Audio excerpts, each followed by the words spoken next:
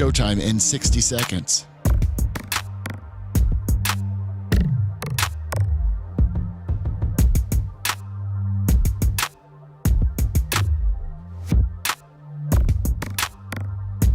"45 seconds.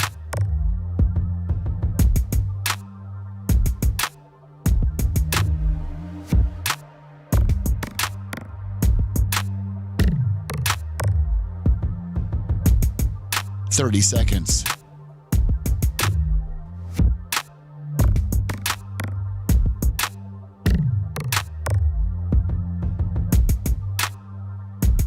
The show will start in 15 seconds, and this is your last audible warning.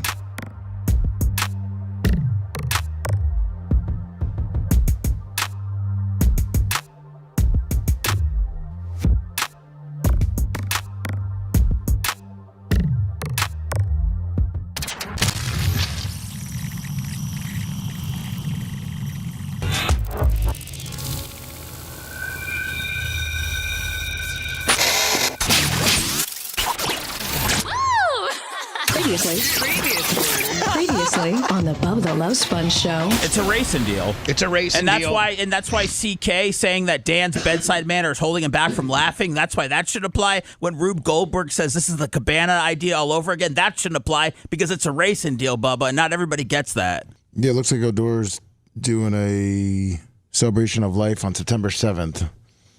Any ashes being spread? I don't see any yet. We got 3 weeks to get our hands on those. You're listening to the Bubba the Love Sponge show. Broadcast rights for the Bubba the Love Sponge show have been granted to this station by the Bubba Radio Network and is intended solely for the enjoyment of our listening audience. Any rebroadcast, retransmission, or other use of this production without the express written consent of the Bubba Radio Network is prohibited.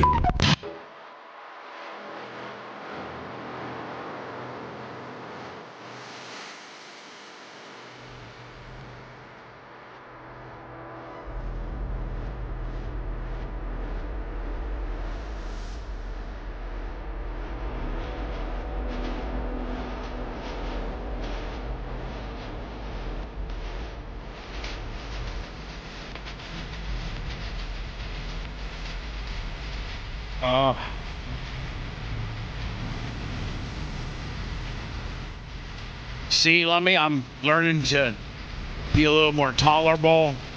Usually I just would have blasted a big wad of Febreze right towards Seth's hair because he chucked a ring last minute and I caught him and then he lied about it and I told him to be honest and he goes, okay, I did. And then I'm like, okay, I won't chuck Febreze your way because he hates, for some reason he hates Febreze. Like I literally would spray Febreze on me. Like I'm not afraid of it. I just hate smells. Very sensitive to smells. Any smell? Except weed smell. You love weed. Well, I actually don't like the smoking weed sometimes gets me, but the vape dissipates quickly. Not any smell, Dan. Just like I'm just very smell sensitive. Like, I could go in the house and I'll be like, something smells. My wife will be like, what are you talking about? I'll be like, no, I smell something. So I don't know what the hell that is. Maybe you should be a professional sniffer. You know what I'm saying? I don't know, man. There's really jobs. Yes, there are. For that. For real, Seth. Like, there's real jobs. Yeah, dog jobs, man. Like, it's not they put you find them all. They put you on a collar and bring you out and have you go around the car, see if you can sniff something. Yeah. And when you smell it, you sit down on the ground. Yeah, I mean, I don't know what you're talking about. There's jobs for that, Seth. Yeah, you might have something there. You could be the mold dog. Yeah. I mean, I think they do have like sniffer tests, like there people that are making products and lotions and things like that. But see, since everything, even good smelling stuff, not just even if it's good smelling stuff that's overpowering, still is bad. Yeah, you don't like that either. No. You just like an El Natural air, just natural air, right? Yeah, right. Listen, I'm already feeling comfortable talking about this because now Blondiva said I'm possibly autistic. So you just that's great. I'd love to be autistic and have a reason to act this way then. Well, I don't. I'd be like, hey man, listen. You can say everything you want about me, and then all the things that you say I do wrong, and I cough too much, and I interrupt people, and I'm just like literally the worst personality in the history of personalities. Even though you're obsessed with picking me apart, but You have to realize I'm autistic. Yeah, you're happy capped. Even though you're obsessed with picking me apart. Where's that coming from? Where's that coming? Where was that coming from? That was me. Sorry. That's okay. I mean, no big deal. Whoa. Don't act like it's the end of the world. Don't act like it's. Oh, it was me. Yeah, you should say it was me, boss. Sorry about that. I got it fixed. You know, just. What's wrong with you, Bubba? You should opening up one of the 700 platforms that we're on right now to make sure that we're on. Or I'll get in trouble because we're not on, and then you'll be yelling at me. So I'm just checking. No big deal. I mean, what's wrong with me? I was going to say, you're okay with? Yeah. You kind of were nice to me. You're being nice to Lummy. I mean, if I'm you're ready to do something stupid. I was going to say, if you're nice to Dan, then that's really we're going to have to check you.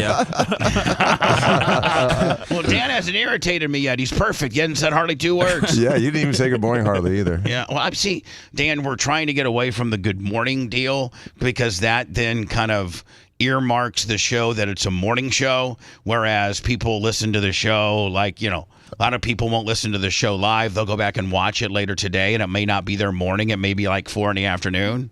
So but when I said hi to you today, it was still morning, and no one was on the air. I understand. He was talking about before the show, Bubba. I know, but like, let's. No, he said morning. Then you asked him if he still was with the Bucks in 05. Right. Okay. Right. Good mornings are good privately, just not on the air. Okay. Okay. And I'm not getting on you. That's just like a little trick there. You know what I'm saying? Well, Just I think Dr. Dan was saying that you didn't say good morning back to him when he walked in. Oh, I just went right straight. I got the stiff mood. I just went straight with a question. I was like, "Hey, bud, were you on? Did you work for Gruden in 06?" And you're like, "Yeah." And then we got into our little talk that we're going to get into momentarily. So I thought I acknowledged your good morning with a question. I'm sorry. I wasn't trying to make you feel one way or the other. Well, I didn't say good morning back because you asked him a question, so I just shut up. Okay, whatever. You chucked a ring is what you did. Now I feel like a pig. Don't call you a pig. Now, Dan, can we just do one? Can you promise me just one thing? I've had like 3 good days on my diet. And we can't have Pancake Tuesday. We just can't. I thought about that because you're not going to be on Friday. So this is sort of our Friday. I know. But I won't do it. I knew you would have that technicality. You got me. See, I'm already ahead of you. I know how you think. Tuesday's no day for flapjacks. Yeah, and it's tough for me to say no to those. They really are. I mean, I probably have. Well, I don't think I have a food addiction. Look at me. I mean, we all like food. Yeah, but I'm probably, if you take my BMI, I'm probably borderline morbidly obese. If you take my BMI, I think my BMI is like 43, maybe. I don't know. I think you've been looking incredibly svelte lately. Well, I did. I will tell you this. Let's calculate that. What's your height? 5'10". Hold a second. I got some BS ad here going on.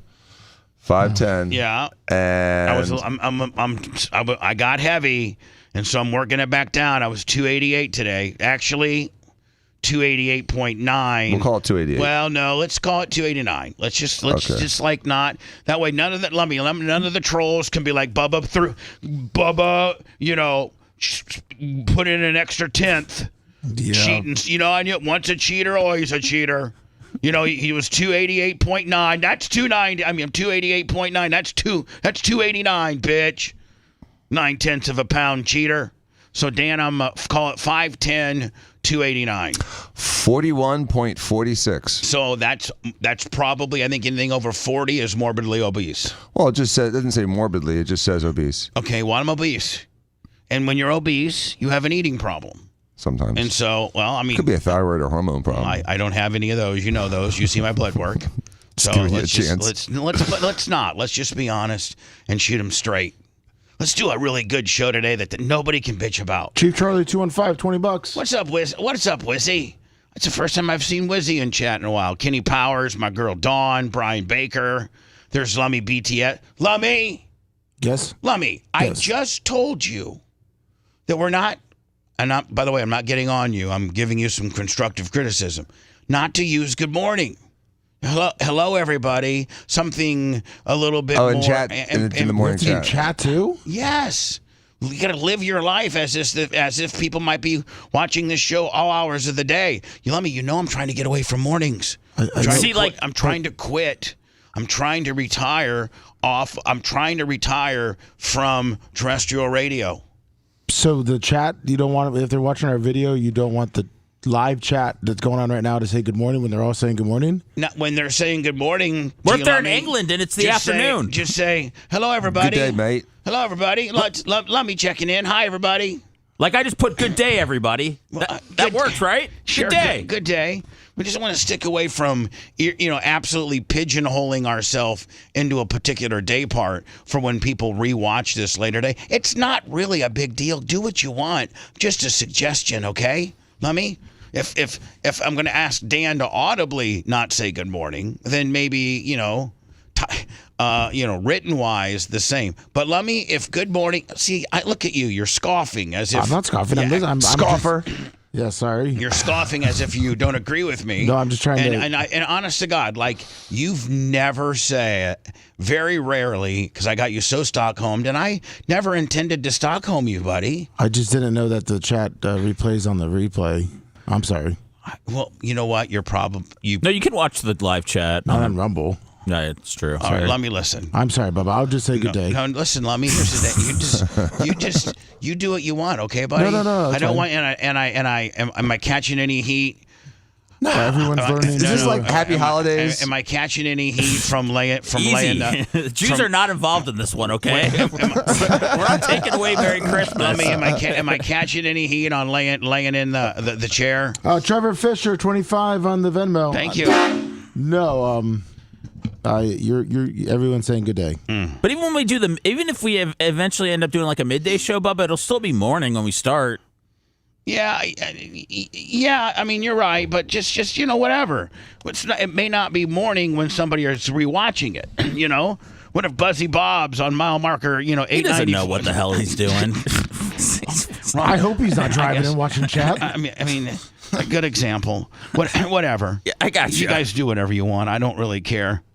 Lummy, did you see where the UFC has now announced that it's going to be? I'm assuming this is is this a major pay-per-view, or is just because it doesn't say UFC like 354 nothing like that, is just kind of like a house show or on TV. Rhett, do you know anything about this? They get the light on back Sorry, there. I was across the room. That's not a problem. In the editing bay.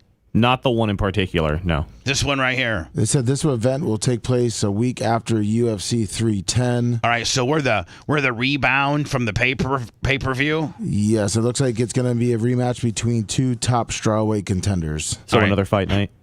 So is that what they call Rhett, like televised UFC events that are not a pay-per-view? It's just considered like is it an ESPN fight night? Usually it's a fight night. I think it's on ESPN Plus most of the time. Okay. And that's what it is. It says Will they sell out Amalie Arena, you think? Oh, yeah. Yeah, me and my buddy Brad went last time. It was awesome. You might want to get your tickets now. Yeah. it looks like the first matchup will be between Amanda Ribas and Mackenzie Dern. Listen, can I can admit to something.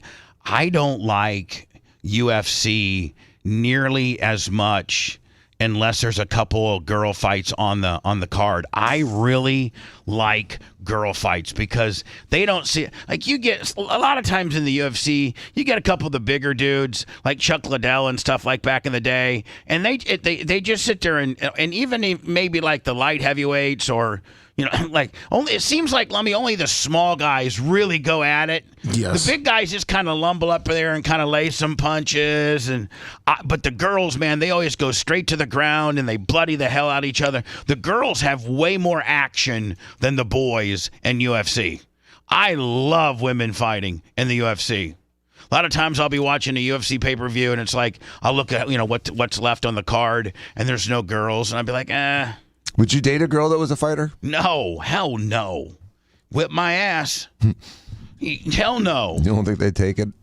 I mean, I think my weight would maybe my strength would help, but they use that stuff against you. Those jiu-jitsu people, man, they use your aggression. When I had Rob Kahn back in the studio one time back on Sirius XM, I got into his full mount.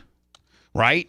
Got right on top of him, full mount, which is like one of the most, besides giving up your back, it's like one of the most desirable positions. What are we talking about? UFC. Oh, fighting. Okay. Fighting. Okay, sorry. We're doing erotica. UFC was, I'm sorry, Rob Kahn was right on his back. I got on top of him with all my weight. I probably outweigh him by 100 pounds. And he said, so like Dan, if you wrestled high school like I did, that's considered folk style wrestling. Is what collegiate type wrestling. But it's called folk style. Folk? Yeah. Like folk music? Yeah, like FOLK. I think it's called folk style wrestling. And then they have Roman Greco, and then they have, then you have jiu-jitsu where it's just a ground game, and then you have freestyle. Then you have freestyle, right? And there's all sorts of types of wrestling. Well, in jiu-jitsu, they incorporate wrestling as the jiu-jitsu part of it, except you can hit them in the face and try to, make their elbow go the different direction and choke them out. Whereas like in high school wrestling, if you even get a guy like in a full Nelson, they immediately stop you. Like if you go against the joint or, there's some moves that you can do in wrestling that they'll blow the whistle and you'll get a penalized point for. Whereas jiu-jitsu, man, it's just let it rip, whatever you want to do. So I got on top of Rob Kahn.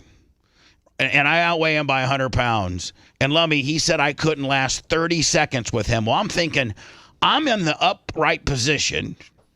I'm in the position of advantage. And how can I not? And I couldn't throw any punches. It was just straight jiu-jitsu. I'm like, well, how in the hell can I not last for 30 seconds? I'm on top. Yeah, but 30 seconds is a lifetime. I know, but MMA. Dan, if somebody told you outweighed a guy in college wrestling by 100 pounds and you were going to be on his chest, sprawled out, right? Which is the most advantage you can have, right? Mm-hmm. And you couldn't last 30 seconds. Even if he reversed you, and you could still kind of maybe rock out and just last 30 seconds. But what they do is, unlike folk style wrestling, is UFC. See, the best way to last, the only way I could have lasted if I just would have just tucked my arms in and did nothing.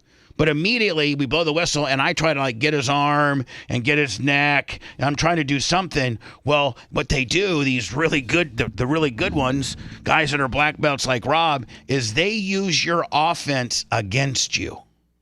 So as you're going in there and grabbing what you think, they're automatically sizing up how they can get that joint to go the other way and wrist lock you or elbow lock you or choke yourself out. Guess how long And I wrestled in high school. I was decent. I was at least 500. And let me guess how long. And so I have a little bit of skill set when it comes to a little bit of wrestling.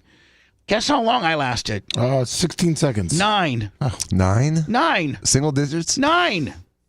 So ready, go. So I went in there to try to get like a half Nelson, and he just used my arm, rolled it around, and went opposite way of the elbow. And I was like, whoa, stop. You're going to break my elbow.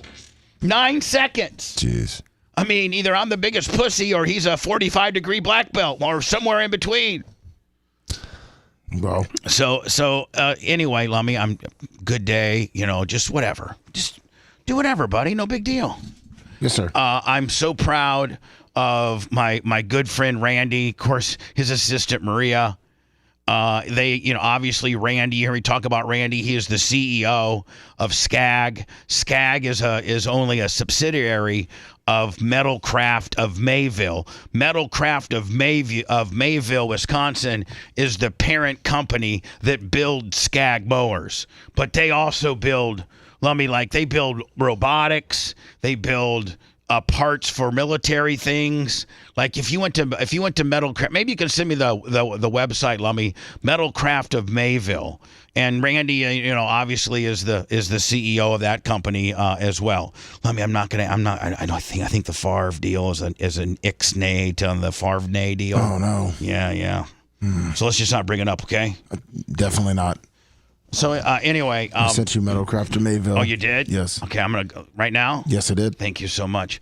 Wait till you see this place. Now, SCAG might be the sexier, shiny object of what they do.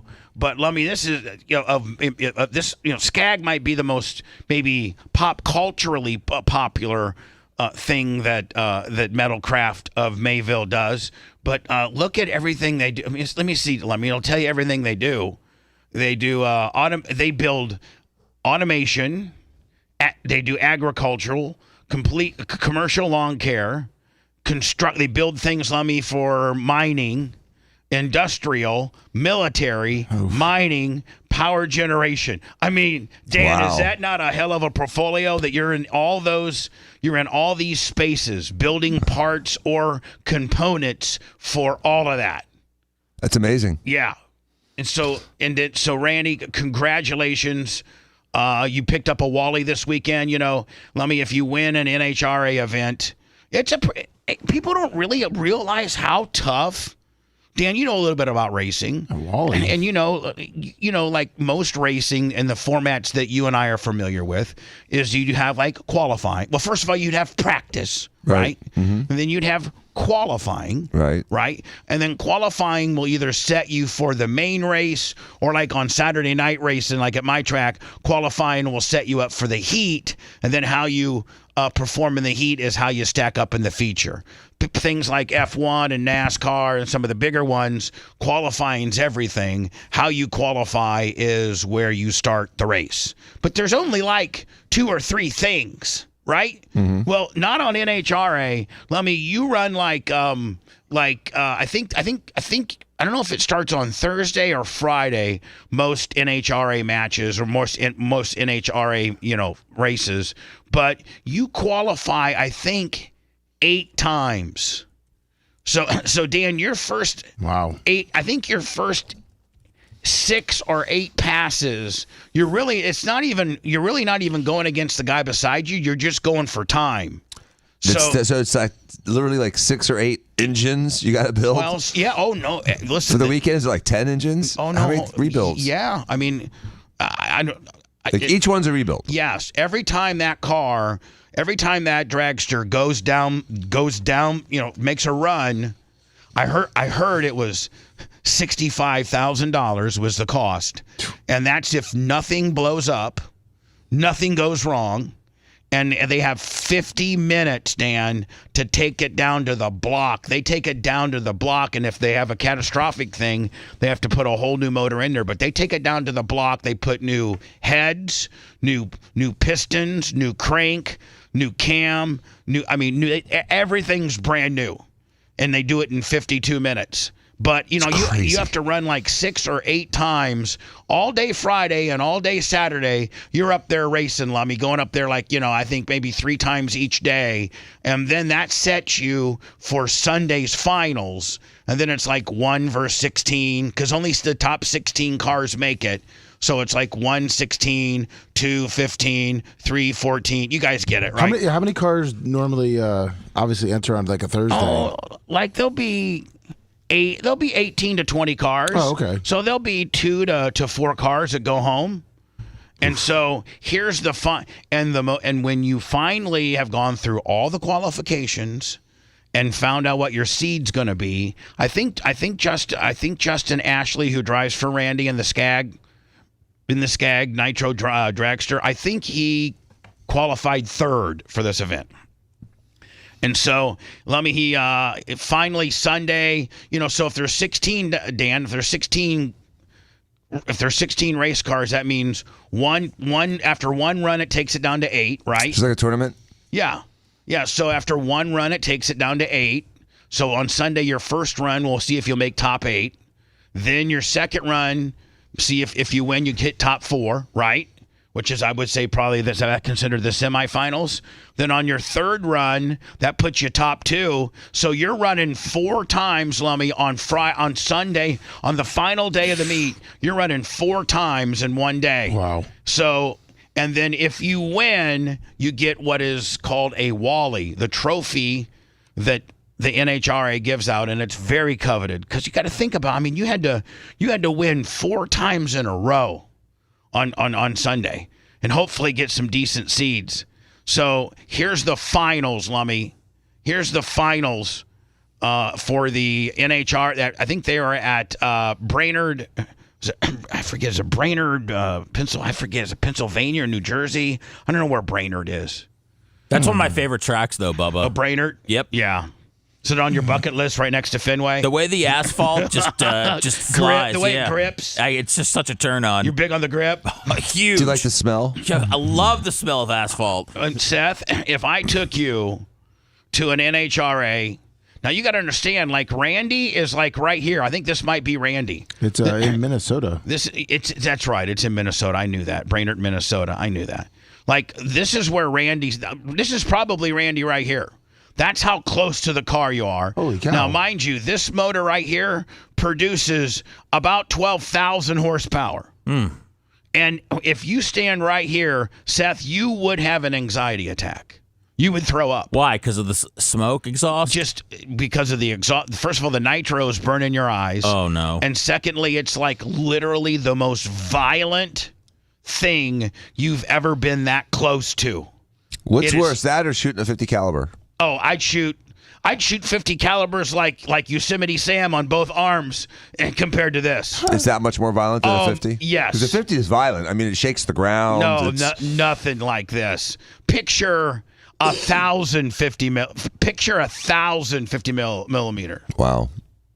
50 cal. Picture 1,050 cal. That much? Picture 1,050 cal line up across there, and then it might equal. I don't know. Wow. This is unbelievable, but Randy's driver, Justin Ashley, looks like he was the 8th seed, so he didn't get that good of a seed.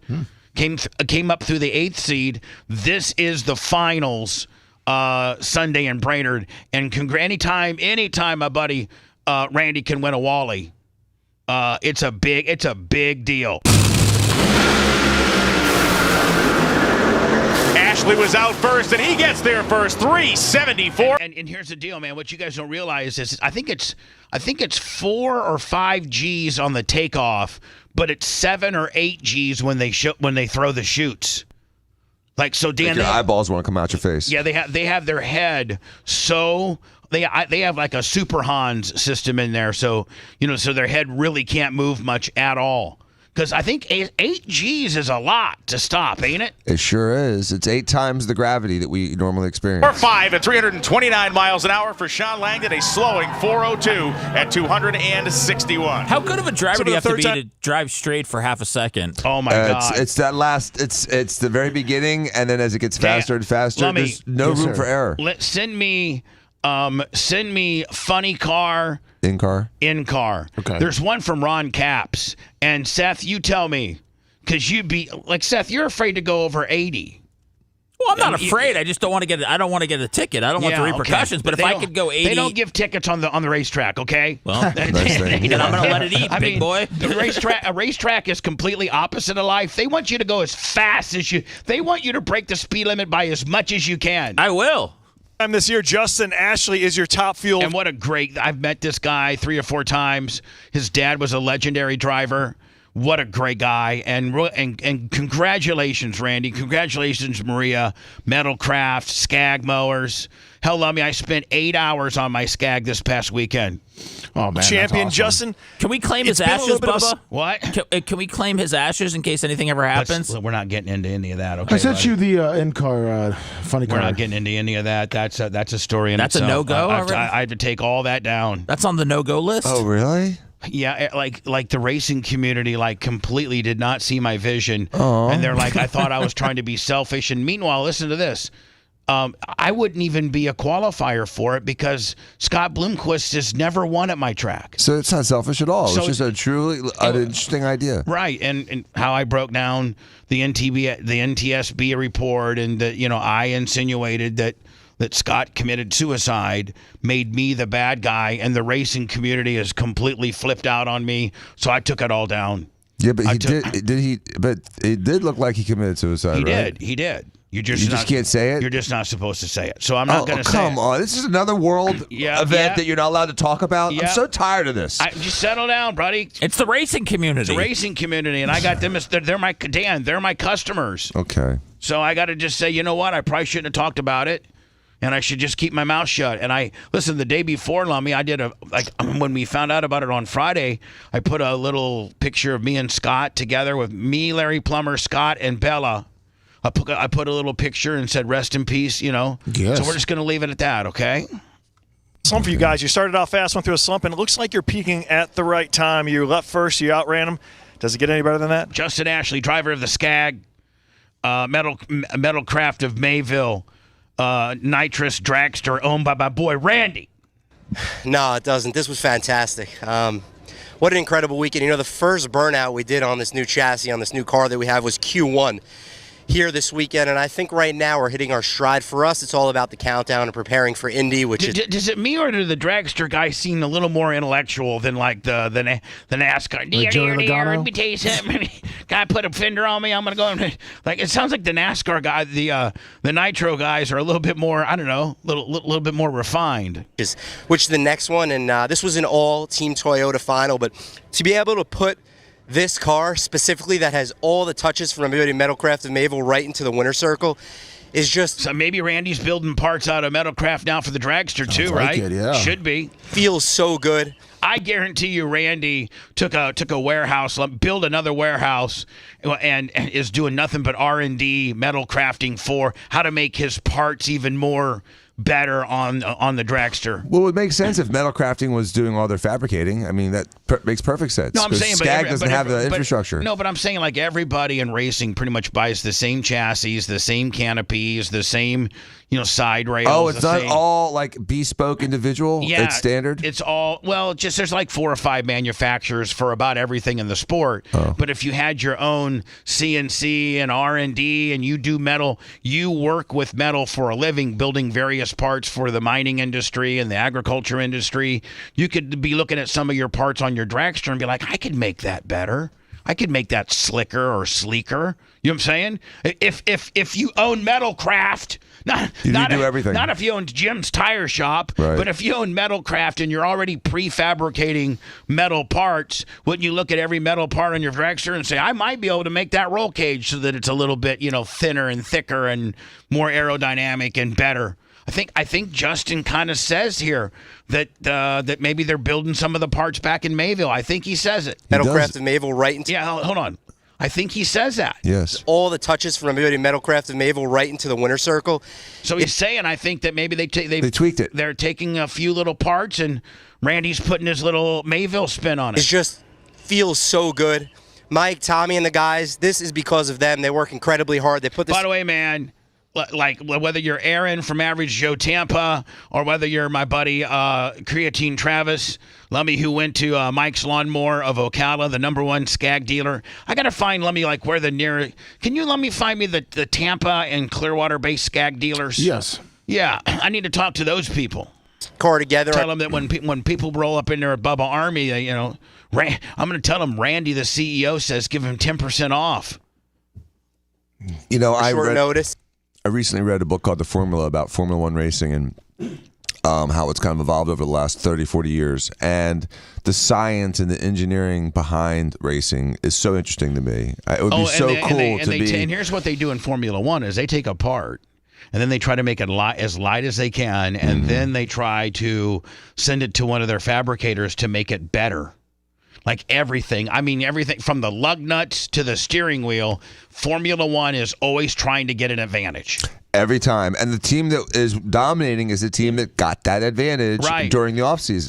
And everyone can't catch up. They found a little, like they could put a wicker on the left tire, like a 1/8 of an inch lip on the wicker gave it, 3 extra pounds of downforce going into a corner.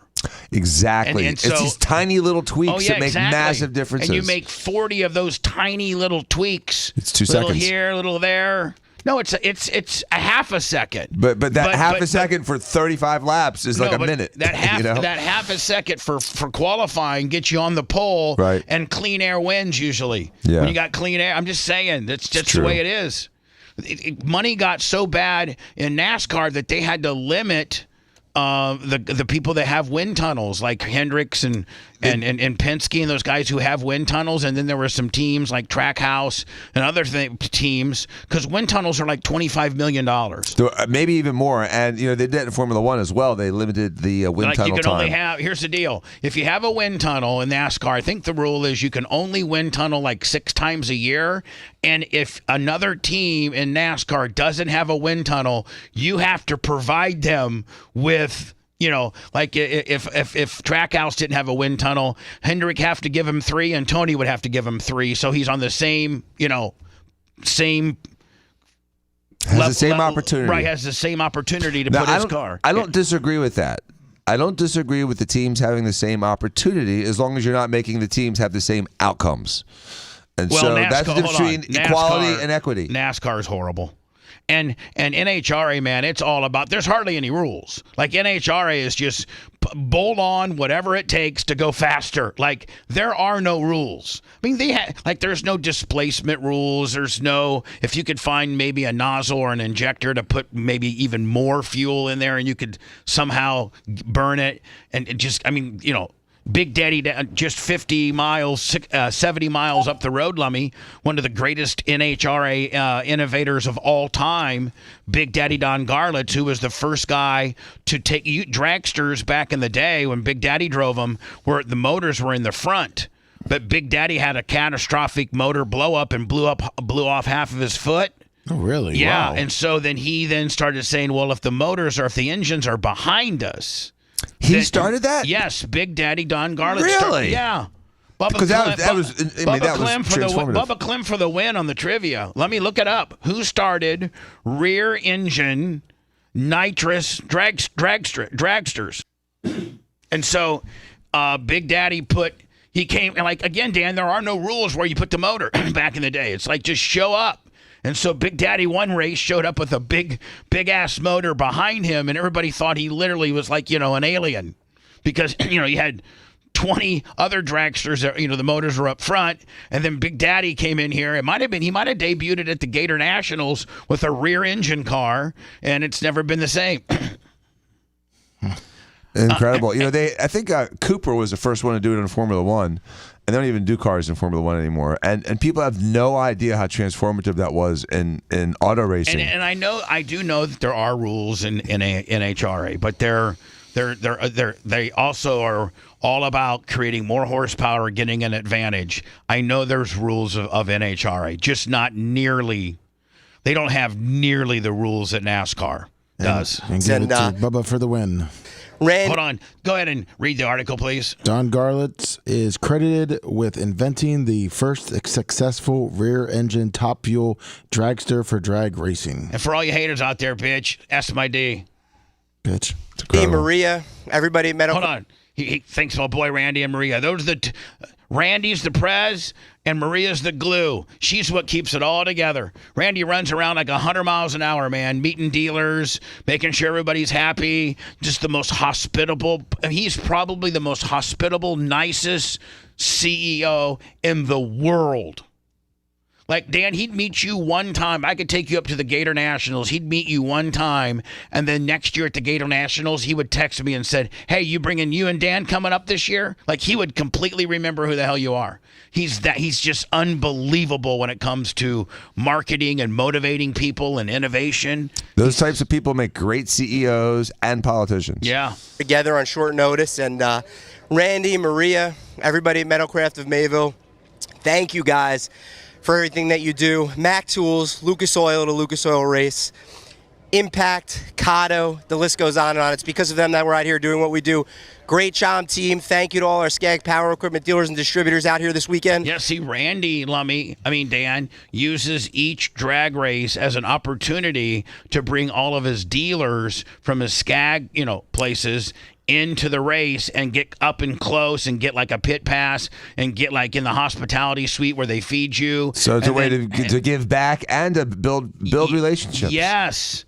So, most lawnmower places have 3 or 4 different brands. They may have a Skag, they may have Bad Boy, they may have X-Mark, and they may have like Toro. They always at least have 2.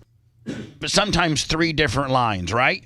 Well, when that guy that's a Skag dealer, an X-Mark dealer, and a Toro dealer, Lummy, when he as the owner of the lawnmower shop or the machinery place that you buy your zero turns, when he I don't know, maybe he lives like in Valparaiso, Indiana, and he comes down to Indianapolis 2 weekends from now, and he goes to the U.S. Nationals because him and his two of his boys that work at the shop, and once they get there, Lummy, Randy, the CEO of Skag, he makes sure you're completely fed for the entire weekend.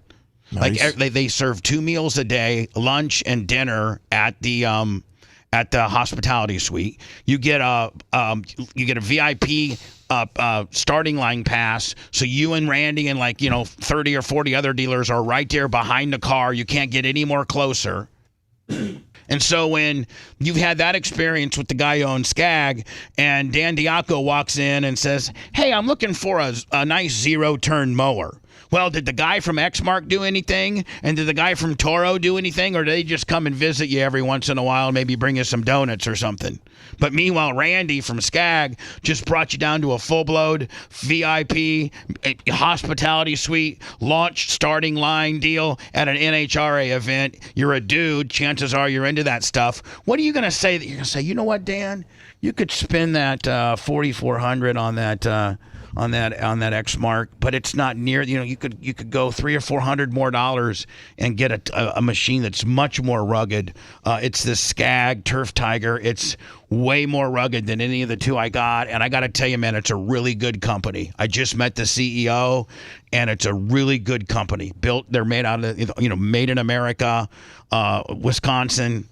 Who are you going to put? What type of brand are you going to push on that guy when Johnny Consumer walks in and says, "Lummy, is your name Warren? Are you a salesman here?" I am a salesman. How can I help you? Yeah, I see that you got Bad Boy mowers, Toros, and Skags. I'm interested in like a 62-inch zero-turn mower for my 3 acres. What would you suggest? Well, let's go look at the Skags. It's the best thing we have here. All right, so we're not even looking at the other two? No, Skag all the way.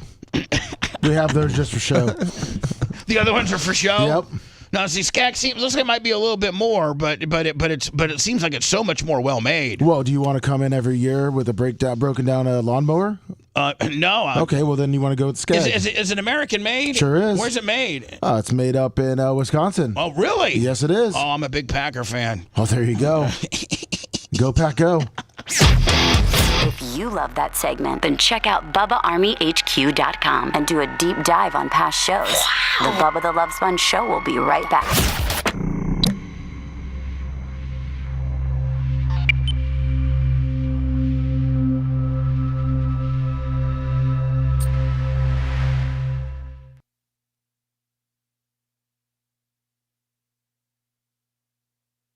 Go get a punch in your cubicle tunnel a few times?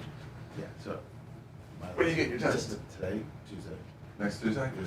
Okay. I'll Monday night, you should do work around the house. And then Tuesday, I'll punch your elbow.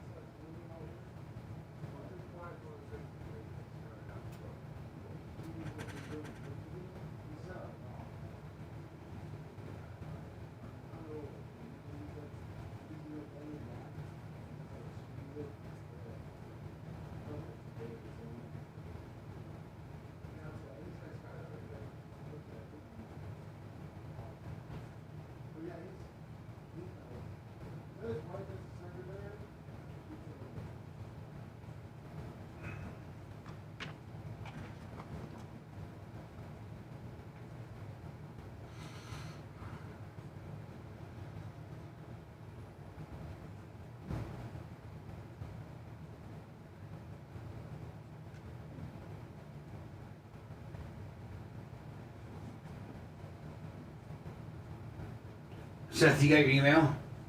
Yeah. I just blind copied you on something that I sent to somebody, and people are listening to us right now, so that's the kind of dude I am. Oh.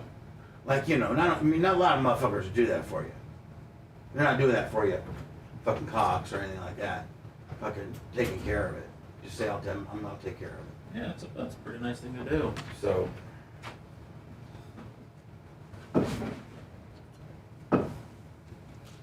I might go ahead and falsify one. Just stop, lover.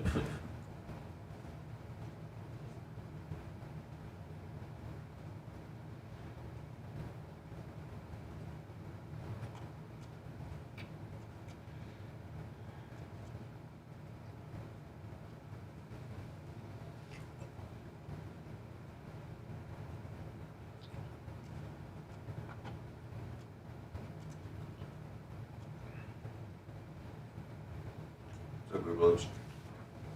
Chief Charlie, morning.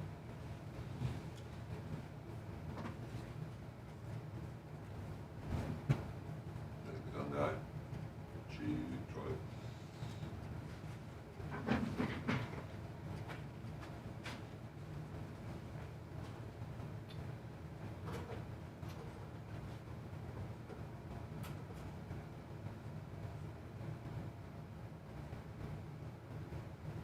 Don't forget YouTube, big live Operation Pigmentation at noon today.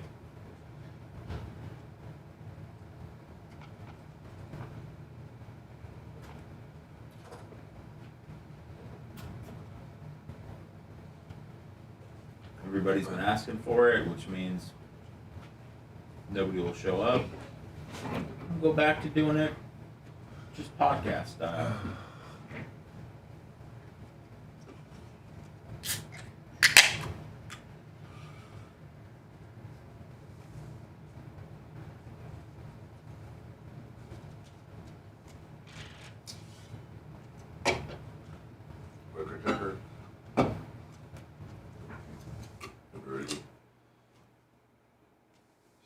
Slow there. Thank you, Tim Albrecht.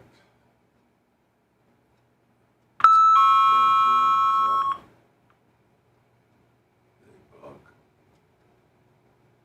Trickney. Howard. Glasgow. Colasso. Dr. Dan's the Gabe. I like your name. You push, we push. Heather Wiz, Bart, Big Buck. I agree. Very deep. Trevor Leahy. Morning T. Barrington.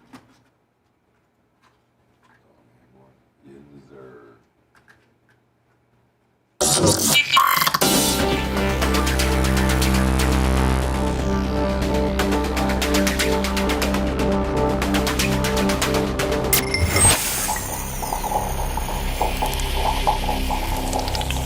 The Bubba the Love Sponge Show, listener supported via PayPal, Venmo, and Cash App, all at the Bubba Army, now returns.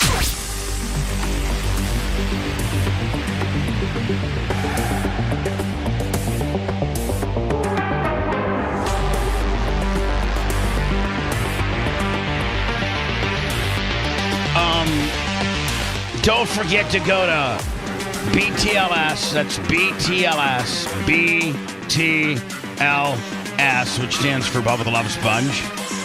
Go to BTLS411.com. Right, Lummy? Yes, sir. And then go and vote like 50 times if you want. I don't think that they really limit you as to how many times they do. One time a day. Oh, one time a day. Yeah, okay. they limited it now. So. Oh, well, you know what? That's actually better. One time per email. Sorry. Well, okay. Again, Yes. most people aren't weirdos and they have 15 emails. I just registered with my regular email, so I have one account, and you can go vote one a day. I like that because it's a little more controlled and less cheating, and our larger global market will help us than just people's regular Tampa market. You know what I'm saying, Lemmy? Yes, we got a real chance to win this. I think we do. And listen, I mean, whether it's a local newspaper / website called Creative Loafing, and and it has every year the best of the Bay. They've been doing it for like 15 years now, maybe longer, maybe 20. And then I think maybe turned to this like 20, like 2012, 2004 might have been the first time they did it. I don't know. But, it's kind of a cool thing. It ends up being a popularity contest or who buys advertising because they have a chance for you as a business, if you're nominated, to buy advertising on the nomination page. So I don't really know how technical it is, but Lummy, I'm thinking we might be able to game it due to the fact that we just got a very long, we got people right now, Lummy, listening to us like in Australia.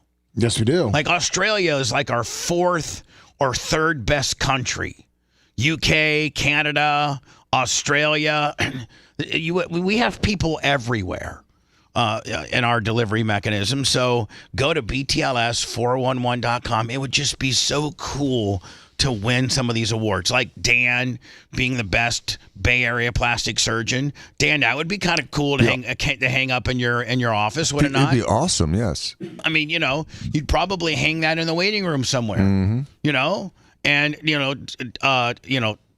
Diaco Law being the best in the Bay, that would be, Jay would strategically put that somewhere in the waiting room where people can see. Oh, definitely. Or your new social media girl would make some type of cool ass video about it. You know what I'm saying? Mm-hmm. Be Should great. be good, yes. Be great. And Operation Pigmentation as your favorite podcast. What a rib. It should be your favorite podcast, but chances are people in Tampa don't know much about it. Maybe they do. As compared to what else on that list? Yeah, exactly. No, it's by far the best. As far as it's the best sounding and best produced, and it's a long shot.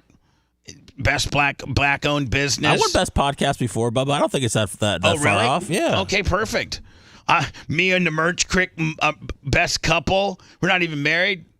It's just so many ribs on there. It's so great. Please go and vote and let's win. Let's win all of them. All of them. Just so we can tell all the rest of the posers of Tampa that are trying to now. There's a lot of radio. There's a couple major radio personalities in Tampa that are now trying to emulate my template. Yes. The template that they made fun of, they now are desperately trying to be a part of. Isn't that pretty cool? Yes, it is. You guys clowned us out because we were on one, and now you're over here trying to do the same thing, but you just look like a bunch of jobbers. Anyway, good luck to you, my friends. We're rooting for you. We are. We're rooting for you. We're rooting for you. Don, we had a Don Lemon segment yesterday. And does Don Lemon just go out and try to bust people's balls now? He's got nothing else going on. He's got a lot of free time. I'm assuming Don Lemon has a YouTube channel. Yes, he does. And he probably even has, more than us because he's a bigger name. Just a little bit. He's so hated, Bubba, but anything he does, it makes the news on the internet. He's got 229,000 on YouTube. That's very respectful. I wish that we had 280. We maybe in a year or two we'll have that many. What do we got? Like 100? We almost have 160. Do we have 116,000? 100. Yeah, 116,000. We're approaching 117. Yes, we are. Very close to 117. That's youtube.com/The Bubba Army. That's where we put a lot of stuff up. Is our YouTube channel. Lummy, I'm going to try to go live from either Warsaw. Or Columbus.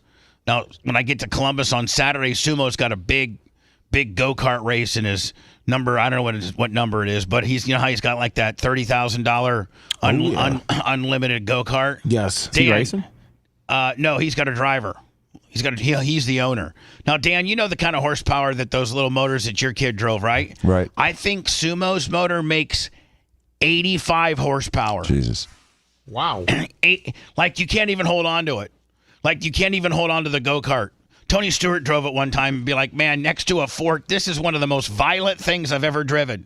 This little go-kart. Yeah, a fast go-kart is violent. There's no suspension at all. There's no suspension. There's no power steering. And you're just muscling it through the corners. And especially a go-kart track that's like a road course. Mm-hmm. Now the round ones are tough too. And Suma's got a big one on Saturday, so I'm going to go right from Warsaw to the Bartholomew County Racetrack, Lummy. That's how I'll be spending my next Saturday night. Oh, that's awesome. Maybe I'll go live. If there's cell service there, maybe I'll go live. Are you going to go live during the big Warsaw football game against Michigan City? I think that I don't want to be that guy that's got like a selfie, because they're going to bring all the alumni down to the field. There's going to be probably there's like two what? Which is a merch crick to it.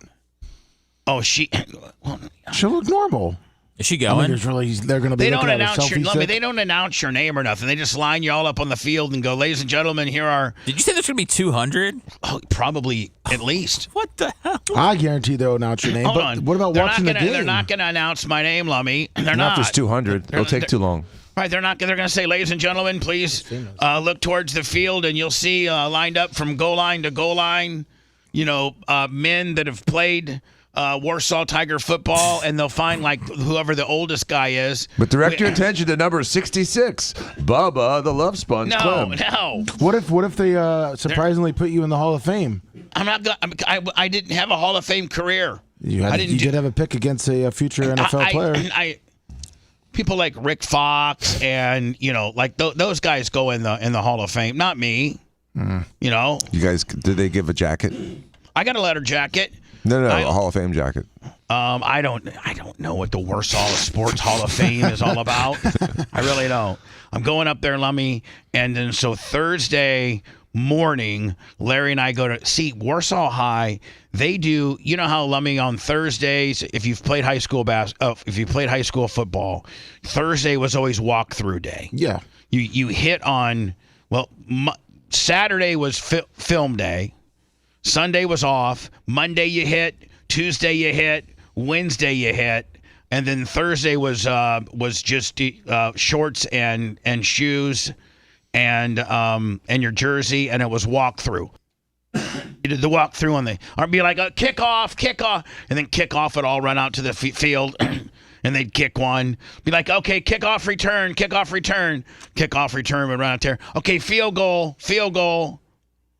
And you just do walkthroughs on Thursdays. Well, we always did them, right after school. Like, 3, and I think you had to be on the field by 3. And they only lasted about an hour and a half, about till 4:30, because they didn't really run us, and they didn't condition us that hard one day before a game. But Coach Bart Curtis, Lummy, Warsaw does their walkthrough at 5:30 in the morning. Wow! My goodness! So he and his reasoning, Dan, and it works. It's worked. Is that it gives your kids more recoup time. So if you do it in the morning and then that afternoon they're resting, and he has real strict instructions on what you got to do on Thursday. Like you got to go home, you got to do your homework, you got to eat a good dinner, you got to be in bed by 9. Like he's got like a very much a regiment that the mom and dads buy in on. You know what I'm saying? They have to. They do. So they do their walkthrough at 5:30 Thursday morning to get it done. That way, when Thursday school's over, they're not out on the field till 4:30. They're home resting, getting ready for the big game. So, but I don't get into Warsaw, Lummy, until like 11:30 or 12. And me and Larry got to be at the high school football field by 5:30 for walkthrough. Oh, well, it does look like this year's Hall of Fame induction class has a good amount from when you were there. Tell me the names. Marty Lehman. Oh, Marty Lehman. Yeah, he deserves. He won a state championship. Jeff Gross. Yeah, Indiana Mr. Basketball. Hold on. You want to talk about a success story? Say the name again. Jeff Gross. Jeff Gross. Hold on. Indiana Mr. Basketball. And the current mayor of Warsaw. Is that pimp or what? Pimp. Exactly. Continue on. on. Hall of Famer. Mark Whitehead. Mark Whitehead went on one state in wrestling at 185 and then got a full ride scholarship for Northwestern Big Ten. And the 1984 boys basketball team state champions. Yeah, Lummy, I am not anywhere near anybody on that list as far as my sports career or my athletic career or my accomplishments. Lummy, I have one really, I have one accolade, and I was a co-captain for the 1983 Warsaw football team, a co-captain with 3 other dudes. That's my only accolade. Yeah, but this guy Dave Rankin, all they have is football and track, and he's in 1939. But I think 1939, and I think he won state. Oh. So let me just stop. Okay. Your boss, the guy that you love so very much, was just a middle of the road, athlete. You did win at Wally though. I did win the Big Wally Award, which was a food eating competition. So yes, I did do that. Here's Don Lemon on the streets. I've been talking to a lot of black men. They say they're supporting Donald Trump. Do you believe that? But who are you voting for? Donald Trump. Trump. I have to go Trump, man. You said Trump. Yes. I think they are, and I think the reason why the money he gave away last time he was in office is what they're looking for again. What money? Even if it was illegally or legally, the PPE loans, stimulus, and stuff like that. That wasn't him. I don't think that our country's ever going to go through another money grab like that. Oh, definitely. You think we will? Me? You think we will? They threw so much money at that, and they felt that you gotta stopped it. But you have to have a crisis as large as what COVID, as disruptive as COVID was to people's businesses, and just because they quarantine people. So that's the premise of all these business loans and things like that. I don't see. They got 3 in the hopper, bro. Hold on. You're saying they got 3 events that they could use to hand out free money. Yeah. Tell me what they are. Well, there'll be another pandemic. You really do. Absolutely. Monkeypox? The monkeypox won't be it. It'll be a bird flu type one. All right. There'll be another pandemic. Hold on. A pandemic that they have already created in a lab? Probably. Okay. And then they just shoot one guy up, and they All of a sudden it spreads like wildfire. Like, Dan, do you feel that COVID was started in a lab and was accidentally given to a guy or a person in the Wuhan? What is it, Wuhan? Wuhan. In Wuhan. Wuhan was the crew. Yeah, exactly. And the Wuhan they're saying that it was an American laboratory that was based out of Wuhan, China, that was doing experimental, virus manipulation, probably for warfare. Mm-hmm. To be honest with you, how we could go and just drop Corona on a country, and then They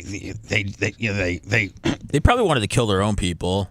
And so, Dan, do you believe that it came out that way and a couple guys just caught it in the lab accidentally and it spread from 5 people in China to global? Here's how I believe it happened, and this is my personal opinion based on thousands and thousands of pages I've read on the material and on the topic. Number 1, COVID-19 was invented likely in North Carolina, and it was transferred to the Wuhan lab under the auspices of American involvement in that international virology lab in Wuhan, China.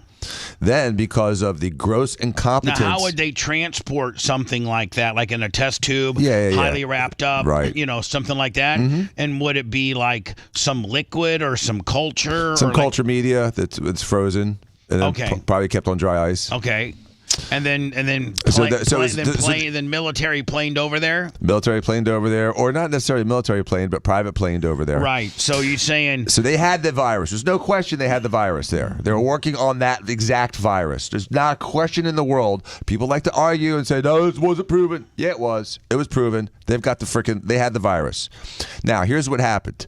And this is based on several books I've read. And it makes perfect sense based on the genome of the specific viruses and the strains. By the way, none of us have read any books on this stuff, so we're along for the ride.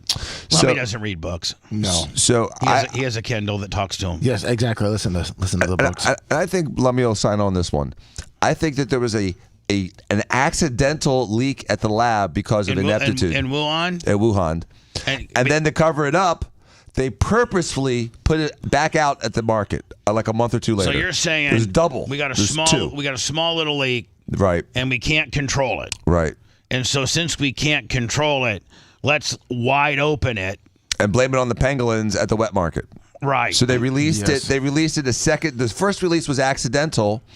The second release because of ineptitude and incompetence and mishandling. Yes, I think someone that was working with it got sick and started spreading it. So then they went and released it purposefully at the wet market to make it look like that was the epicenter of the spread. Then China purposefully hid two things about it: its respiratory transmission and the fact that it was running rampant through their community. Instead, Chinese New Year, let everybody travel internationally, and they spread it everywhere. So at that point, because China is keeping it K5, they're letting people travel in and out of China. They're letting people from China travel, and that's just instantaneously, at that point, it's just going to... They encouraged it.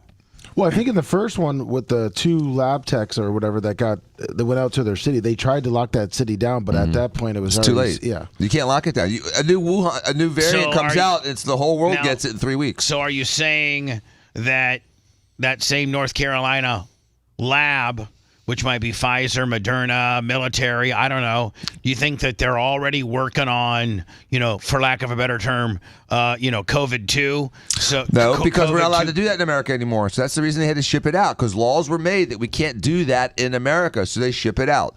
And then what's really interesting. All right, okay, hold on. So since we're shipping it out, do you think it's being done? Do you think that Yes, somewhere in the world right now, we as the USA, we are behind some sort of, viral research for manipulation, Yes. for warfare. Yes, absolutely. And what we do is we do it through an intermediary, so it doesn't look like we're directly funding it. So they'll fund a company that funds another company that actually funds the research.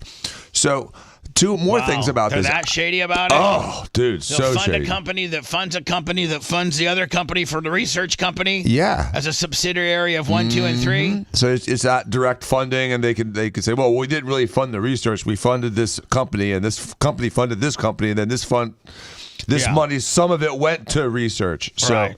it's BS. So I don't think that they purposefully released COVID to take out Trump. It did take out Trump, but I don't think it was done specifically to do that. I think, like I said, it was started with ineptitude followed by a cover-up. Next thing about it, once it was around, it became, again, every crisis is an opportunity. And Fauci, who in 2004, 2005 said specifically that hydroxychloroquine is effective, in fact, is like a vaccine against SARS-CoV or COVID-19, suddenly that stuff was stripped from the internet. You couldn't talk about it. And other repurposed medications were vilified so that the government, and through Pfizer and Moderna and through their manipulation of the government, were able to control the narrative, make billions and billions of dollars, and ruin the world's population with a reckless vaccine. And here's the thing, like, never in our lifetime have we been able to face an epidemic and then they just green light drugs that they haven't had an extensive amount. I mean, I think maybe you or somebody at one time said that the average drug trial for medication or any type of vaccination or anything like that is like 8 to 9 years usually after they've done a blind placebo and 4 different sets of people and ethnicities and fat people and white people and tall people and short people and everything like that.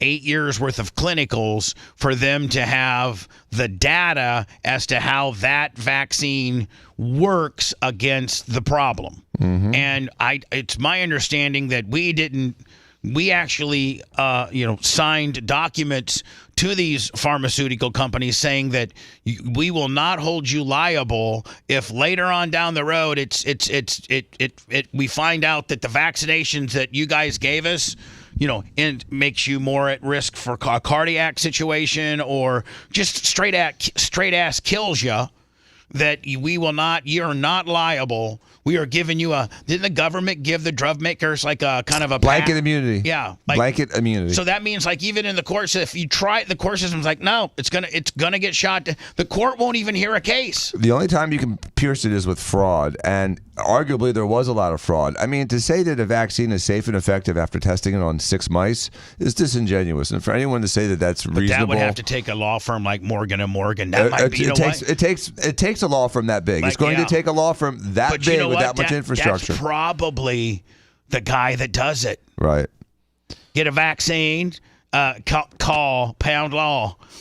And he does a big antitrust lawsuit, USA kicker. You know what I'm saying? Yeah, and gets, I don't know, $45 billion settlement. His firm gets about $20 billion to that, and he throws out $20 billion to the however many people signed up for it. But in order to do a class actions, you have to have people sign up for that. You have to have a class. Right. A class is a group of people. So, but you don't want that group of people to be too large. You just want it to be large enough to be able to get a lot of money. No. It becomes really large. You want it to be large. The bigger it is, because if it's 1 million people in the class and they give everybody $10, it's a $10 million lawsuit.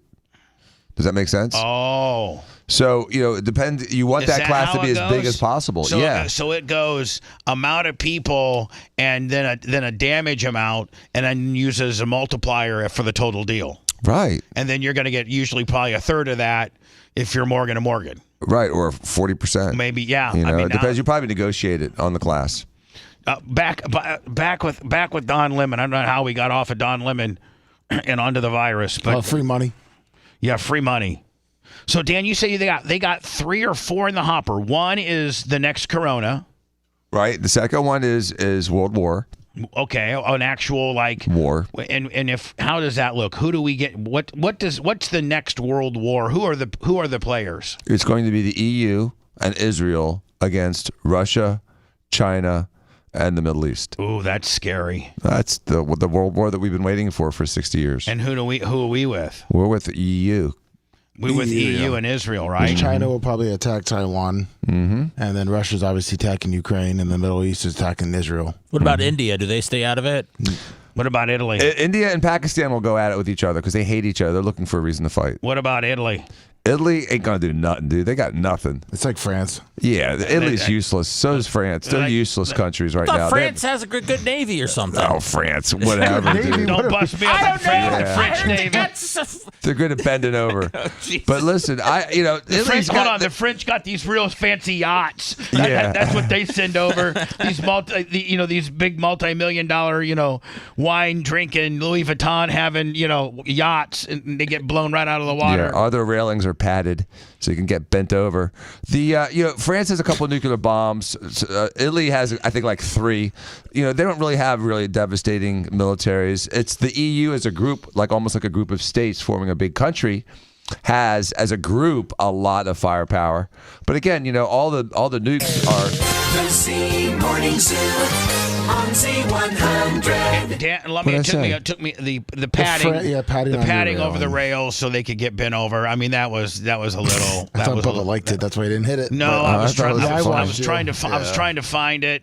So I got it locked in now, Dan. Nothing. I mean, I was just saying. I mean, that was a little. You didn't have to go that far. All right. Well, the French are really rugged.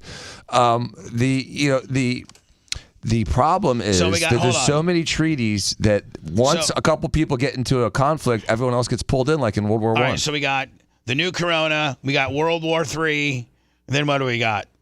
It's going to be famine, world famine. What do you mean famine? Famine, like not enough food for people. For real? Uh-huh. We can't make enough food. Well, we keep killing all these food because it's contaminated. So bird flu. So when there's a bird flu or something like that, they kill all the chickens, they kill the cows. They're limiting the amount of acreage that we can farm on internationally, and so you combine all these together. And why are they limiting farmland? Because the government is buying the land back, and they're saying that the farming is causing global warming. Well, because cows fart and burp. Yes, yeah, it's just all of it. And they're going to push the fake burgers and the fake chicken and the fake stuff. And the bugs. Oh. That's what they're going to push. But we're not going to ever run out of, oranges or apples, are we? Oh, yeah. We didn't have the Great Freeze. Did you know what the Black Plague did? No. The plague? The plague allowed, because it crushed the population so much, that allowed Europe to start planting things Wasn't like that the Chicago Bears defensive line in '86, the Black Plague? I mean, I know Minnesota had the purple people eater. I thought Mongo and Dan Hampton were the Black Plague. That's pretty good. And Richard Dent. They were the Black Plague, but they're half of them are white. Exactly. That was probably the best white defensive line ever. Yeah, I mean, you got Mongo and Dan Hampton on the white side. You got Richard Dent and the Fridge on the black side. You got an Oreo, buddy. What about that one Jets D line? Had Joe Klecko on it. Joe Klecko, Mark Gastineau. Yeah. I think those were the only two, though. I don't think the other two. Were they? Yeah, I mean, I could be wrong, but man, Chicago, phew, Dent, Hampton, Fridge, and Mongo. That's pretty. Can't go wrong. That's pretty strong. That's pretty strong. My boy, the Fridge. The old Steelers had, they had Mean Joe Green. Oh, the Steel Curtain. Yeah, who was the Steel Curtain? I mean, Mean Joe. I don't even know. Jack Lambert.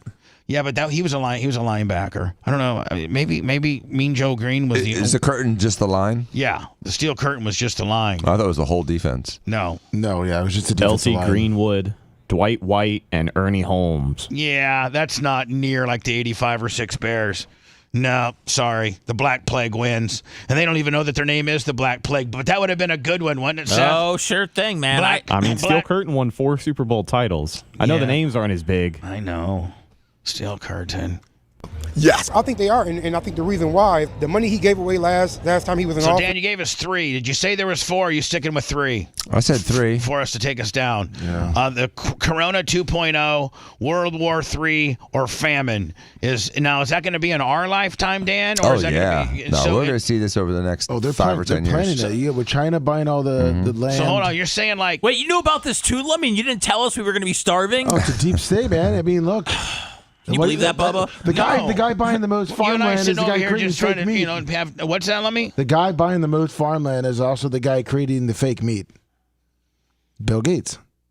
Oh. And then you got China, too. China and Bill Gates have bought more farmland than has been sold for the previous 40 years. And are they going to just keep it as just pastures and do nothing with it because they're building artificial chicken and meats and the plant beside it? How about all the pollution that the plant that's making fake meat and chicken? That's forgivable. What about the pollution it creates by the machines it has to run and the processing that it has to do? That's all forgivable, Bubba. Just like the machines that harvest the materials for the batteries. No one cares about the strip mining in Africa. Hold on, nobody cares about that big, John Deere that big Cat 349 excavator that burns, 5 gallons of diesel an hour, strip mining, lithium, and the little kids that have you seen the pictures of how they do it? And oh yeah, they have little kids out there, mining lithium, but nobody cares about that pollution, but they care about the pollution that Johnny Farmer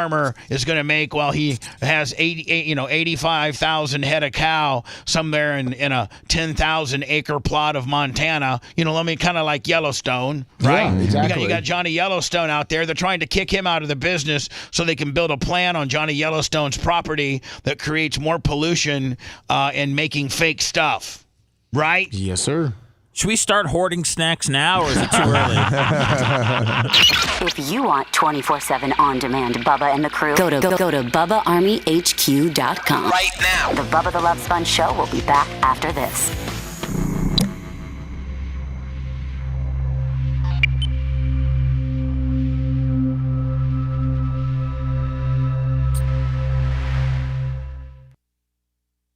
Trust the pantry.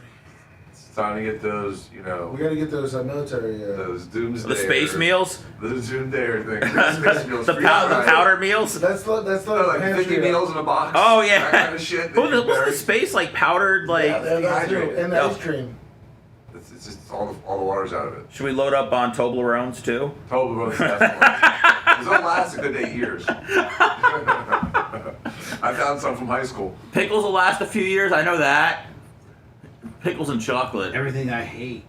Okay, You like chocolate? Ketchup's good. I like chocolate. Ketchup will last, Bubba. Can you imagine, though, if your life is so bad that you're sucking on a ketchup bottle to stay alive? They did it on Walking Dead, and they got 13 seasons out of it. Like, they just suck a ketchup bottles? They were sucking whatever they could find, yeah. Even like after 5 years, they were still finding here's a fresh can of peanut butter, It's crazy. Food jugs? No, the fuel. Oh, fuel. Just in case. And then the pumper? Mario pan. Yeah. So now I got these gallon jugs, or 55-gallon drums in my garage. Are they refillable? Yeah. So I was like, think about how drunk off the truck.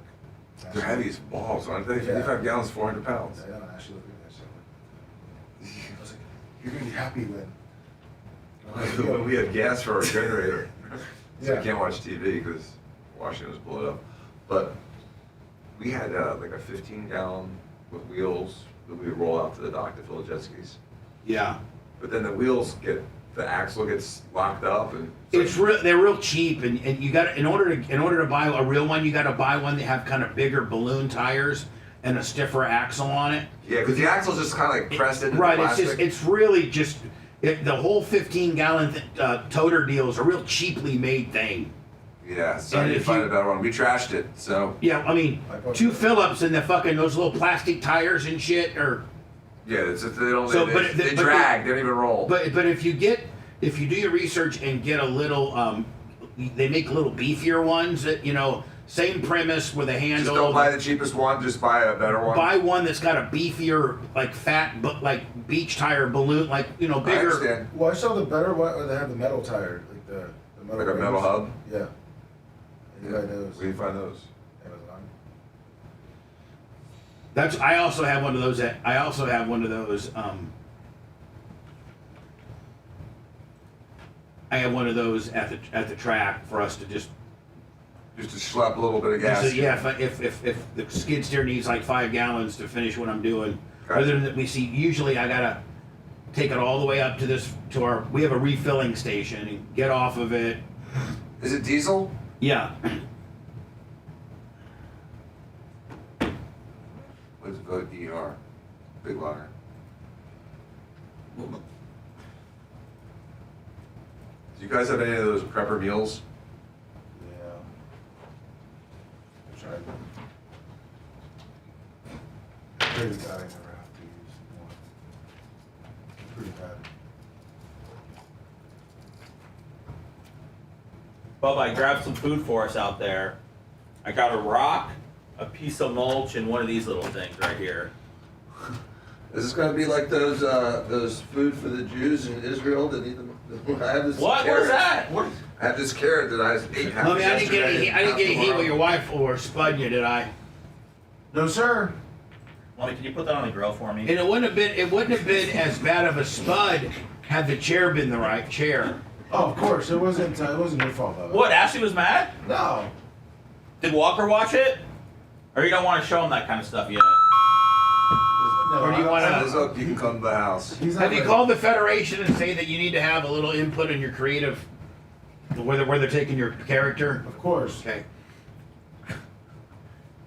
You get paid Kizash, Lummy? He didn't get paid nothing. Christopher Stevens. They give him fucking 4 beers. That's so funny. I don't know if you guys are fucking with me or not. I just get to hang with Hey, the boys. I'm not fucking with you. He gets 4 beers. 4 beers? To wrestle? If he might not even be. Russell. He may not even get 4 beers. He took a fucking chair shot for 4 beers? He Saturday doesn't. night, man. He doesn't get anything. Weren't you busy? I was getting 500 walking in cash. Well, we know, man. You had your own boots. Yeah, against the Dolphins. You going? I was getting 500 walking in cash with my own, I need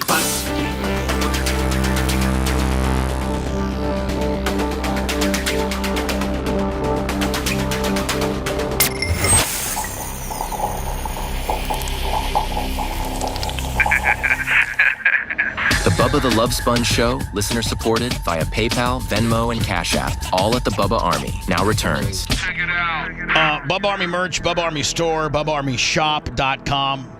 That's where you can get the new bundle, Lummy. If you bought them individually, which is God, I think this is our 3rd reorder on our tactical bags. The Bubba Army you as a dude, man, you gotta have something to carry. If you're a gun carrier, if you're in a state that allows you to carry a gun and Like Florida. and you like to exercise your Second Amendment, either your state will have a permitting law or they'll open it up like Florida just did. I'm both. I'm permitted and it's open carry. So, anything short of, as long as it's concealed and on you, and not in there's some. It's constitutional carry, Bubba. Is that what it's Open carry is when you can just have it on your hip. Okay, constitutional carry here. And there's some limitations. You can't walk into a post office. You can't walk into a sporting event. You can't walk into a church of. I think you can do church in Florida. Okay, church. Which makes sense because that's a soft target. Right, and you can't walk into a nightclub. Yeah, bars, bar kind of deal. You can political walk, things. You can walk into a place like Union because they serve food. Right. You can walk into bar type atmospheres that also have a restaurant. So anyway, if you are a guy like that, which is like me and almost everybody I know except Seth, you got to have. If you want to be able to carry your gun inconspicuously, you have to have some type of, like some people maybe they'll put it in, they have a holster and they put it in their side and wear like a long shirt. I don't know. But Lummy, at the end of the day, and if you strip us men down to our bare essentials, here are the things that we men need. Like, women have purses. And Lummy, they got like some makeup in there, and they'll have some, like Lummy, most moms will have some things for the kids, like some Band-Aids and some bee sting stuff. Women, the wipes and crap like that. Exactly. Like women have all kinds of stuff in their purses, and their purses they can stylishly hold their purse and it looks okay, but us guys can't have a purse. Nope. So we have to have something that we can, and you strip us down to the bare minimum. Here's what we, and this isn't even including Seth, except for the gun. For us gun carrying people, we need our gun, we need our wallet, we need our iPhone, and we need our car keys. Hand sanitizer. And you know what? I'll throw in some hand sanitizer in there for you, Seth. Thank you. So our gun is your hand. With it? Hold on. Our gun is your hand sanitizer. Okay. That's what's in my backpack. It's protecting them. That's where we put our gun in the back there. You could put your hand sanitizer, nice old jug of it. You know what I'm saying? Oh my God, nice. So I mean, like, would you not agree, men? Like that's the bare phone, keys, wallet, gun, and you can't really carry that. Like, I guess you could put your wallet in your pants pocket. You could put your gun in a holster, and you're carrying your key.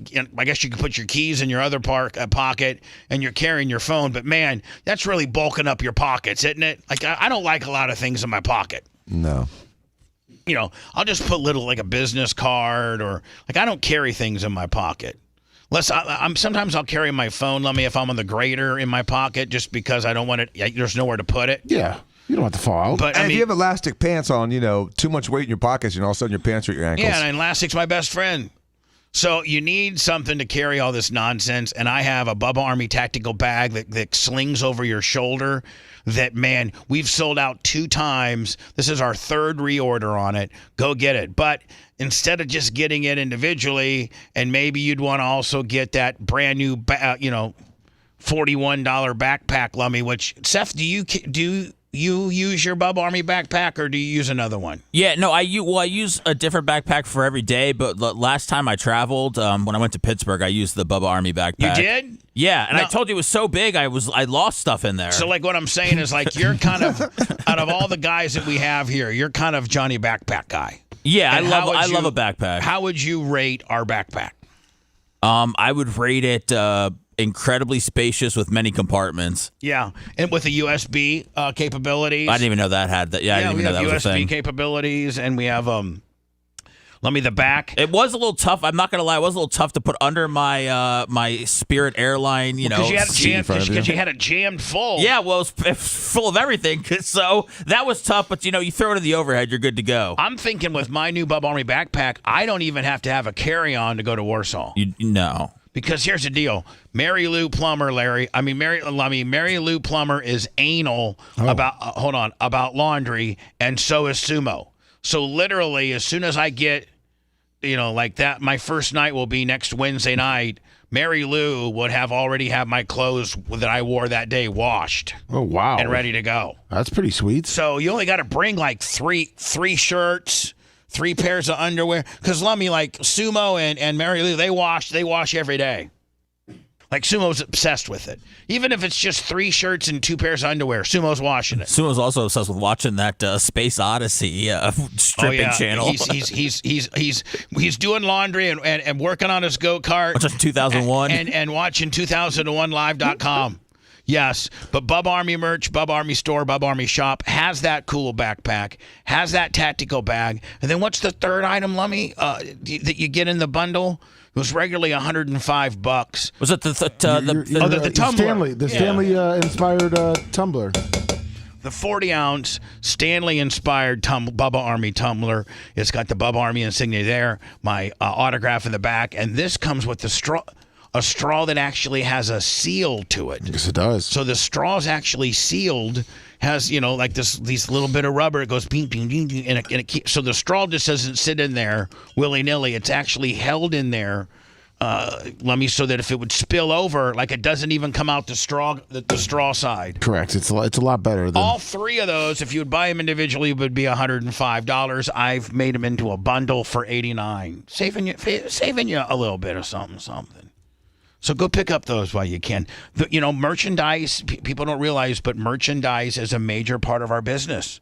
It is, we lean heavily on the merchandise sales to pay the bills. Yes, please. Is what they're back to Don Lemon. My bad. looking for again. What money? Even if it was illegally or legally, the PPE loans, stimulus, stuff like that. That wasn't him. Who was that? That was a Democratic Congress. Oh, that was he doesn't give away money. I didn't know that. I didn't know what they probably think that's what the case is. They're actually looking and seeing who's going to benefit me more. Let me not just make a blind vote. He run with the color people. He run with our type. That's why we like him, because he's more for us. I think a lot of black men, they want something different. They don't just want to follow the black vote. Are y'all in the same household? Yes, sir. He kind of feel like his vote doesn't count almost. That's the part that's kind of discouraging. The top people see a difference, but the bottom people don't see a difference too much. It takes a long time for us to see a difference. Stuff happened with George Floyd. I say he gave us stimulus checks. Even though that wasn't nothing, he didn't have to do that. Isn't it amazing the intellect level of some people and the lack of not even really knowing, you don't have to be the smartest guy. You don't got to be Dan Diaco, but just to know regular news, pop culture stories, and how things, what the PPM loan was for. But he's highlighting them because they don't know, Bubba. He's trying to make them look stupid. Oh, okay. But the thing is that the PPE loan came out from Congress, but it still had to be signed by the president. So it's both Congress and the president did it.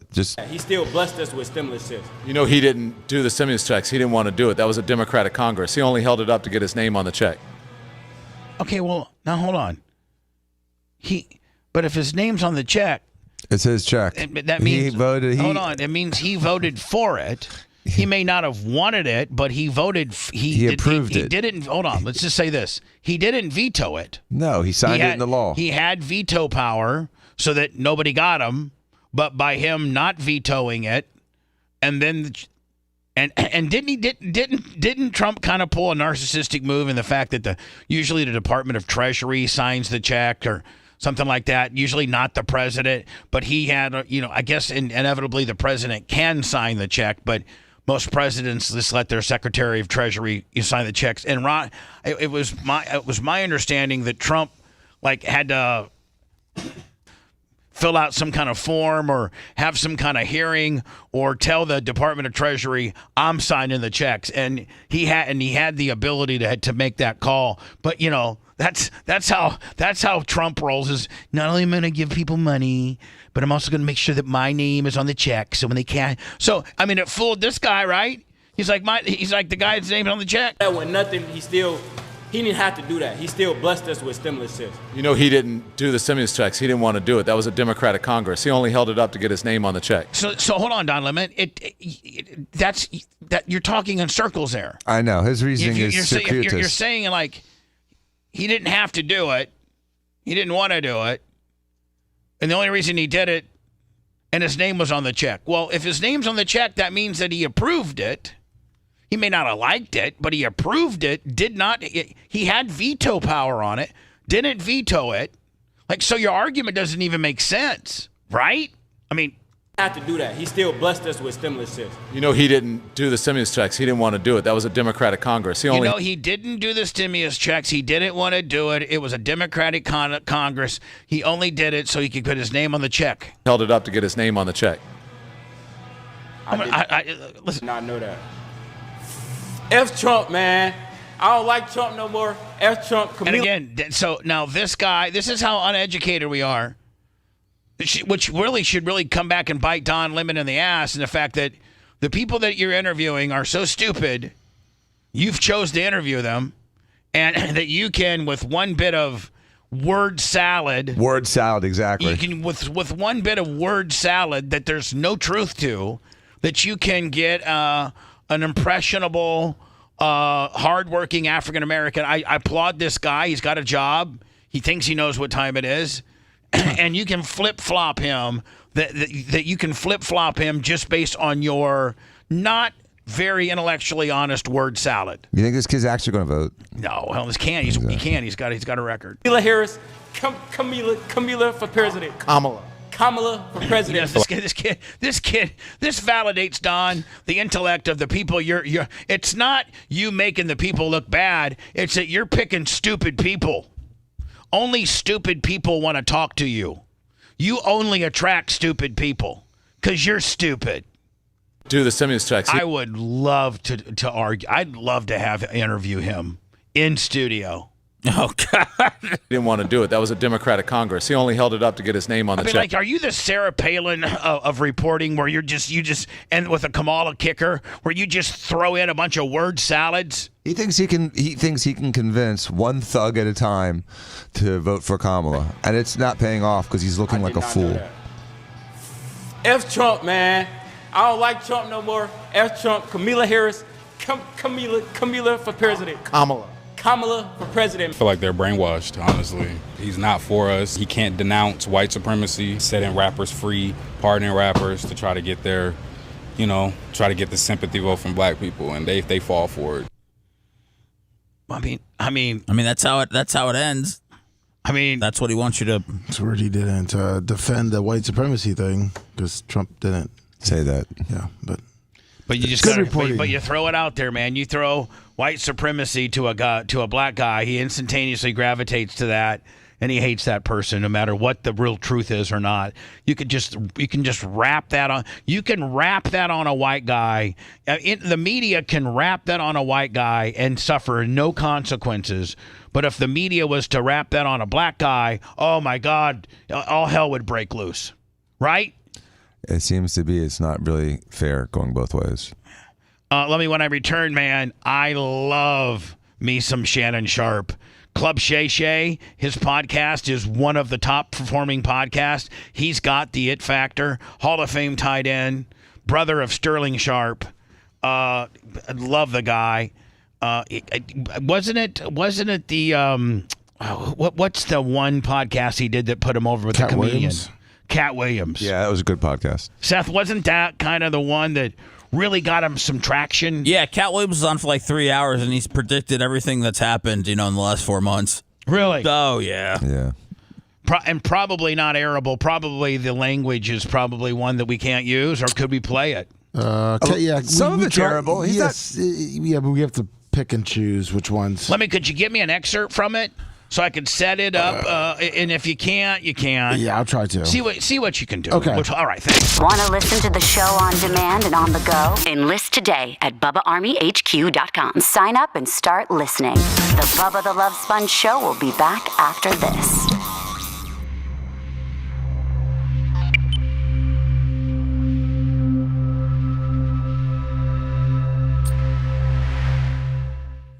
Who is? There were a lot of clips going on initially, Lummy, so I'm looking. I'm trying to see if I find any censored ones.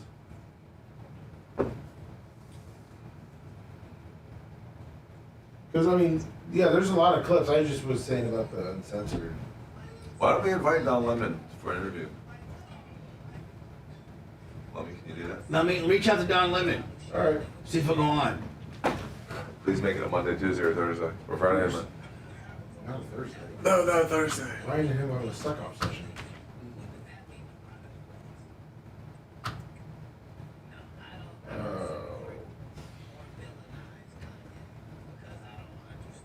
I got the best of it. I got their highlights set. Well, send it and I'll listen to it. All right. Well, it's an hour and 29 just of the best ofs. It's a little cumbersome. Well, I know. It was a 3 hour. Did you send it? I just did. Oh, I gotta go back to this. I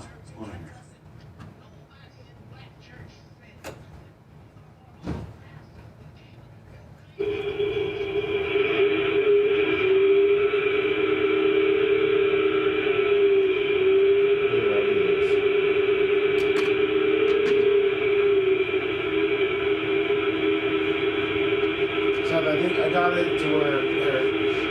Hey, look. Yeah.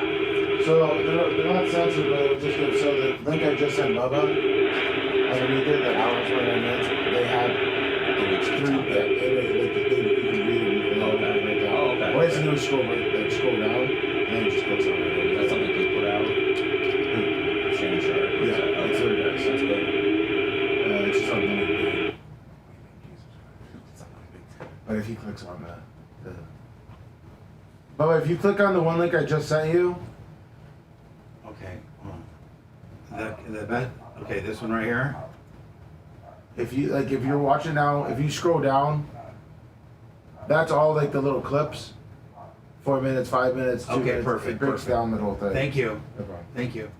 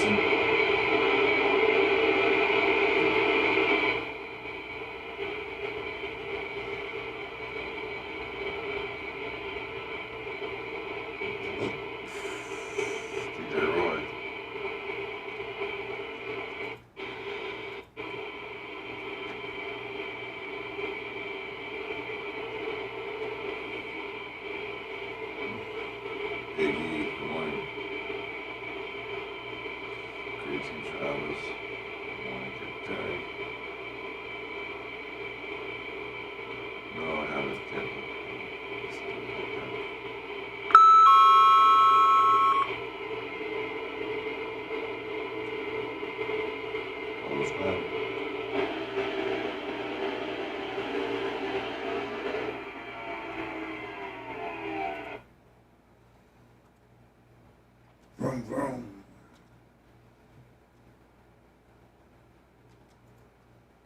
Do you single strap or double strap? Seth. It depends, but I like double. Sometimes if I'm just doing a short little walk inside, I'll do like a single, but I like feeling like a schoolboy. Bubba? What are you talking about? You single strap or double strap? Oh, single. Yeah. When we grew up, that's what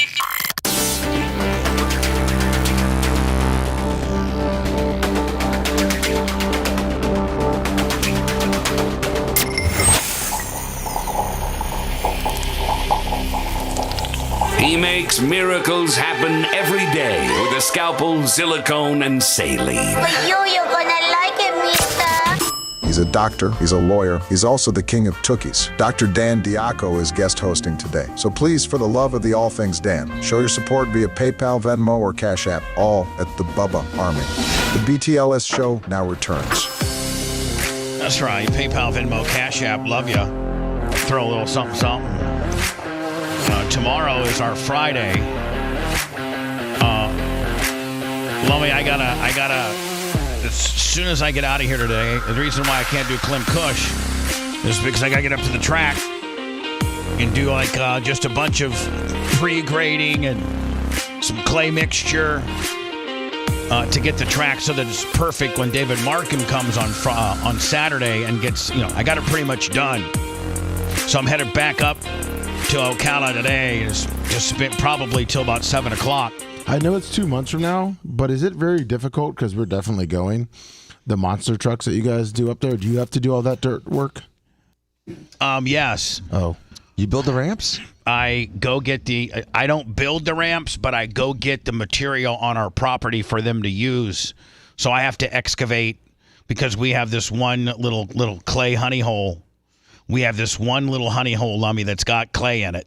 Oh, nice. Clay is hard to find in Florida. Most of all, Florida is either sand or dirt or just like regular black dirt. But isn't that why Ocala is like the horse capital because of the clay? Well, no, Ocala's not the horse capital because of the clay. It's because of the lime rock. Lime rock, that's what it is, yeah. And so clay is an overburden in most construction sites. So to find good clay that you can race on, we have a little reserve honey hole in the back that I found over the years, and so I have to dig it out of that and give that so that because when the monster trucks get done doing their event, I now have these big ramps, that are built in the middle of the track. Well, it's easier to take all that material and just spread on the track than either move it back to where I got it from or just leave it. So, because aesthetically, I can't have my truck, I can't have my race truck, I can't have my race car, my racetrack look like a monster truck course, throughout like the February Nationals and things like that. So, I just pick the material that they build the ramps with is the material that I would normally put on the track. Oh, okay. But it is a pain in the ass. Oh. So, Seth, you said, Sponjo, I could easily drive one of these nitro funny cars. No big deal. Yeah, I could drive straight for a half a second. Now, here you go. This is what it entails. And then put on a parachute. So hold on. He's waiting for the line. He's waiting for the Christmas tree to go. You can see his eyes are locked on the Christmas tree.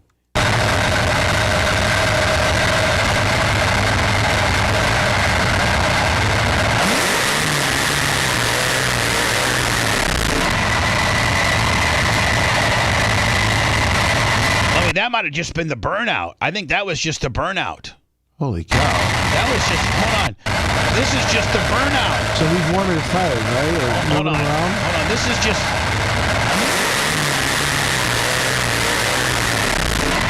Yeah, I think that's just the burnout. Now he's got to back it all in and get it set up for the Christmas tree. Here, I gotta go.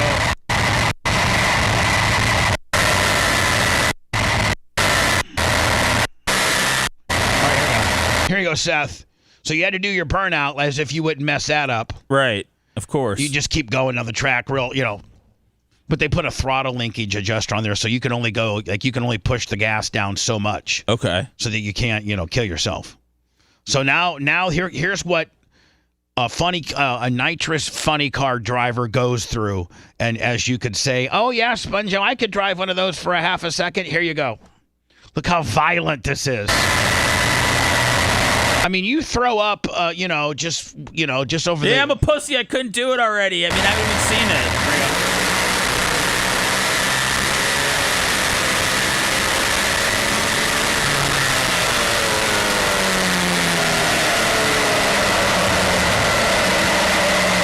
Well, Bubba, when they're obviously one-handed, how much torque is going on the steering wheel? I mean, a lot. Because it looks like he kind of just... being able to control just with one hand while he's doing other stuff. Yeah, well, I mean, the front tires are so skinny. They're like bicycle tires, and they're just barely touching they're just like a little rudder that keeps you going straight. All your power is on those big back tires. So you're basically just kind of like just pointing the car. If you're really sawing on the wheel, then you're having problems. Usually it's designed to go straight and fast, and you're just using your front little tires as kind of a rudder deal. So, Seth, I would love you to do that. 330 miles an hour. is how fast they're going. I think years ago they moved it back after that one tragic, I forget who died, but they moved it to 1,000 feet. I think it used to be 1,200 feet, and now it's is a quarter mile, Dan, 1,200 feet. Roughly, it's 1/4 of 5,280. So that'd be 2640. So 1320. Look at Dan. Could any of us done that? I'm confused. Citizen M with the super chat. Thank you. Seth, can you even fathom doing that? I can't. No. Can you? What numbers did Dan, you do say? that again. So the question was, Dan, how many feet is a quarter mile? And then Dan went, do it. 5,280. Half of that's 2640. So 1320. I wouldn't even know where to begin. I'd have to Google it. So it used to be. Oof. It used to be most up until like 10 years ago. Most drag strips were a quarter mile, and they shortened it by a football field, 300 feet. So now all NHRA drag racing is only 1,000 feet. Really? So it's not the quarter mile anymore. No, it's not the quarter mile. It's 1,000 feet. Wow. It's 1,000 feet for the nitros, and I think it might be a quarter mile for everything that's less volatile. Scott Kalita. In 2008. That's died. right. He died in, I think it's Englishtown. In qualifying. If I drop the mic on this one, bitch. I think it might have been Englishtown. Am I right? Or Someone else said it was Englishtown on the chat. Englishtown. Am I right on that one? Do I get? Thank you. You could have ding ding. So 330 miles an hour, Dan, and 1,000 feet. It's ridiculous. We were talking about Shannon Sharp and his new, well, it's not his new, but he's had it around for a while, Club Shay Shay. After he left Skip Bayless, or did he have Club Shay Shay while he was still with Skip? Yes, I think he had that. Okay. Yeah, but it wasn't as big, obviously, at the time. And recently, about 7 months ago, he had Cat Williams, the comedian, on. And did you say, Seth, it was like 3 hours long? I believe so. It was like 3 hours and 32 minutes, I think, was the whole thing. But they've broke it up into different parts. The full thing they cut down was like an hour and 32 minutes, what they call the high spots, and then they broke that down even farther. Right. Further. This is Cat Williams on Kevin Hart buying comic. What is it? Kevin Hart buying Comic View. What's Comic View? Don't know. Comedy Jam, Comic View. What were those experiences like? What do you remember most about Def Comedy Jam and Comic View? It's by the way, Comic View is a television show that's aired on BET for stand-up comedy. And Kevin Hart bought it? Yes. And they're asking Kevin Hart, and they're asking Cat Williams what's his opinion? Looks like it. Comic View was everything. Comic View was really the break. And not Friday After Next, just because Comic View was just 3,000 of your stand-up peers, and we just throw sets of all of them up there, and we see who the audience likes. Who do they like? And it was a great wild, wild west time to be involved in comedy. And the same is true for Def Jam, because hip-hop was a fad at one time, and hip-hop ain't gonna last, and why are you doing that? And that's how it was for blue comedy. Man, I gotta tell you, Shannon Sharp looks like he could still play. I think he could. Oh, he still looks so strong, doesn't he? My God. His legs, his arms, right? his shoulders. Yeah, I know. He looks like a monster. I mean, my God, if I'm Tampa Bay and I need a veteran backup guy, I'm calling this guy. Yeah, he looks great. Who were a comedian that cussed, you were ridiculed by the mainstream. I may listen to this stuff during the breaks and try to find the best of, because there's so much of it. I know that I don't want to. Oh, sorry. Well, Cat Williams, I don't know how funny he really is, but he's super interesting. Oh, I think he's pretty funny too. He's funny. But anyway, here's Shannon Sharp. I was gonna play a Shannon Sharp Club Shay Shay. No, he appeared on somebody else's podcast, did he not? No, this is even Chad Johnson. He has another podcast called Nightcap with Ocho Cinco. Oh, he has two? Yeah. Does he do two a day, or like two a week on each? Like is Club Shay Shay every day? No. Right. and that's just when he has big celebrities, which is probably a once a week deal. So I think the one with Chad John or Ocho Cinco. I know this is more daily. this is actually from a while back. This is from a while back when in June when Caitlin Clark was left off the national team, and Shannon Sharp gives his opinion on it. So this is from June. At some point in time, we've got to talk about we're trying to grow the game. Because you got listen, is she as accomplished? Will she ever be as accomplished as a Stewie, as a Asia Wilson? And I believe those two, obviously, they're slam dunks. They're the two best players in the WNBA, hands down, and it's not even close. But are we really trying to grow the game? Because this is the most popular women's basketball player in the world, and it ain't close. They had to move the Mystics game to an NBA arena. Name the time. And I'm going to turn it over to you because I don't want to get long-winded. I want somebody, one of our women colleagues, Stephen A., to tell me when a WNBA game has had to be moved because of a woman player. Just one. Just tell me one. Because I know in her attendance, she's averaging about 17,000. All the other WNBA games in which she's not a participant average about 7. So are we really? I mean, she's 10,000 more than average. I mean, it's Shannon Sharp saying statistically, she's good for 10,000 people. We trying to go the game? Is that what we're really trying to do, or are we just talking about we're trying to grow the game and just bull jiving? That's exactly what's happening. Yeah, don't bull jive me. He then goes on. Let me. Is it? No, let's keep going. This one. But it's a balance between, are you trying to promote the game, or are you trying to put the 10 or 15 best players out there? And the only argument that holds water with me about the women's national team is that she has not been on the women's national team. They've been together for years, and Angel Reese wasn't on it either. I just have a problem. That's from June. I don't really care about what happened in June. They still won. But what I'm saying is now the league. The girls are rough playing her and throwing her, trying to push her and intimidate her, and like, I said it early on that I felt it was, the African American girls were bound and determined to make the really popular white girl not so relevant and rough player and talk crap about her, but like she is unbelievable. Like what she has done for the game. I got an email, Lummy, from the show message page on Facebook, the Bubba the Love Sponge, and it said, you know what? The guy said, I'm a 56-year-old man from the middle of Pennsylvania that prior to Caitlin Clark's arrival to the WNBA, I never really watched a WNBA game, and now I find myself looking when the next Fever game is and trying to catch it.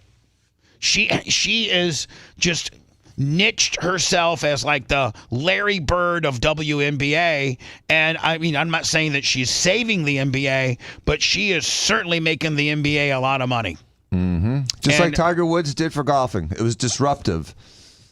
That trash. Y'all stop this foolishness. Y'all see the woman speed up. Y'all see her. Caitlin Clark is getting the crowd and going. Y'all see Skylar Diggins speed up to make contact with her. Stop this. Y'all mad because that corn-fed Iowa girl busted y'all ass. and this is, he's right.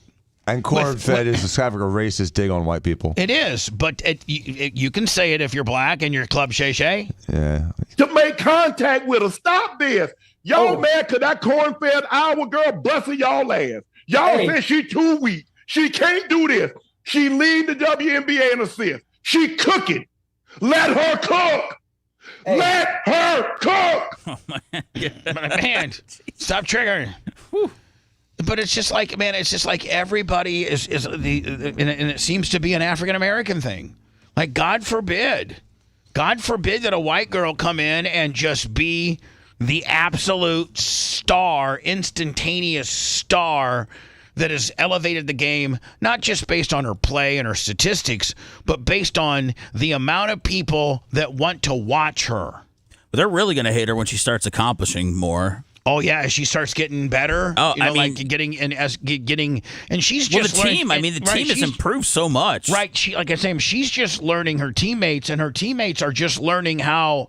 Like early on in the year, they led the league in turnovers because she had such Magic Johnson-like passing that they weren't ready for that it. her players weren't ready for it. Yeah, and you're so right. now they've gotten so much better with knowing that, hey, I'm running down the floor. Caitlin just got the ball under the rim. She could Joe Montana something to me at any moment, lay it right in my breadbasket. So all I got to do is dribble one time and do a layup. I got my girl beat. And Caitlin Clark will zing it right on down there. I mean, she literally looks like throws it on a rope. And we haven't seen, the WNBA has never seen passing like that ever. And I would equate it to the likes of, a Magic Johnson, a Michael Jordan, a Larry Bird. Was Michael known for his passing? Early on, yes. Early on. Until you started getting incentive bonuses on how many teams, right? Exactly. I think assists probably don't pay as much as points. No, but you got to remember in '93 when he's the one who passed it off to John Paxson, and then also in '97 he passed it off to Steve Kerr. Yeah, so when for he the didn't championship, the game winner. Oh, he did? Yeah, Paxson against the Blazers. I wonder how many assists he had to Scottie Pippen. Was that his go-to guy? That was your team, Seth. Was that Michael's go-to guy? Was Scottie Pippen? Yeah, absolutely. It was Scotty's go-to guy. So Scotty would draw like a double team and know that the 23 was open somewhere with his tongue hanging out. Yeah, but vice versa. Well, and that's why they did it. That's why 2 game-winning shots wasn't by Jordan in the championship to seal it. It was Jordan to Paxson or Jordan to Kerr. And both because everybody gravitates and double teams the 23, and that that Kerr and Pippen will be open, or Paxson. Well, then that's why in '98 when Jordan took that final shot, the reason that was because in '97 Kerr's the one hit the game winner. So they go back over to the Kerr gimmick. So that '98 Kerr was open, but that's why the Utah only one-on-one with Byron Russell, and Jordan didn't pass it off because he was a one-on-one. Where the year before it was a double team and he shot it out to Kerr. Seth, look at the Chicago Blackhawk now. Bull and Well, I was a huge Bull fan. Oh, you were? Yeah, my family's from Chicago. Everybody was too, though. Everyone loved Michael Jordan. He was great. And to Steve watch. Kerr talked at the DNC last night. He did? Oh, yeah. Did he really? Yeah. How well did he do? I didn't watch it. He was one of the speakers later on in the evening. Can you get it for me? Yes, sir. Steve Kerr. Who all talked? Biden and Kerr talked. AOC talked. She was angry, but she was looking good. Can you get me on? I didn't get. I think Hillary talked. Who was not looking good. I didn't get any. Start racking me up with everybody that talked. I don't think you guys gave me an article. I think I got Biden. I know that he talked. That's the only one that I got. The Democratic they didn't announce who was talking, except for the main players. I know. Well, can you get me? I'll get them. Did Hillary speak? Yes. So Bill's today then. I believe Bill's today and Barack's Wednesday. Barack and Michelle. So Steve Kerr, Joe Biden, and who else? AOC. Oh, we sent you, Bubba. This wasn't like a celebrity, but there was a couple and the guy had ALS. Oh, is that on all of it? Yeah. Well, that's I got that. Yeah, I got that. So is that encompassed everything at the AOC? Well, that's just part of one of the things that happened at the DNC last night. Yeah. So, but I have some. I didn't know you wanted Steve. Steve. I didn't know you wanted Steve Kerr. I know. I want Steve Kerr over Steve Hawking all day. This guy here, poor guy. I feel sorry for him all, but man, Steve Kerr. So give me the Clinton with the Kerr kicker. No, is there AOC? Yeah. I just sent you Steve Kerr. Okay, and so AOC, Steve Kerr, and you said in Hillary? Hillary? Did Hillary speak? That's what Hillary spoke last night. Well, I saw her get on stage. Was she real bitchy about it? She was actually. I couldn't. Everybody give it up for Joe. Joe is getting ready to go now. I got ripped off in 16. You can't put a crook in there. My husband got oral. It's no big deal. She can't be happy, right? My Benghazi stuff, everybody overlooked. It's not a big deal. Don't worry about what server I took from where. Man, talk about back in the day when we would just kind of like give a person that was leaving office a little bit of a break, We got some documents here in the garage. No big deal. The former president. Let's treat him with dignity. Let's just get this stuff out of here. No big deal. Let's not make a big fuss about it. Right now, I mean, God, think of all the things they could have got Clintons for. They did. They got Clinton on tapes in his underwear drawer or sock drawer that were top secret, and he won. He's like, these are mine, and the Supreme Court agreed with him. And so presidents can take certain things and call them theirs, and it needs to be sorted out in the courts, which is why. They didn't, but hold on, I don't think they had 54 SWAT guys raid his house, though, did they? Someone raided his house because they found 20 plus tapes in his sock drawer of foreign leaders. Nobody heard it though. We've never heard of that. Yeah, you'd have. You just don't talk about it anymore because it's Clinton.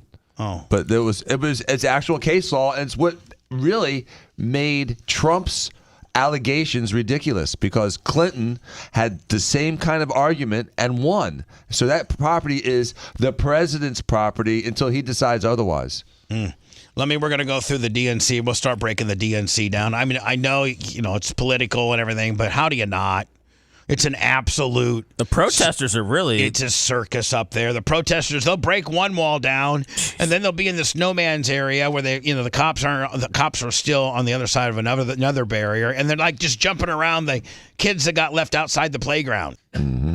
They don't know what to do, and like, do they know what they're really protesting for? Like, if you're to take one of these people and say, "Listen, I get it. You have the right to protest. Great. You know what? Get your megaphone."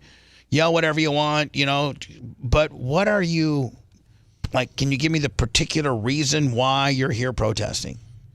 You say Palestine, you're here for Palestine. Do you have anybody over there? Do you know? Have you ever been there? Did you used to live there? Does your grandma still live there? Like, you got any relatives there? How long after the convention do you think it'll be before he's dead? Who? The president, Biden.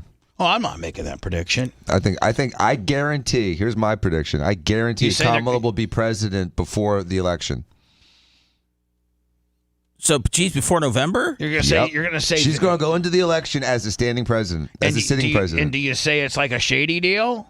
Well, yeah, like a pillow smothering kind of situation. I don't know, but I know he won't be there. He won't be there. He's either going to tap out, or he's going to literally tap out. You think they're going to try to trump him, but not have a miss? They want her. They're so desperate to win this election. They want her to be the sitting president on November 4th or whenever the election is. Watch it. That's my prediction. I already said that he wasn't going to be the runner at the end. All right, we know that you're Nostradamus. I mean, I'm not Nostradamus. I mean, you're Dan Gutfield over there, but I'm just saying. I'm not Dan Gutfield either. If you liked that segment, then you'll definitely like the new redesigned BubbaArmyHQ.com. We'll be back to the Bubba the Love Sponge show after this.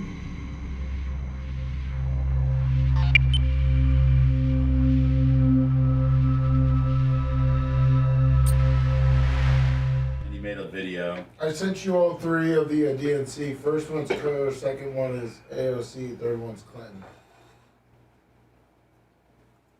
Leonardo da Vinci. He's going to step down. He's not going to be president in November.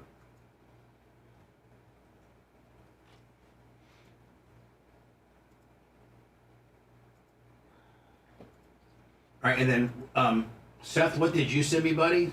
Eric Andre said he was humiliated and racially profiled going to Australia, and he made like an Instagram video as it was happening. It's in the story I sent.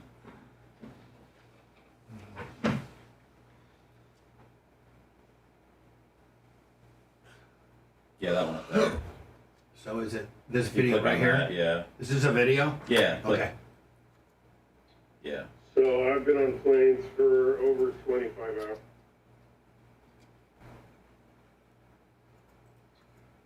All right. So I want to get it ready there. It's no fun getting ready. So we'll go here. Let me. We'll go. Eric Allen. Or Eric Andre. We'll do Andre. Yep. And then go into the RNC gimmick. Or DNC? Yeah. I want it over. Here's Biden. Protester.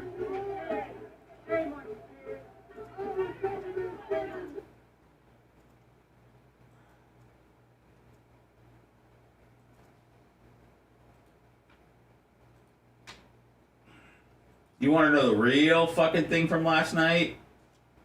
They took the fucking Bulls championship banners down. Why? I don't know. Probably aesthetics. They didn't want because Jordan was Well, maybe Jerry, who owns Jerry the- Reinsdorf. Maybe he doesn't want to be get up in the. They don't want to be. They think it'd be endorsement from the '92 Bulls team if the banners are hanging up. They don't even want to be a part of it. Like they don't even want their shit, on TV while these people are talking. They don't want to have any association with this fucking circus at all. It's just easier to stay out of it.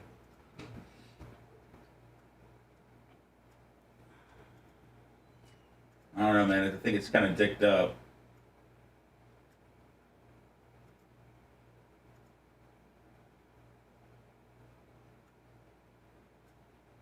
It is. Real dicked up. I mean, when I went to Monster Jam this weekend, I saw the Lightning banners. I was proud. Oh, was that Emily? Yeah. They don't do. They do. It's in February. Oh, okay. Oh, okay. This is a smaller one. This is an arena show. What up, Lunger? It's not as good, but my 2-year-old doesn't What know up, it. Brian? 2-year-old doesn't know. You can bamboozle him all day. Hey, Yeah, Tina. He just loves seeing the trucks. Thank you, Timothy. Got a live podcast today with Pigmentation at 12 on YouTube. Damn, 92%. That's pretty good. Pretty good.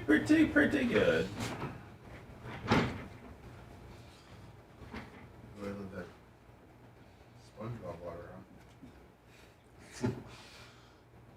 You know it takes a lot for Eric Andre to get humiliated. I know. What you would think.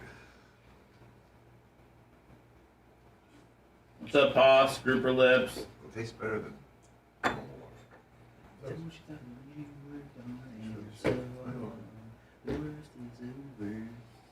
Sometimes the shit makes me thirsty. It does.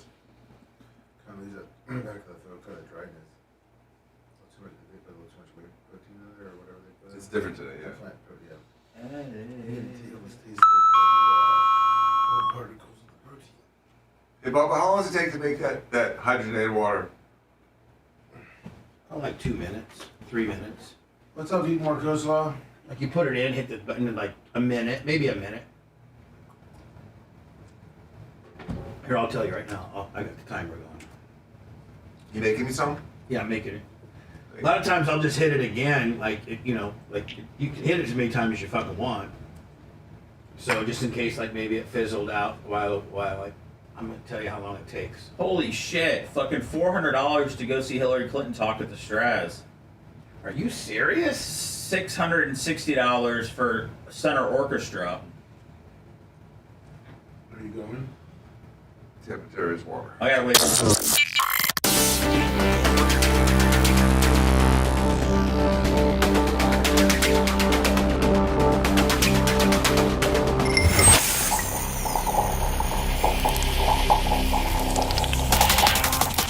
The Bubba the Love Sponge Show. Listener supported via PayPal, Venmo, and Cash App. All at the Bubba Army. Now returns.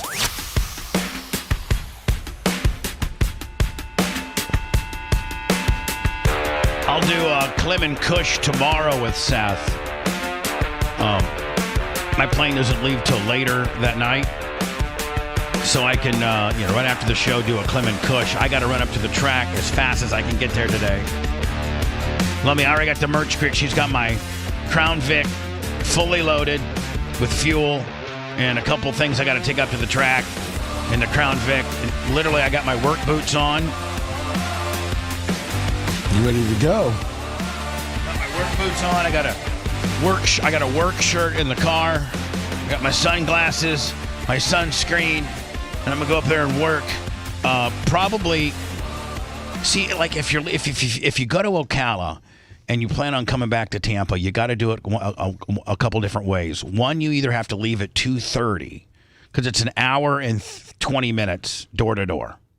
So if you leave at 3:30, then you don't get caught up so much in the 5 o'clock traffic through here because you're running through here about right at 5. Yeah. Like you're on the early part of that.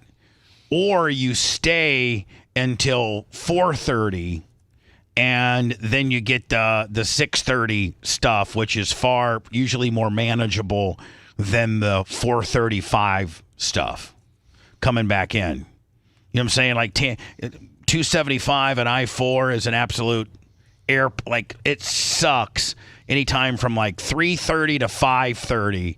275 and I-4 just is absolutely, you want to avoid it at all costs, right? Yes, you do. You're heading north, definitely. So if I'm going to leave, I might as well stay at Ocala till like 5, and then that will run me through. I'll get through Tampa more like around, 6:20, 6:30, which is far easy traffic. Easier. By the way, Dan, 2 minutes and 57 seconds is what it took to hydrate that water. Oh, wonderful. 2 minutes, and you asked how long. Yeah, it's not long at all. So call it 3 minutes.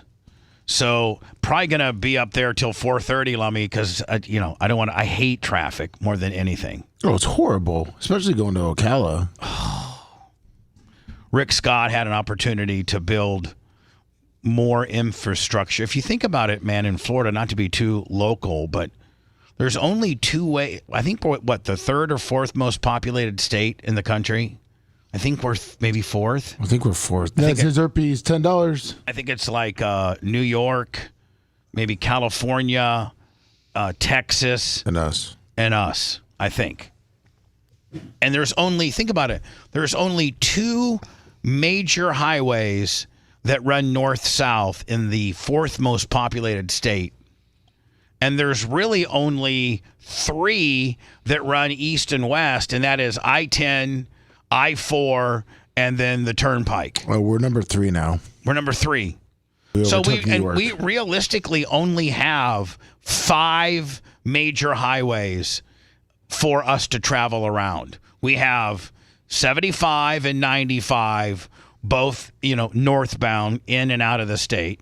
Then we have I-10, I-4, and then what's the one down by the Everglades? Is that the Alligator Alley? That's part of 75. Yeah, it's 75. All right, so that's 75. But they also have that other turnpike though that you were talking about that comes off of like near south of Ocala. And splits off, goes all the way up to Cocoa Beach. Of the veterans? It's not the veterans. No, I'm talking about the other one that connects, the Florida Turnpike. Yeah. The Florida Turnpike goes from I-75 to I-4. It just sucks, man. I-75 is always, jammed up and just. So is 95. It sucks. Our good friend Eric Andre released this on his Instagram yesterday, and Seth, he's saying that he was in Australia traveling out, or was he entering Australia? Traveling. It looks like he was leaving Australia. It says he was traveling through the Melbourne airport in Australia. So maybe he got picked out to be sniffed by a dog. Normally when you land, aren't you good? Don't they check you before you leave? Usually when you're just like, if you land at an airport and you're traveling through it, you've already cleared the TSA in your city, and you've been in the air the entire time. You've not been able to breach that plane, meaning you've not been able to go anywhere else other than that plane. You've been in a controlled environment the entire time. So like, if you're just going from gate to gate, let's say you land in Australia and you're at gate A5 and you need to go over to the B terminal in B6. That's what traveling through a city means. You usually don't have to go re-TSA it. Sometimes it depends on where you're coming from, though. Like in America, they will make you re-TSA. Yes, I've had to do a re-TSA. Like, give me an example. Okay, you go into security. Like in your travels, tell me an example of where you re-TSA'd. Coming from Indonesia. We had to do it 2 or 3 times. Because you went to a new country, they wouldn't do another TSA. You're supposed to tell. He just did. He just did, but as soon as Jay's walking in, he just put my headphones on and I looked at him. I was waiting until he got ready. He didn't have his headphones on, and I just wanted to say, because I come into Costa Rica every single time, and every single time that you come in through customs, you have to get your luggage and then you have to recheck again. Every single time you enter the United States. Yeah, they don't trust other countries. Did it. No, but hold on. Let's say that you flew into Miami. That's right. And then you had to clear customs. Yep. Right? But then you flew from Miami to Tampa. Correct. You got to clear customs again? Correct. No, what? Not TSA, not customs. TSA. You have to go through TSA. Yeah, you clear customs, and then you go back in the line, and you got to go wait and go through the metal detector again, show them your ID again. But you've not been anywhere other than an airplane. But you've picked up your luggage, and they don't trust you coming out of certain countries because they know that the scrutiny and the screening is not as tight as it would be in America. So in America, they'll read TSA you. Absolutely. And other countries do it too. Here's Eric Andre and his experience that he had in Melbourne, Australia. Yankee Jib, $10. Gonna get it on the way home too. I've been on planes for over 25 hours. I flew from New York City to LA, then LA to Melbourne, then Melbourne to Brisbane to shoot something. I got detained and I got pulled out of a lineup and put in a special line in Melbourne where I was sniffed thoroughly by a dog. Those dogs are pretty much ineffective. I've heard statistics like they're 80 to 90% ineffective at sniffing out whatever they're trying to sniff out. It's like one of the many times I've been racially profiled at the airport. So this is a message for all Black, brown, and Indigenous people traveling through Melbourne today, especially if you're traveling Qantas International by Terminal 2. Please be careful. They are searching Black, brown, and Indigenous people. Please let me know if anybody knows the names of those officers with the dogs or what that program is. If anybody has information. I mean, he really feels like he was violated. That because he put in the line? I mean, what happened though? More than getting put in the line and getting sniffed by dogs, I didn't even hear about a pat down. I don't know. I mean, maybe the dog, snipped his ass or something. That's what they do every time you walk in my house. Get a cold nose in the ass. Whoa! Come to my house, you get one. Lawyer. Most people pay for that. Our dogs all say hello the same way. Here we go. Ears, please send me that info. And if anybody has information on statistically how many people of color they put into this dog sniffing line versus white passengers, I'm assuming. And you're asking your fans to do a lot of research for you, Eric. I mean, the average guy just wants to come to your concert and have a really good time see and your dong, see your dong and your ball sack, and see you be disruptive and be funny and right. Well, where's the video of him standing in line with just black people? It doesn't reflect the percentage of white passengers versus POC passengers at any given POC people. Ooh, I hadn't heard that yet. I know. Like I like it. I like that. I thought it was a piece of crap. Seth, are you down with? Are you down? Oh, it used to be. You're right, Dan. That was POS was piece of. People of color. Well, you can't say that anymore. Well, yes, you can. No, not the way Dan was saying.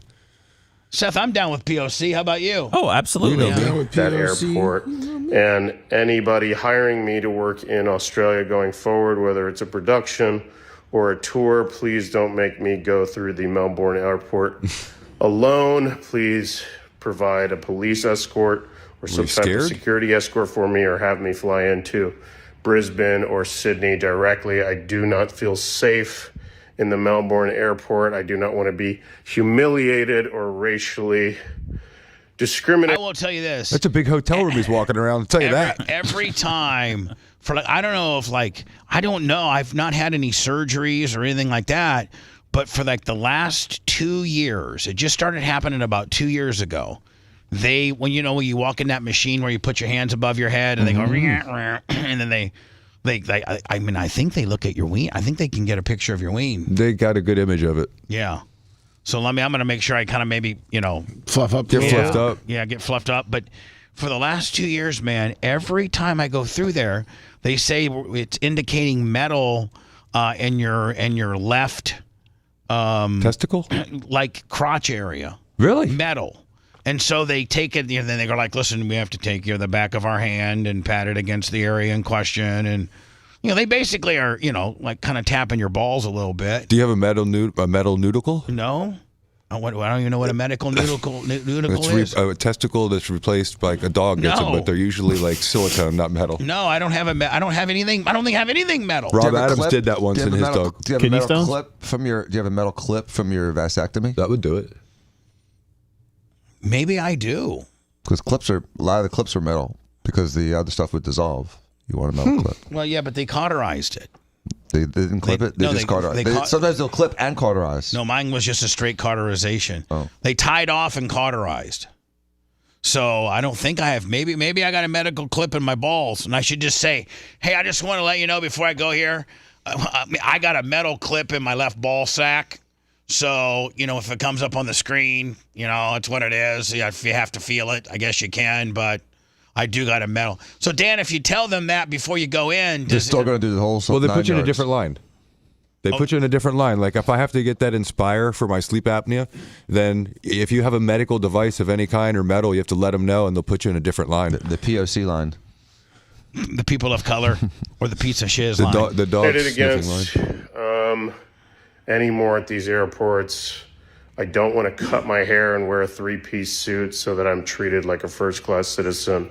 I shouldn't be made to feel that I am unaccepted by entering a country. Shame on the people at the Melbourne airport that have this. I mean, Eric, come on. Just Jesus. Cockamamie procedure.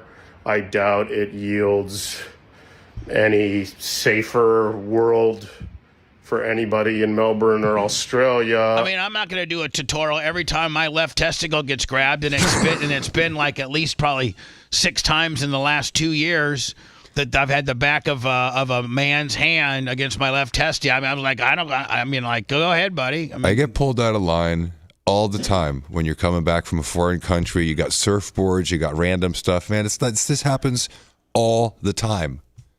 I'd love to dig up the statistics on what is coming out of that program. So again, if there's a discrimination Bubba, law if you that did this anybody from knows, the line and everyone in the line was black except for like 2 white people, you would be going, oh my God, what he's saying is true.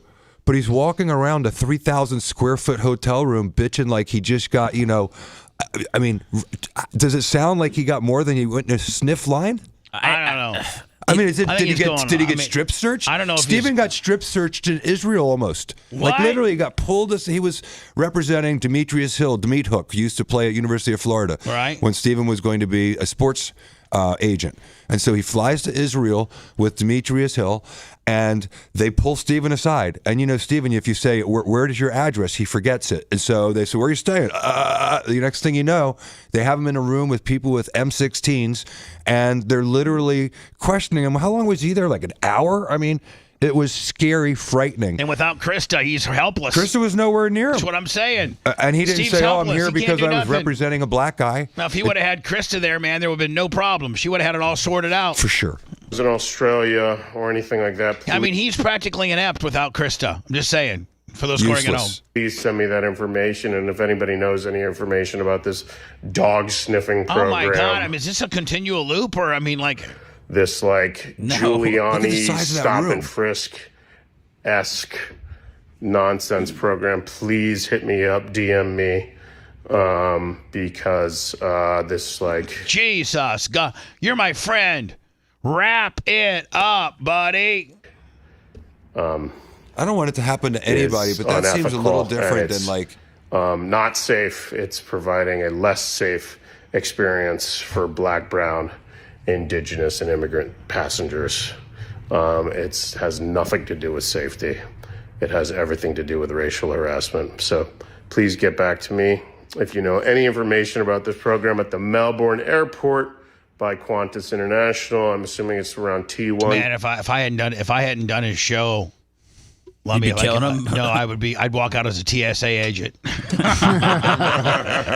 and give him back some of his own medicine, Seth. You know what I'm saying? That's funny. Be like, Eric, I know you're here to interview me, but I bring Bella as my dog. I like to bring Bella to sniff him. I like to sniff you. And Bella, she's wild. I mean, she just wants to she's not an aggressive humper. She's just an aggressive, you're a new person and I want to be your friend. And she jumps on you and gives you kisses and boy, that would be so brilliant. T2, please let me know. And I've had enough. Yeah, I got racially profiled once coming out of Tennessee. The the Asian TSA agent. Oh, I remember that. Asked me if I was like a mafia guy because I was Italian. Well, He didn't have a camera. He didn't have a shopping bag. He wasn't, you know. You should have said, yeah, I am. I'm a mafia guy. In his defense, Dan had about a pound of gold on. Did he have his Mr. T starter kit on? He did. He had his watch and his necklace and whatever You else. should have said, He put yeah. gold You jacket. should have said, what are you looking at? Yeah, Hey, yeah. you talking to me? Yeah, I'm from New York. What do you got? What do you got for me? Because I'm a wise guy. You're gonna try to. You had been back in the back so fast. All right, it was I had just gotten TSA pre-check too, so I wasn't going to be a dick about it. By the way, this is my travel on Wednesday. My travel on Wednesday to Indiana, which is just a direct flight from Indy to from Tampa to Indy, just direct flight. Because I refuse to do layovers. And it's my first. I just got the TSA pre-check. Known traveler. I just went through all that process. Oh, that's good. So I've never done this before. My sister, she's like, man, it's I think what is it's life changing. It's like $85 or something. That's like something like Maybe that. $100 a year. Yeah, or it's not bad. And so I finally went. I had to go down to Staples or something like that, and they have a little office in there, and they take a picture of you and they fingerprint you. And so this is my first trip. Is that what they call a clear like am I what am I in now? The TSA pre-check. Right. Global entry. Now does that make it and what advantages does it afford you? One, I think it gives you a faster line, doesn't it? Yeah, you get a faster line. You don't have to take your belt off. You don't have to take your shoes off. And usually you'll get a substantial advantage in like length of line. And the whole like Ziploc, 32-ounce Ziploc thing, they don't hold you to either. Really? For liquids, yeah. Nice. It's Well, a lot easier. I got that going for me. But Bubba, if you have butt wipes, take them out. Because if you have butt wipes in your carry-on bag, they will do this whole like bomb screening thing.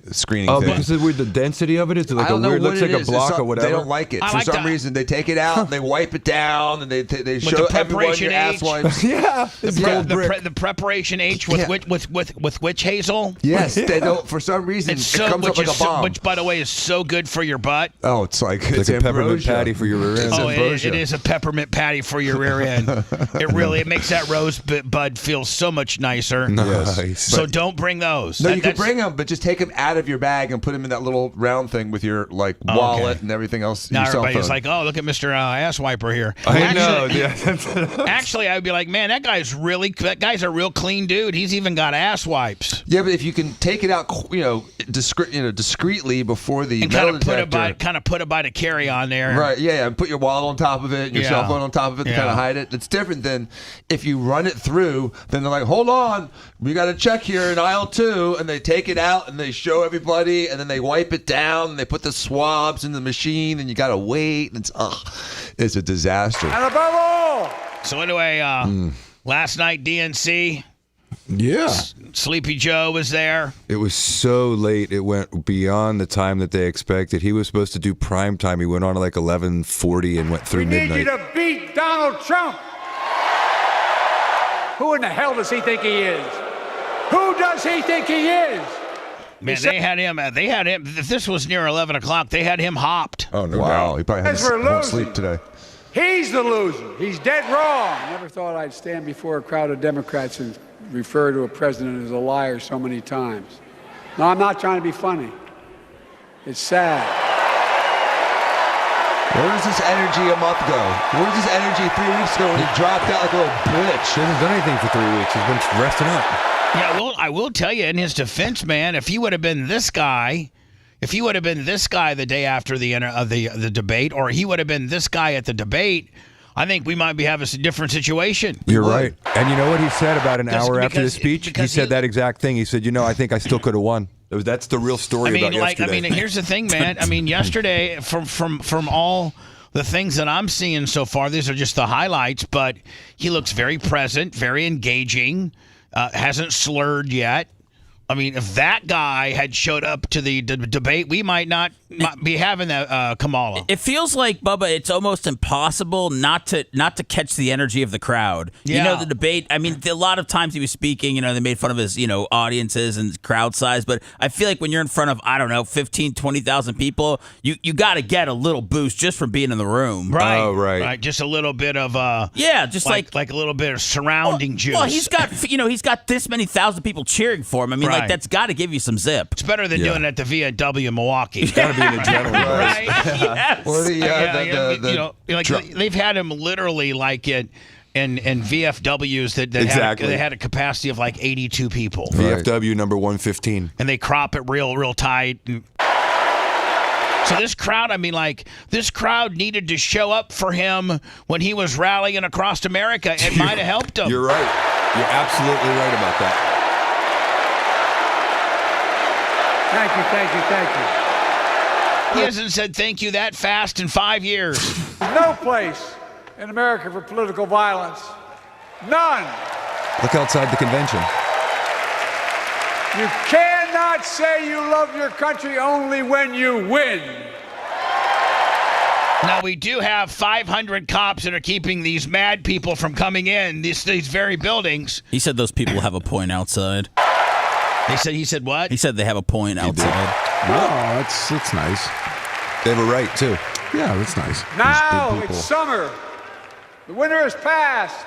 Hold on, I feel like I'm listening to some old timer. What is this, Game of Thrones? Winter's coming, Seth. It's good. It's right. It sounds just like something from Game of Thrones. The summer is here and the winter has passed. He's addressing the That's Seven why Kingdoms. we plant our crops so that we can harvest them in the fall, so that we'll have enough to eat during the winter months. Right? Come on now. It's just Farmer's Almanac kind of stuff.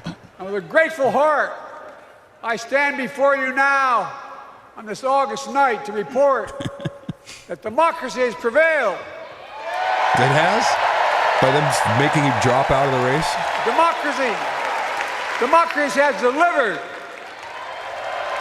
And now democracy must be preserved. And did I tell you that they forced me out? I didn't want to go. I'm telling you, the news is... But Obama and Michelle made me leave. And Pelosi, she was the et tu brute. Hate was on the march in America. Old ghosts and new garments, stirring up the oldest divisions, stoking the oldest fears, giving oxygen to the oldest forces Looks like you need some oxygen right now, Joe. that they long sought to tear apart America. And he actually looks kind of, I don't know if he's got a form-fitting girdle on or something, but he looks like he's got a little bit of a V. I mean, he looks great. He looks great. like, This is the best he's looked in 2 years. Like, I'm just telling you, man. Like, look. The process of young Look, I mean, look at that. was I mean, still- when I pause it, it gives me the blurred screen. But when I turn it on, I just want you to look at his shape. I mean, he's got a V like Jimmy Cleavis. Yeah, exactly. Look at that. DeSantis couldn't do that. That suit, I mean, suit. Oh no, DeSantis would have an ill-fitting suit. First of all, Yeah. Off the rack suit. It would be straight down on the sides. Yeah. DeSantis never has good-looking suits. Like, you guys got good-looking. This is a good-looking suit. This looks good. A political consultant should start with that. Yeah. Ask about what happened. She told me. It's a good look. This is the best he's looked since he won the presidency 4 years ago. When it was asked what he thought had happened, Donald Trump said, and I quote, "There are very fine people on both sides." That's a lie. He's still repeating this. God. That's been proven That's a what lie he now, said. actually. That is what he said and what he meant. That's when I realized, had listened to the admonition of my dead son, I could not stay in the sidelines. So I ran. So guess what, though? Newsflash, you're back on the sidelines. Yeah, he is. If you want a deep dive into the Bubba the Love Sponge show from the past, go to BubbaArmyHQ.com. We'll be back after these words.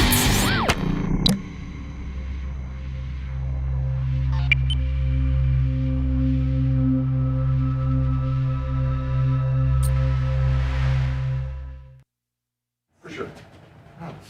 I have a card to give Erica. Bubba, can I give it to you, or should I just leave it? Yeah.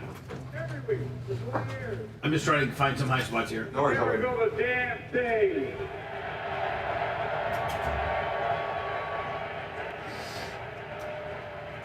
Donald Trump and the Republican friends, they not only can't think, they can't read very well. Seriously, think about it.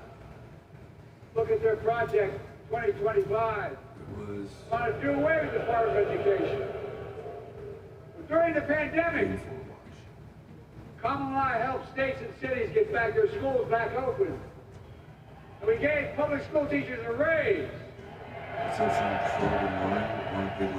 Donald Trump calls America a failing nation. No, I'm serious. Listen, think about this. Think about this. He publicly says to the whole world, I can say something outrageous. I know more foreign leaders by their first name than anybody alive. Just because I'm so damn old. I'm not joking. Think of the message he sends around the world when he talks about America being a failing nation. He says we're losing. He's the loser. He's dead wrong.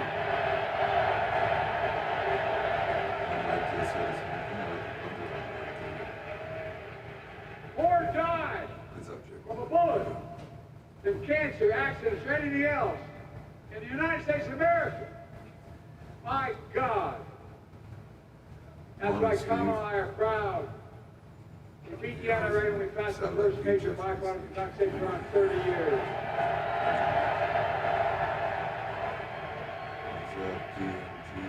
I'm serious. That comes from here. And now it's time to ban assault weapons again. I never thought I'd stand before a crowd of Democrats and refer to a president as a liar so many times. I'm not trying to be funny. It's sad. We know from his own chief of staff, four-star General John Kelly, that Trump, when in Europe, would not go to the gravesite of one of the brave service members who gave their lives in this country. He called them suckers and losers. Who in the hell does he think he is? Who does he think he is? Well, guess what? Putin thought he'd take Kyiv in 3 days. 3 years later, Ukraine is still free.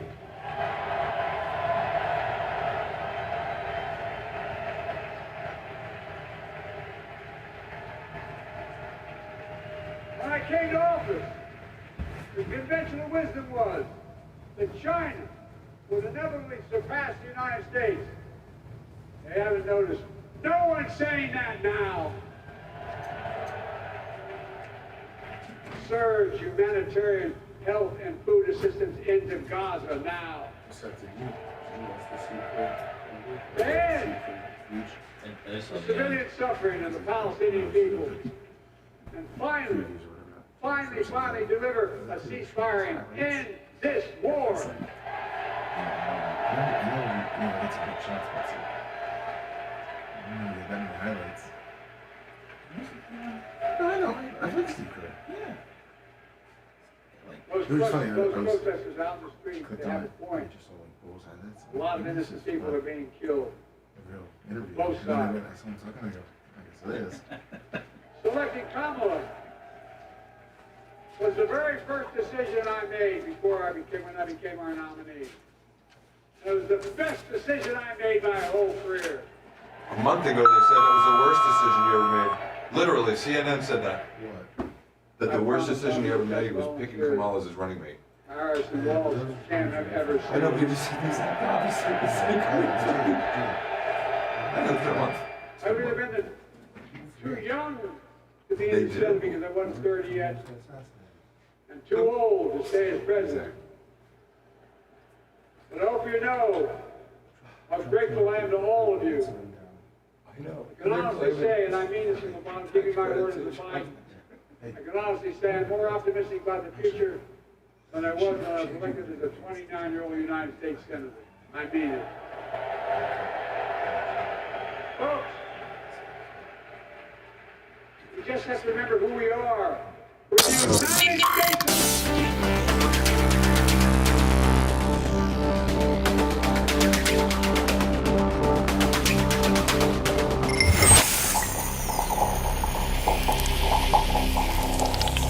The Bubba the Love Sponge Show, listener supported via PayPal, Venmo, and Cash App. All at the Bubba Army now returns.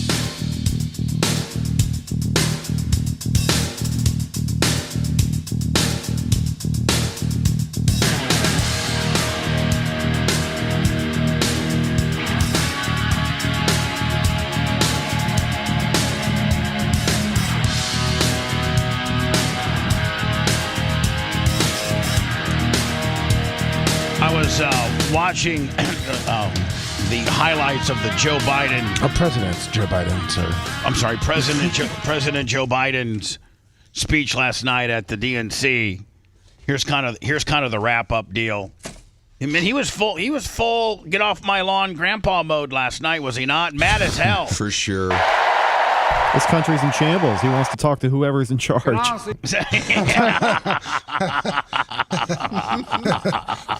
Say, and I mean this from the bottom, give me my word as a Biden.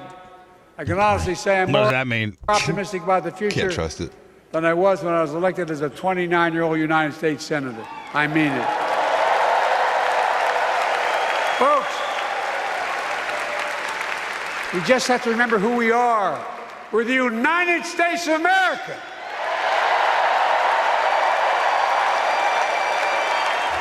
And there's nothing we cannot do when we do it together. And above all, we need you to beat Donald Trump.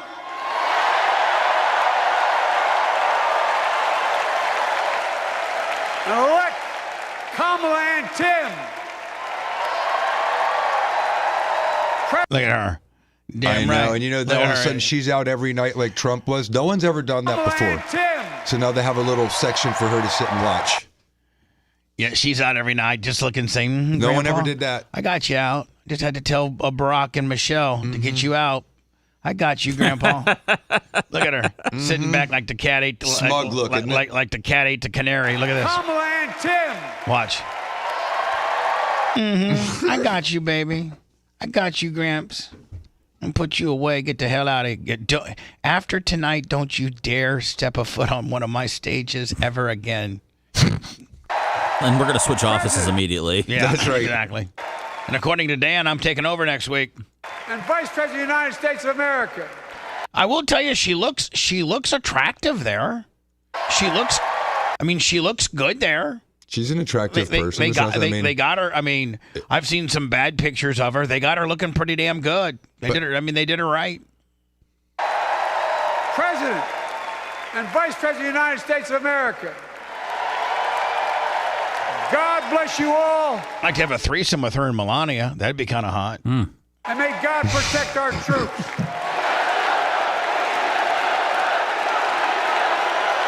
Well, God's going to have to protect our troops if the way you got things worked out, because we're going to have our troops abroad. We had Trump protecting him before, and now he needs God. Protect the cops standing outside. Exactly. Yeah. Yeah. Can you just Walls say, don't work except outside the DNC. We're going to protect our military, but what I'm most worried about is the hoodlums that are trying to get in this place. I got 1,000 cops on bikes out there getting tormented by queers for Hamas.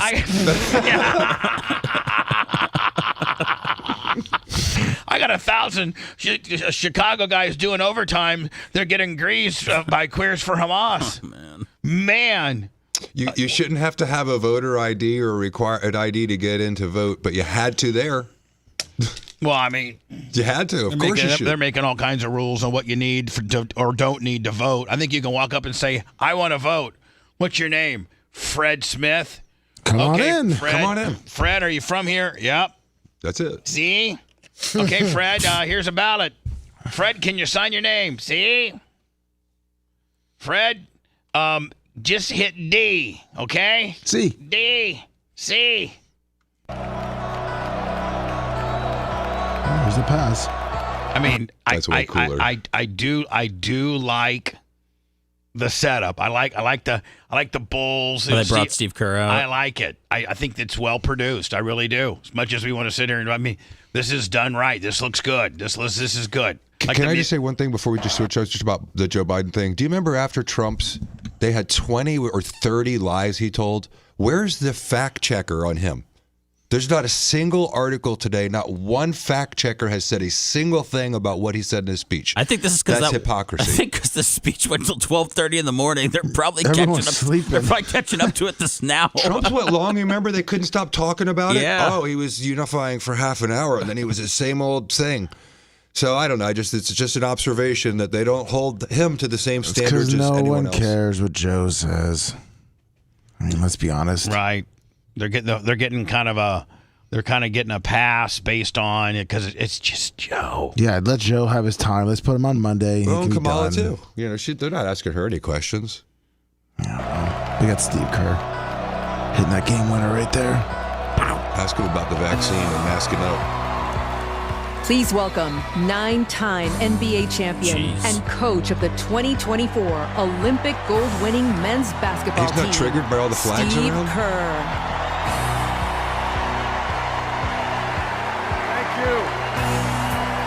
He was on the wrong side of the flag Thank you controversy, so but when much. they remember that.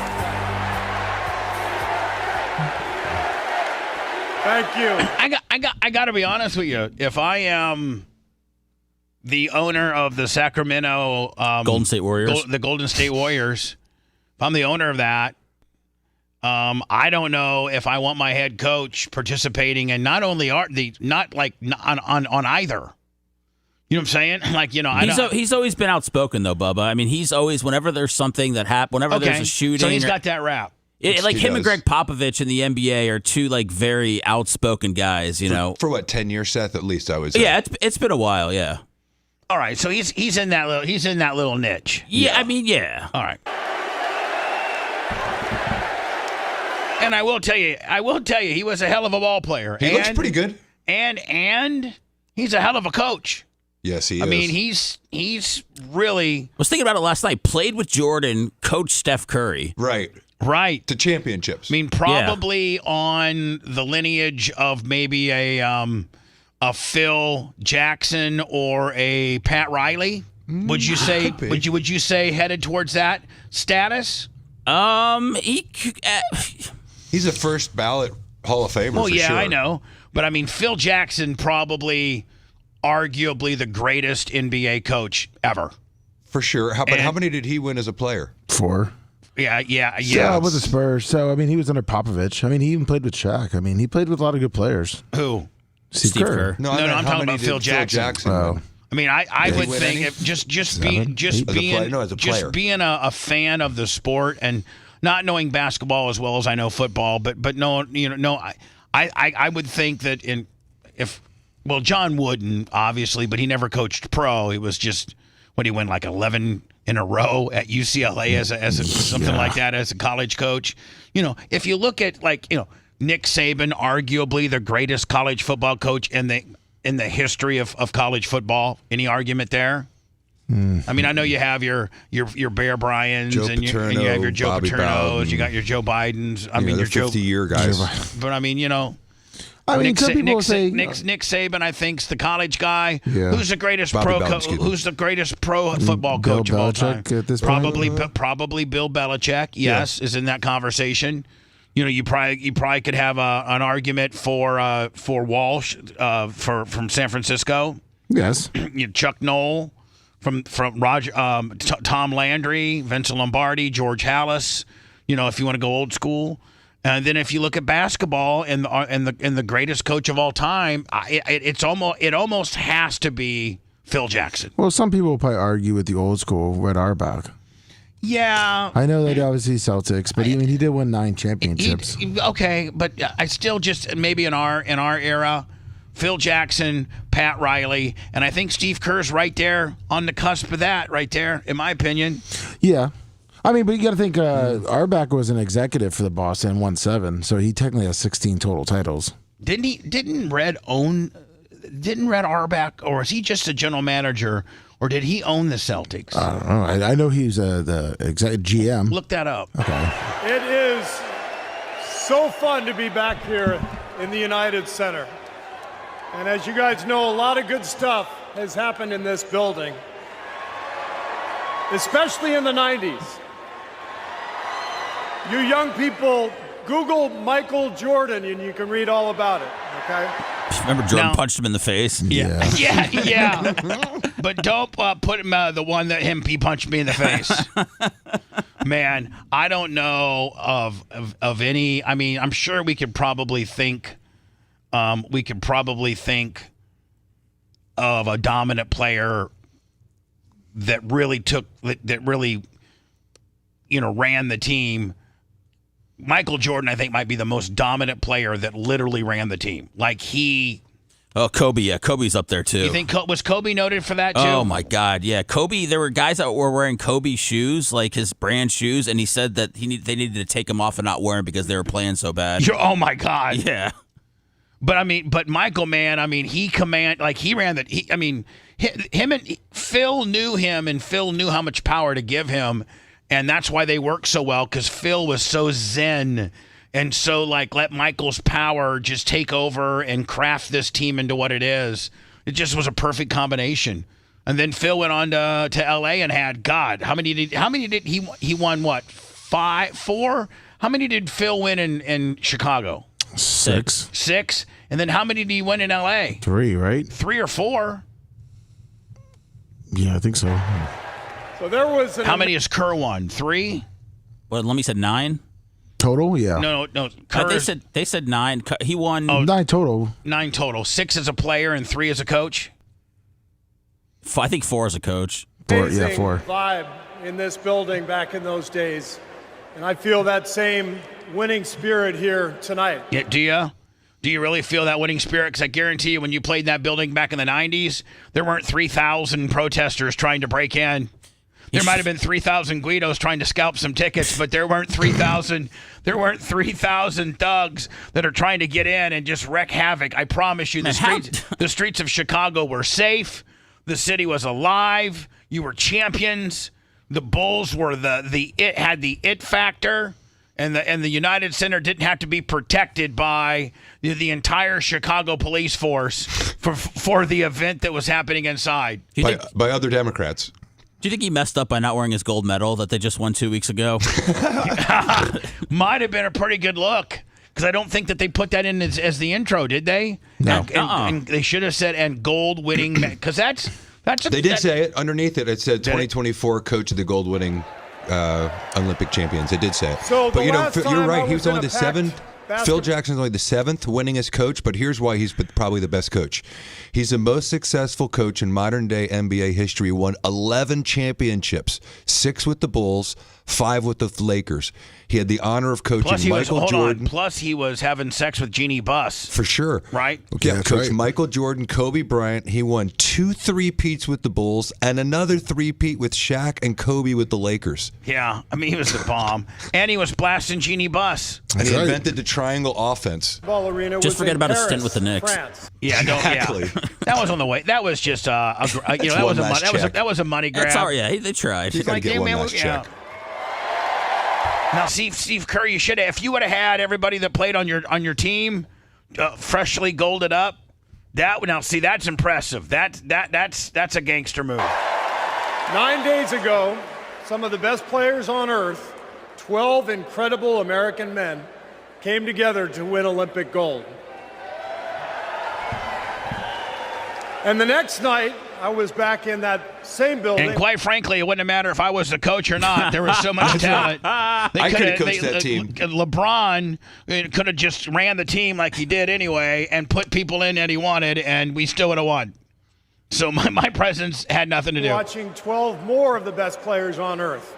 Our incredible American women do the same thing. And they don't have wieners. I cannot think of a better metaphor for what this country is all about than the way Team USA came together at the Olympics. We had players from across our wonderful country, players who have trained and fought relentlessly. All right, thank you, Steve. Appreciate your appearance at the DNC. You should you should see what he hits him with at the end. I completely already clicked out. What did he hit with? He hit him with the Steve Curry night. He did. Yeah. Is this Hillary? That's the pretty Hillary. My fellow Democrats! Oh, Jesus. As soon as I hear her voice, I just want to scratch my eyeballs out. Off. She needed to go to a speech therapist and learn how to enunciate without sounding like a bitch. Listen, Hillary. Listen, here's the deal, man. Hillary, when Hillary ran, she obviously was the Secretary of State. She had, some experience. She had, some. I liked a few of her ideas, but the minute that she spoke at me, I felt as if I had, I was married and somebody was bitching at me. You said something very important the moment she spoke at you, not to you. Right. I always felt as if she was speaking at me and that she was mad at me and she was bitching and she just sounded like a bitch all the time. And she needed to go to some type of school or some type of person that can teach her how to be more, the Barack Obama school of politics. Yeah, because she should have talked to Barack. to everybody. How about her husband? I feel your pain. Yeah, he you should have. To people. You should have listened to your husband. I knew you went. Oh wait, let me tell you something, Hillary. You sound like a bitch, but I could really soften you up, man. I was able to get oral in the Oval Office and get away with it. So let me help you out a little bit here, honey. Or we're gonna lose. You sound like a bitch. You're bitching at me nonstop. Thank you, my fellow Americans. I should be the president, but I got screwed out. There's some undertones to that in there. I almost broke the glass ceiling, but we can now. Who is that, Lum Lum? I don't know. Phew. They need to describe who that is immediately. Thank you so much. Not that hog. No. How tall? Hey, Alexa. How tall is Hillary Clinton? 5'3". Hillary Clinton is 5 feet 5 inches tall. Thank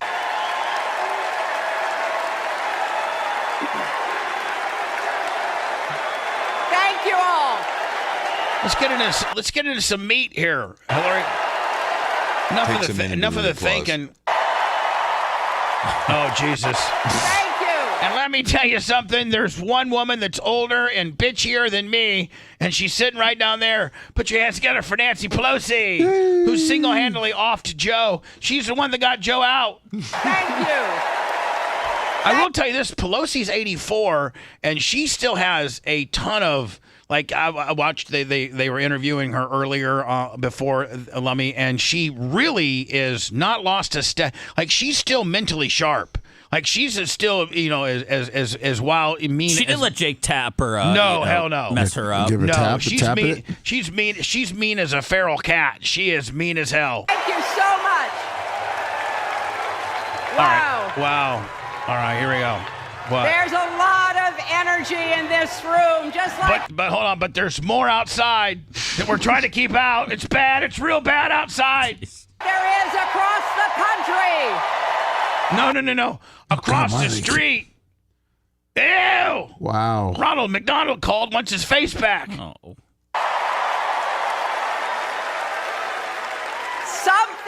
Something is happening in America.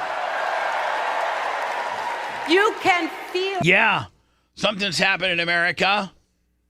Eggs are $4. Don't try to buy a steak.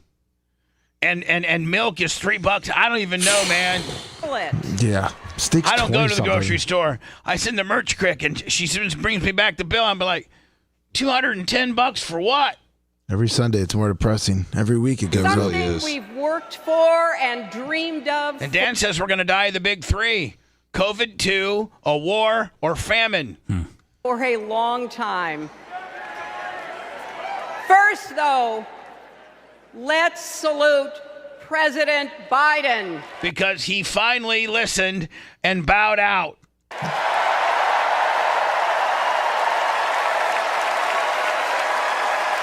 The guy that got us in this mess. Are these free, or do you have to buy tickets? Oh, I think that they're free. Invitational They're only, free. I believe. They're free, but they have to give them to you. Okay. You know what I'm saying? Yeah. Like each delegate gets like 50 tickets to give to, his friends and stuff. He has been democracy's champion at home and abroad. He brought dignity, decency, and competence back to the White House.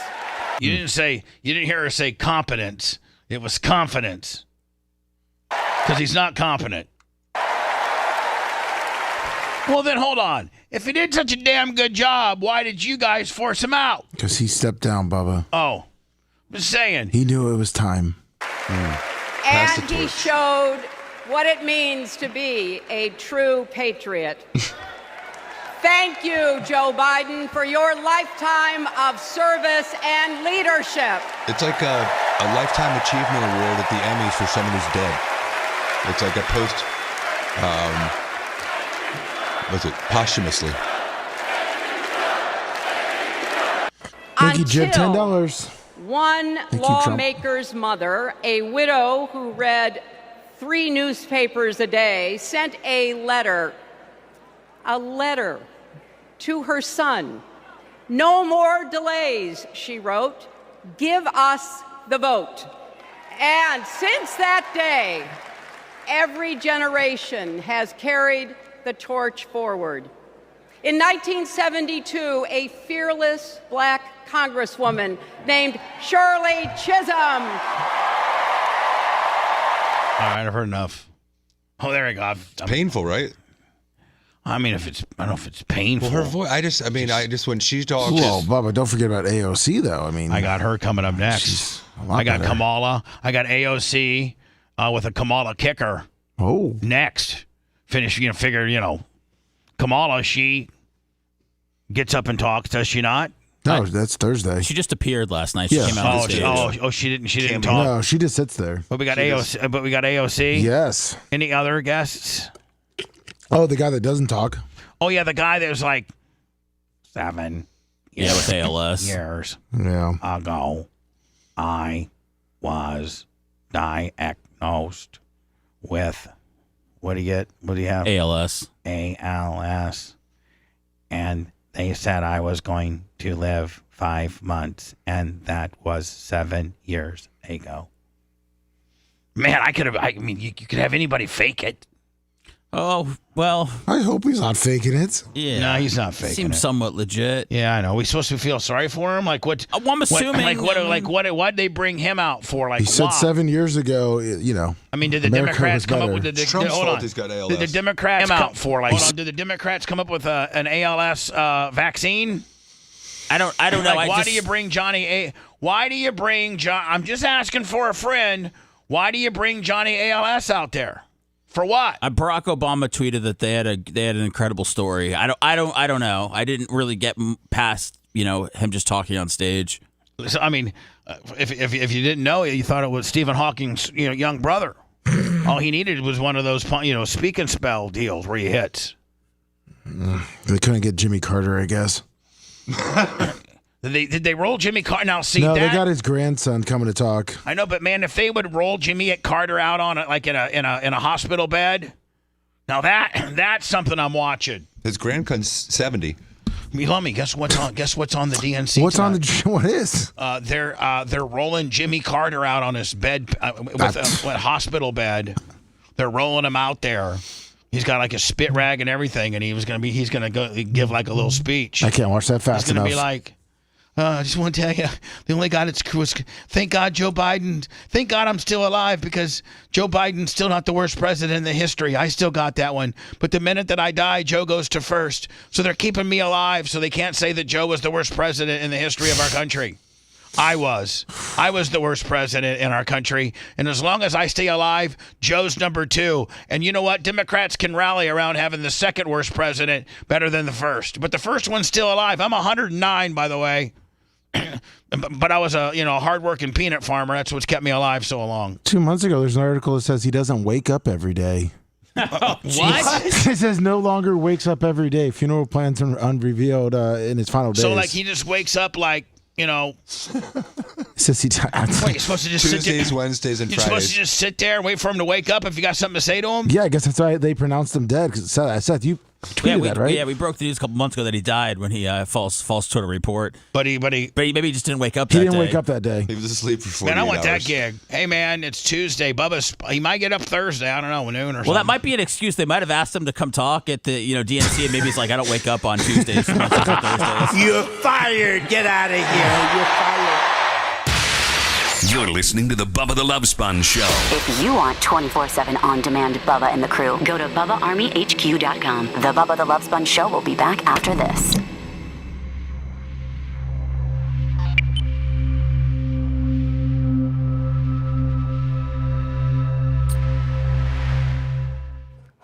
Coma kind of thing?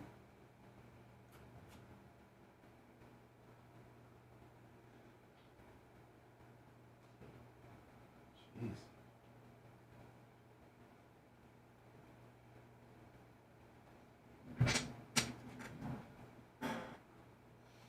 Yeah, one Secret Service and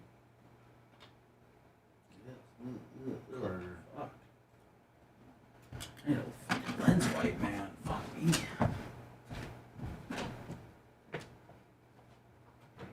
It's not mods, Ook. It's a Twitch thing. Watch. See? Now you have it. But it's held by Twitch.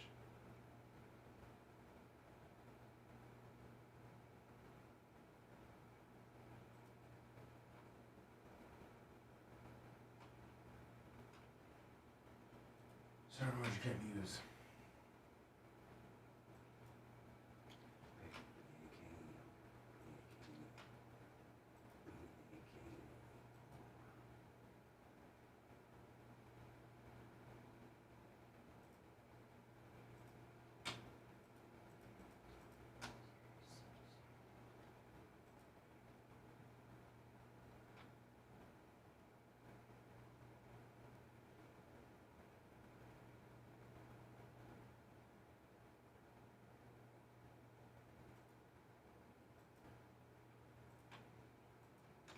Stars in the banner.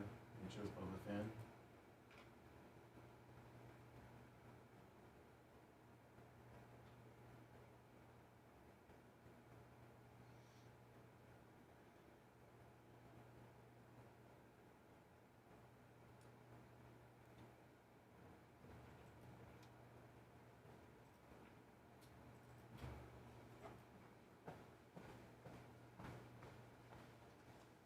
Yeah, not too, yeah, pretty good, you know.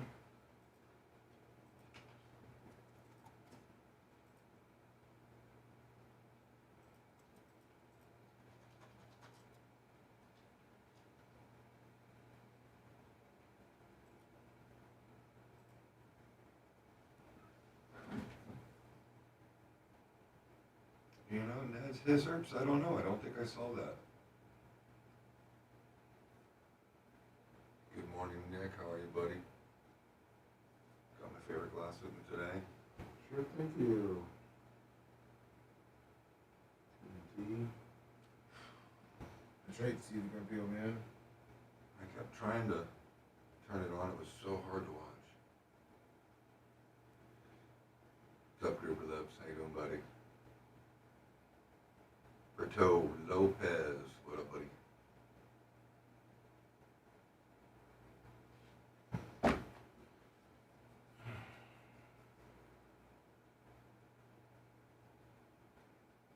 Everyone's great, thanks, Nick. Kids are back in school, which is nice.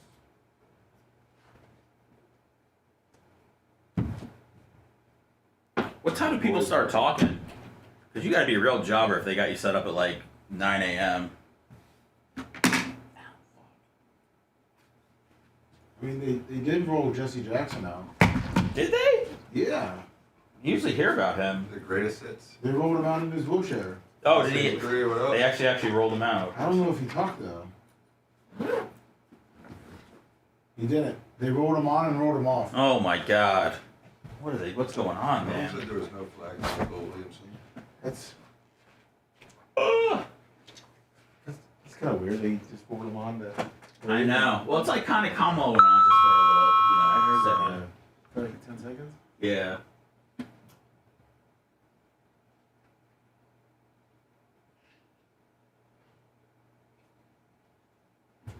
Fucking eyes hurt. Can't see shit.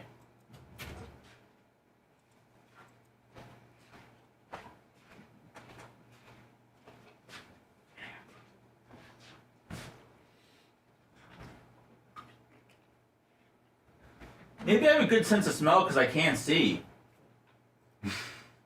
It's made your sense of smell heightened?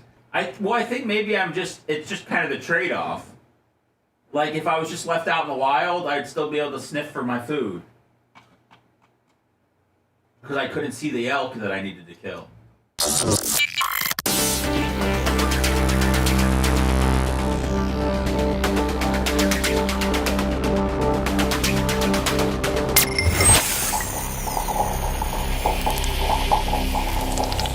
The Bubba the Love Sponge Show, listener supported via PayPal, Venmo, and Cash App. All at the Bubba Army. Now returns.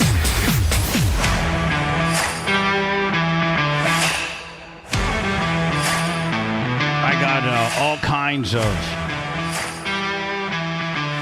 footage from the protesters, the pro-Palestinian protests, I think they've wrapped up. I think like what Seth said is they've taken like 6 different issues that they're mad about, and they can be mad about any of them, all of them, one of them, 2 of them, 3 of them.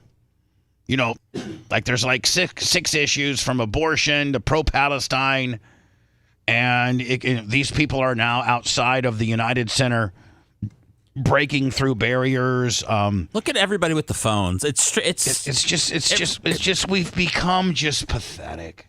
Have we not? It's just a lot of it's a show. A lot of it's just, let me see if I can go down to this protest and get something viral so that I can get, make $86 on my YouTube channel. Well, you know what, Bubba? It's also a lot of people who have never felt like they're a part of anything, who have never done anything, who don't know what their purpose is, they feel like they're doing something. Like, look at this guy right here. He's media. There's a lot of media there.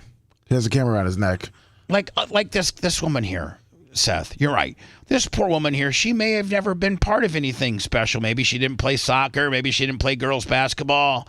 Maybe her family weren't that close. But she finds that, her cause is to dress up have a Palestinian, scarf with about a $4 megaphone that she got down at the Dollar Tree. And now she is kind of feels like she's part of something, right? Yeah.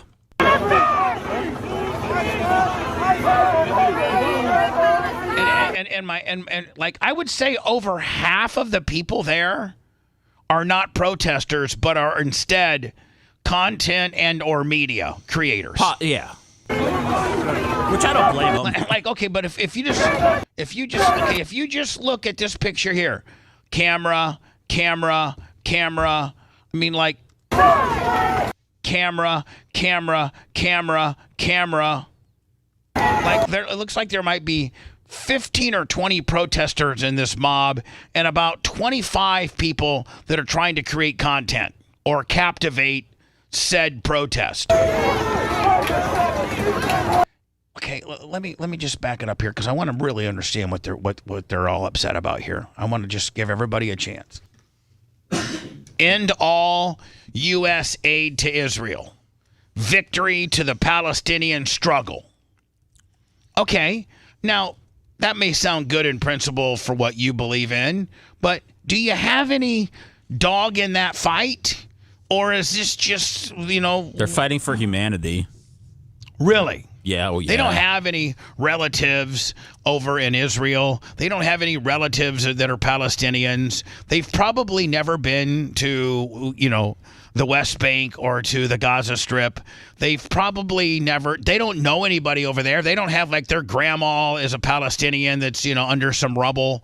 They don't what type of standing do you have to create this much havoc so that we have to use X amount of resources to keep you in control? Bubba, there's a very strong anti-Semitic wing of the liberal, I don't even want to call it the progressive wing of the Democratic Party, the old anarchists. And you'll hear letters called BDS, which means boycott, divest, and sanction. And those are the people that want to literally boycott, divest any investment in Israel, and sanction them because of what? And so these people, a lot of them, it's so anti-Israel is what the majority of it is. Answer your question. Because of what? I believe they think that we've funded too much militarization of Israel, and the argument from them is that Israel, kills indiscriminately kills people. And the argument against it is that Israel defends themselves, that they don't usually take the aggressive position. And so those are the arguments, but these are anti-Israel, anti-Semitic Americans, and it's frightening.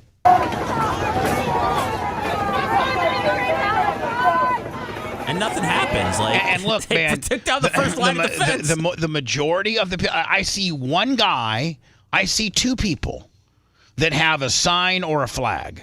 Well, they had a couple earlier where they took that fence down and they went right through it. I mean, it was not all peaceful. Media. They're definitely professional provocateurs. There's a ton of videos. I mean, that was just the first one. Then, I mean, it's just... This one here, I can't even play. I can't even play the audio. I mean, this is so bad. This one here, bad. I'll just tell you, I can't. I can't play it. You can't play the news clip. But this you can see her pointing, Bubba. I think it tells this woman, which we don't know is. Do we know what her gender is? She identifies as a woman. And they have these Chicago police bike patrols that the city of Chicago is having to pay overtime for them to be here. Mm-hmm. And they're just trying to protect a certain area. And this woman, for a minute and two, that's how long this is, I can't play the audio, calls them effing pigs the entire time. For 1 minute and 2 seconds, she does nothing but, you're a fucking pig. You're a fucking pig. You're a fucking pig. That's all she says.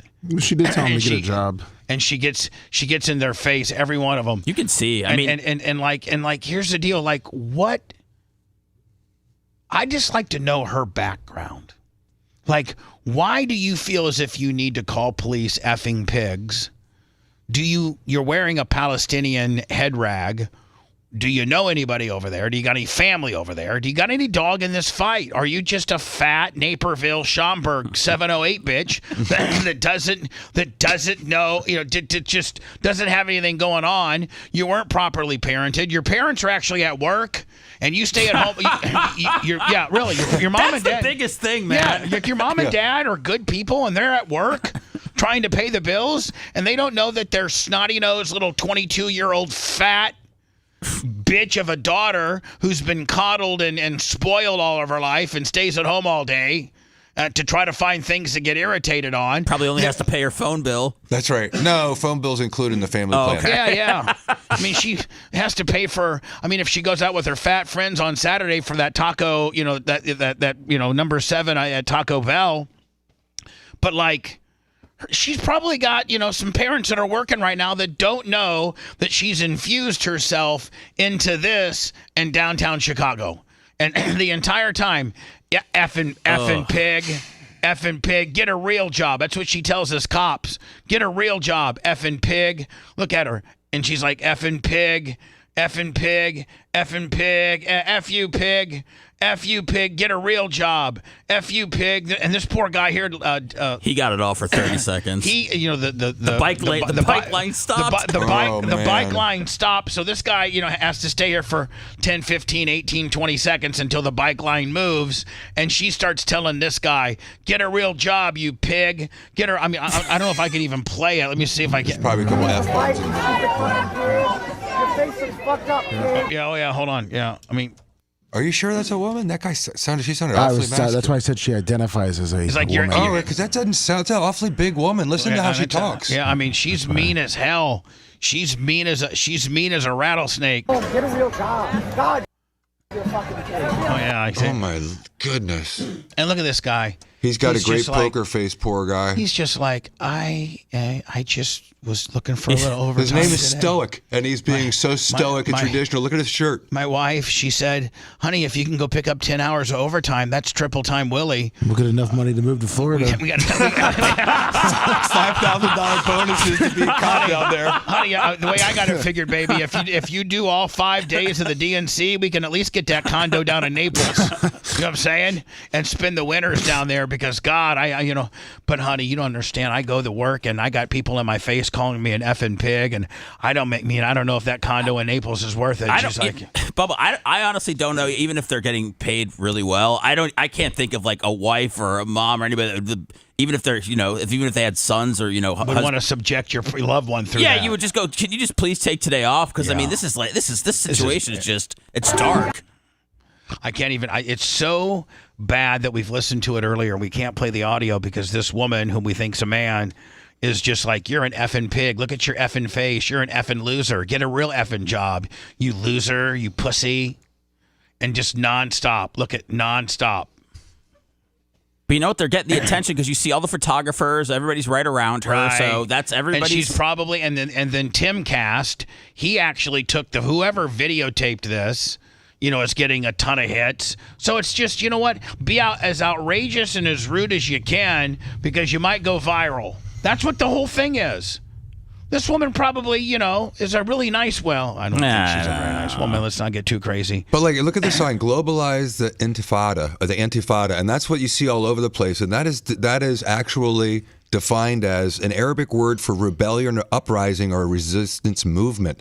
And so it's like a globalized resistance against the United States is and what can they're... I tell you something? It's so ridiculous. That guy didn't make that sign at his house. No, it's printed. They bust up a bunch of people, paid him $45 a day, and they hand him that very professionally made sign and said, go in that big stack of people and protest for 3 or 4 hours, and when you get back, you get your $60.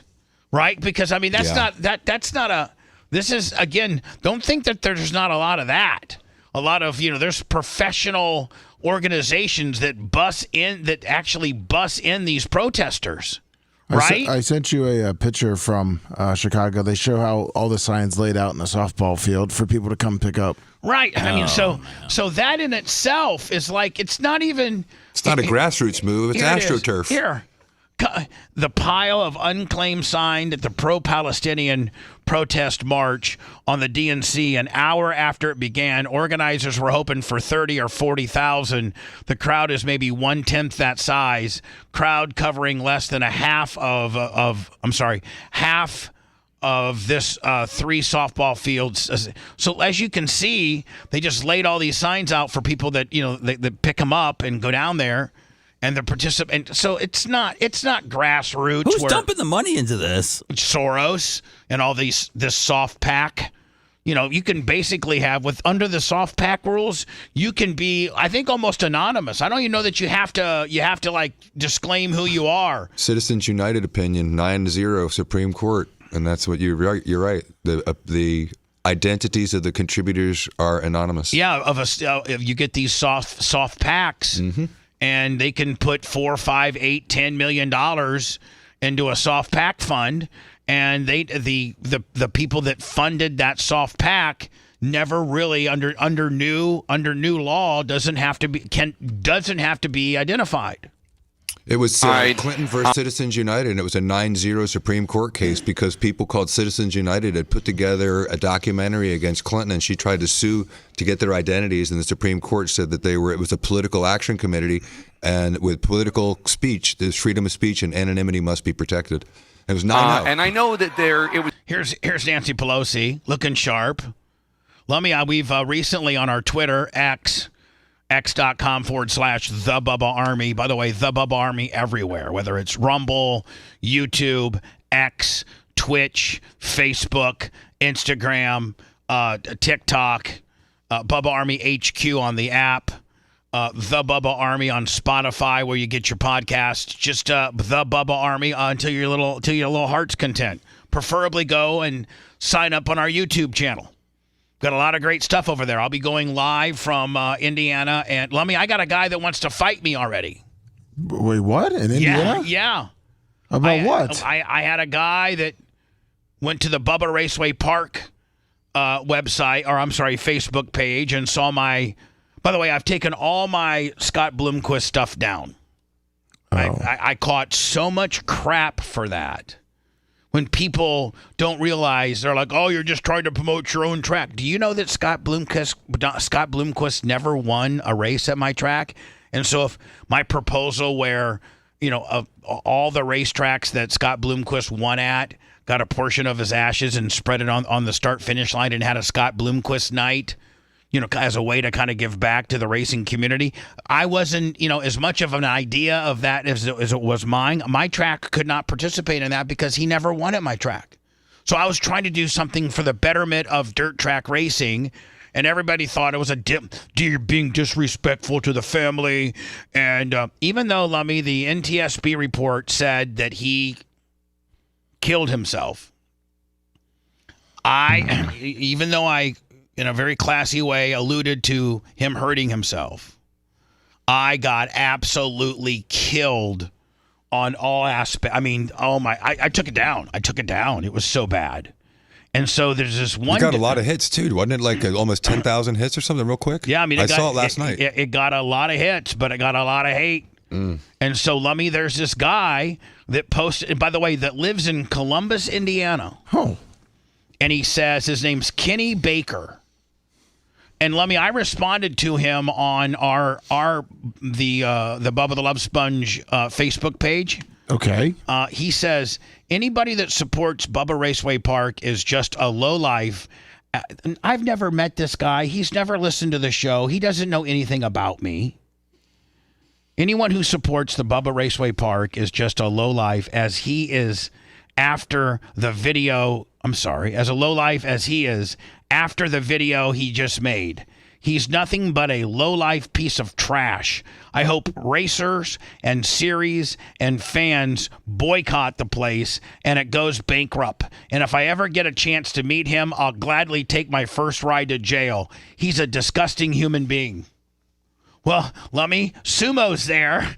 And Sumo says, I don't know what video you're referring to, but let's say a couple things that you may be unaware of or don't care.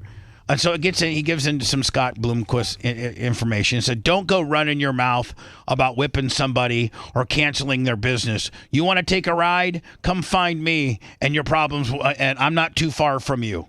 Oh, jeez. So, Lummy, this guy's supposedly from Columbus, Indiana area. And I just wrote to him on our Facebook page. I said, that's pretty threatening, isn't it? It is. That's hate speech. I said, hey, Kenny Baker, I'll be in Columbus next Saturday. You want to take your first ride? I put them. I need to edit it. Then message me and we can meet face to face. Then I included Troy Tabata, Sumo. You want to talk some smack, bitch? I'm going to be in your hometown. Take your first ride. You and Sumo you going to get anybody else? You got Larry Plummer? No, all I need is one person. Shane Brown's brother. Ben Gunn, $25. I'm bringing Shane Brown's brother. That's all you need, Lummy, is Shane Brown's brother, fresh from prison.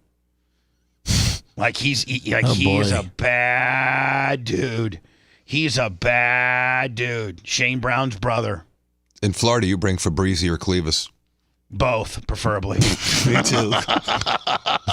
So listen, Kenny Baker, you want to listen, and the people, listen, I wasn't saying anything disrespectful about Scott Bloomquist at all. I was reading the NTSB report, and I talked about how Scott was, going through a tough time in life, and he had mentioned to some of his loved ones about hurting himself, and everybody talked him out of it, and he was just in a bad frame of mind, and rest in peace. And God bless you, and I'm honored to have known you. I got a couple pictures with you at my track. You're the greatest dirt late model driver of all time. Tim Autoglass Travis, 50. Yeah. I gave Vegas Bubba Army, 25. I gave the statistics of what happened according to the NTSB report. I was wrong when I said that you potentially had a 5-gallon thing between your legs. Instead, I was corrected by pilots that know the Piper Cub and the fact that the Piper Cub's gas has a 15-gallon gas tank that's right at your feet. Like that's where right front the front part of the canopy is where the gas is. So I could see where people would be misconstrued about that. And I talked about how he flew. NTSB report said that he skimmed along the ground and flew it directly into the barn. And I think I also said is this is such a sad deal. You could have called a Jimmy Owens or a Rick Swally or a Tyler Erb or a Mark Richards or a Darryl Lanigan, or just you could have called a lot of people, Scott. A lot of people love you. You're one of the most beloved, well-loved persons in dirt late model history. And it's just such a sad, tragic moment. And then I mentioned, of your 609 victories, I don't know how many tracks are still open, but if your family wanted to do something kind of cool, you were, you were absolutely the epitome of the sport and giving back and promotion. They could all have a portion of your ashes and they spread it out on a Scott Bloomquist night, and it's another way to pay glory to your great craftsmanship and how good you are. That's what I said. And everybody took it as if I was trying to be a wise guy and trying to be a dick and trying to get a free promotion at Bubba Raceway Park, Ocala Speedway. No, we couldn't even have Scott Bloomquist night because Scott never won at my track. He won at Volusia a lot and he won at East Bay a lot. He didn't win at my track. He was running. We had that one. I think it was from 16 or 17 where he was leading with the white. Yes. And B Shep and the Rocket house car beat him on the high side. Yeah, that was a great race. Scott Bloomquist finished second a few times at my place, but never first. And now I got this Kenny Baker guy that wants to. I can't even go on vacation without people wanting to. This guy has never been to jail, and he has threatened to say that his first ride going to jail will be if he could ever meet me face to face. I'm assuming he's going to try to beat me up. Sounds like he's got a lot going on. I was going to say, this is what's going to do the first ride? Yeah, you're going to beat me up? Over this? I hope you better bring somebody, because I'm bringing a couple people, and I'm bringing Shane Brown's brother. And I'm just saying, if you live in Columbus, Indiana, then you know who Shane Brown Brothers is. And you don't show up to that one, Kenny Baker. You pussy. Trying to boycott my track, make me Who would want to bankrupt a business that you don't even know about? You don't know anything about me. I made a very, very calculated and I felt a very appropriate opinion of what I thought happened in one of the most tragic deaths in all of dirt late model history. I read worse things than what you said on the air yesterday. Right. And I'm the one that gets, realistically, I had to pull it all. I pulled it from Facebook. I pulled it from X. I pulled it from YouTube, just because I'm getting messages like this. Kenny Baker from Columbus, Indiana, that wants to take his first ride to jail from punching my face out. Aside, and I know that it was very difficult. Nancy Pelosi, and I think Trapper, is this Trapper? Yeah. Or whatever. Tapper. Yeah. I think he's trying to hold her feet to the fire about getting Joe out, isn't she? Yes. Isn't he? Yes. And she does a pretty good job. For him, that's been made very clear by some of his top aides like Anita Dunn and Ron Klain. And there does seem to be, even though Anita Dunn said earlier today, quote, nobody wants to have a fight with Nancy Pelosi at this time, unquote, it does seem like there's some residual bad blood or resentment. And I'm wondering if you've spoken to him and what your response is to that. Sometimes you just have to take a punch for the children. What? And that's what you're doing right now? You're just going to take the punch for the children? Who's punching right now? I don't know. Anita Dunn said... I didn't even hear this. I'm just hearing... It was an interview with me. Maybe he's throwing the punch. I don't know. No, I'm not. I would never. But she said she doesn't want to fight. Nobody wants to have a fight with Nancy Pelosi at this time. Well, you know what? She sounds like she might have had a few too much wine. She is known for being a drinker. She sounds like she's. What? How would you get through this thing till 12:30 at night if you're not on some sort of substance? That's a good point. I'd be ingesting mushrooms like it was nobody's business. I don't even do mushrooms. Have you talked to him? Is my only question. What I have to do. Right. He made the decision for the country. My concern was not about the president. It was about his campaign. As he has seen the exuberance, the excitement that has come forth in our country. I just did an event for one of our members in Illinois, Eric Sorensen, today. Immediately, he got 1,100 volunteers into his campaign as soon as that announcement was made. Nobody is questioning the fact that the Democratic Party seems much better positioned right now than it did 4 weeks and 2 days ago. There's no question about that. Former Speaker Pelosi. So why are we even talking about it? They put it on my She just admitted to squeezing out the president. They're holding Okay, Ron Burgundy. It was a full admission, Bubba. She never once said she didn't do it. You're right. You're completely right. You're completely right.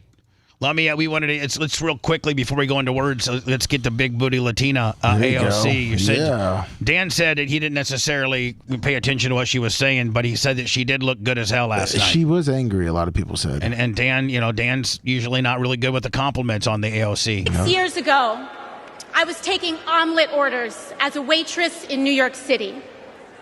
I didn't have health insurance. My family was fighting off foreclosure.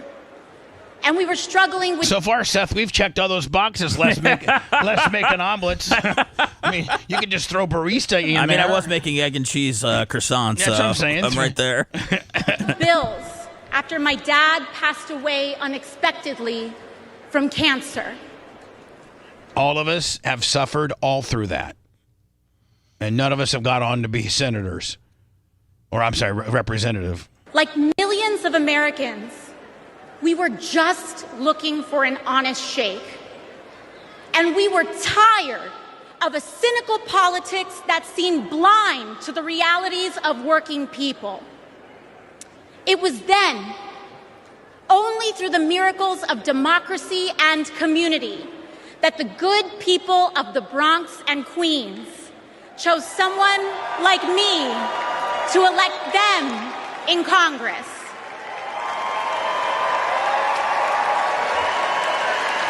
And America?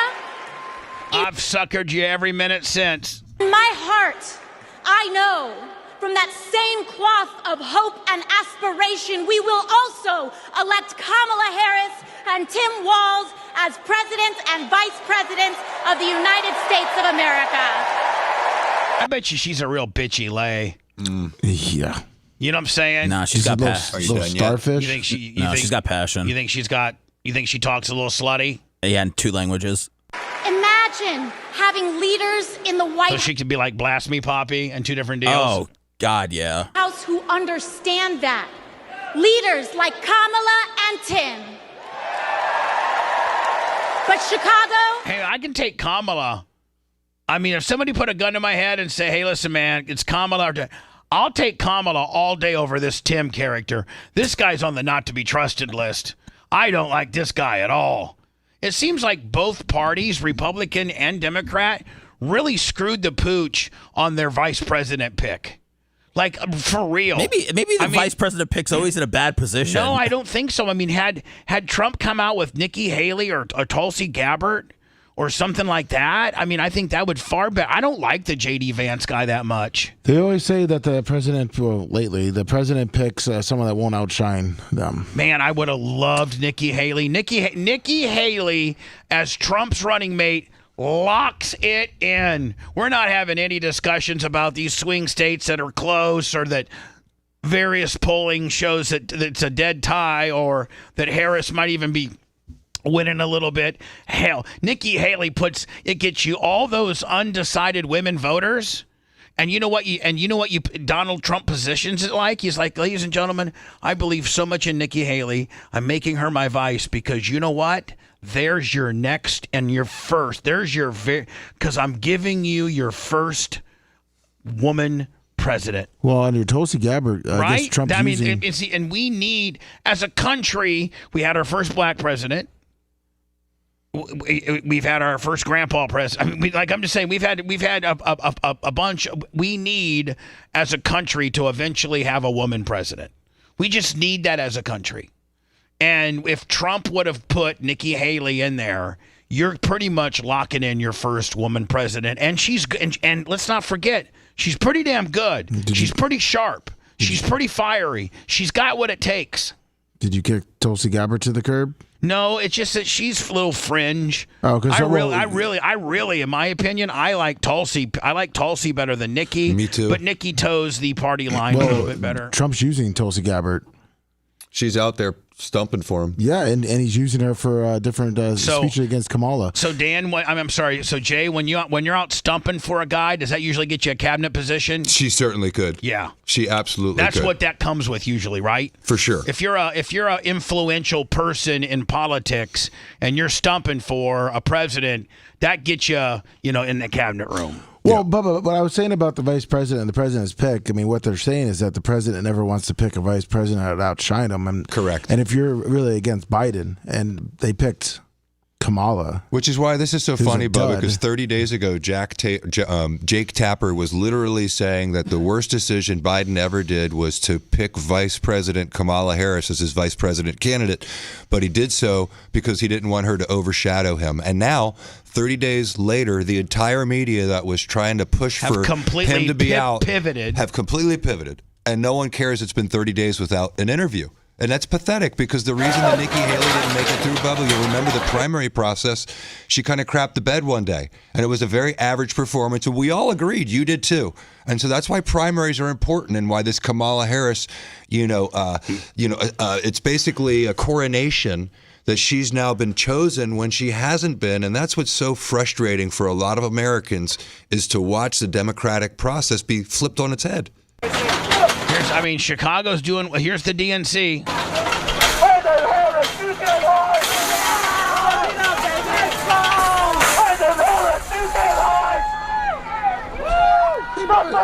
did you see the person that just picked that fence up? Yeah. That wasn't that impressive. How did you get to that fence so easy? Yeah. Don't talk to me about laying things in stiff on people's backs. It's impressively. Come on, let's go. That chair you laid. I saw it yesterday. I said the fence. I was just saying the fence wasn't installed like that great. Yeah. Okay. What are they screaming? I'd be like, hey, where are the cops over here? We can't understand what you're saying. What are you mad about? What are you guys mad about? And listen, media to the left, protesters to the right. We want to see how many people are really here. We got to report back to Sarge as to how many people are really mad, okay? So everybody that's trying to create content or get a viral moment, I want you to go over there, and the real mad people with the megaphones and the signs, you guys come over here, and because so we can get a real head count, okay? All right, Jabeez on Twitter or on YouTube said, "Whose street? Our street." Is that what they're saying? Yes. Now look at this block. look at this block rocking block. I think I saw her at Target yesterday. Yeah, this bitch just dropped off the kids in Carline, and she was like, "Oh, I'm gonna go down and I heard there was something going on downtown. We got to get this done by 3:45." Exactly. Right. I got to get back into Carline. Oh my God. All I was saying about the fence is a lot of people were saying that they set up that first fence. Oh, they set up. That's what I was trying to say. They told the bad guys, "Hey, push in Section 4. Yeah, it'll go right in. It'll be great for media. We'll get a ton of coverage." Correct. My last probably story of the day is my dad, who lives in Reno, Nevada. Remember, Lummy, when I visited him a year or so ago? Yes. And I met with, and I think it's Mario. It is a Mario, yes. And I met with Mario, his daughter, his 18-year-old daughter, Haley. Is it Nito? I think Nito. Nieto. I remember that story. It was his brutal. 18-year-old daughter was kidnapped and was, I guess, hanging out with, or it's a bad situation. She was kind of a rebel. Mario and his wife was having a tough time with their 18-year-old. The 18-year-old had gotten in some trouble. Next thing you know, is hanging out with this dude, and this dude rapes and kills her. And I met with Mario, and he gave me a shirt. In fact, I was gonna wear her shirt today, but I completely forgot. Maybe I'll wear it tomorrow. But my dad, so I tell my dad when I'm in Reno, hey, I'm meeting with this guy. His daughter got killed and everything. And my dad's like, yeah, I think I remember that story. Well, this guy's going on trial. Like his trial just started. And my dad texted me yesterday. He's like, man, the local news is all over your buddy's, daughter's trial. And this guy's, the details are coming out on what he did. And oh my God, my dad's like, oh my God, I wish I could go down to the, my dad is as violent as Shane Brown's brother. I wish I could go down there and give this, my dad's an old timer. He goes, I wish I would go down there and give this guy the business. That's what my dad said.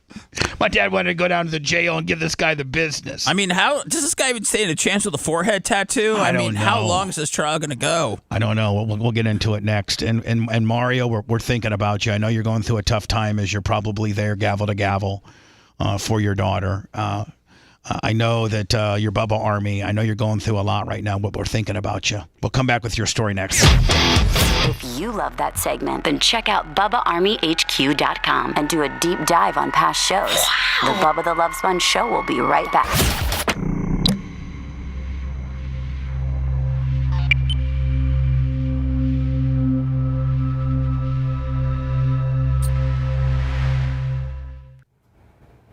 Oh my God, Lummy, I missed John Costica and $100. Thank you, John Costica. I'll make a big deal about it on the way back. Him and Felix Barajas.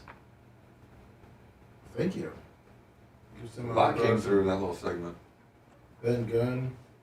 Let me see if you can get me the excerpts of even if it's just audio of me talking about Shane Brown's brother. I'm going to send it to him. Okay. Thank you, buddy. No problem.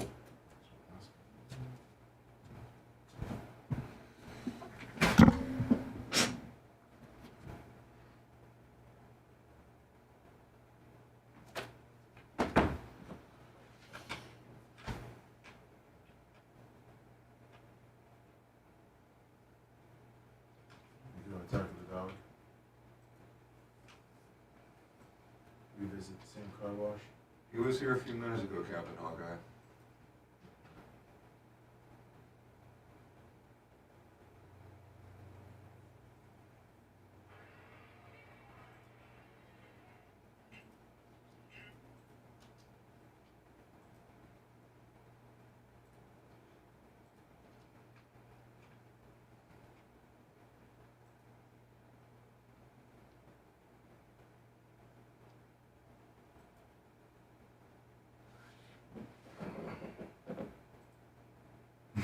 You're right about that, Citizen M.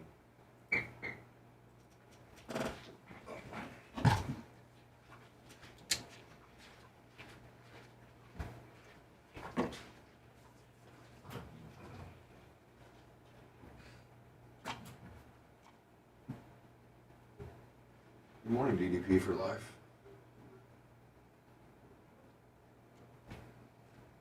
I think I did Big Longer, but I'll do it again to make sure. I know I did it on Rumble.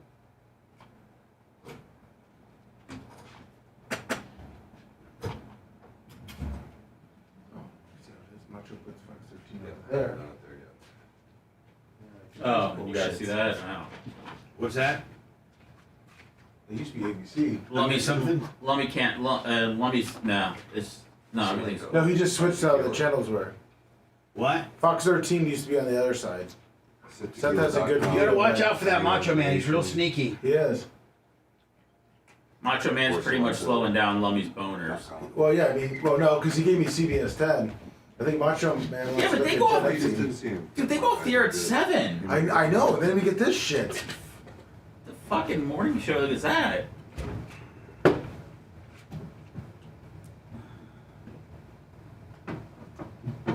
It's because they can't compete with Jen Epstein up there. Jen Epstein's pretty strong, but you can see them circling the wagons with fucking young hotness, can't you? Yeah. As she's getting to be about almost 40, they start fucking, laying you out to pasture. What up, Johnny? What up, Captain Hawkeye? Oh, she's 40. That's what I'm saying. Okay. The competition starts circling the wagons. When your anchor's over 40, they start bringing in the 20-year-olds. What up, TNT? He's old 71.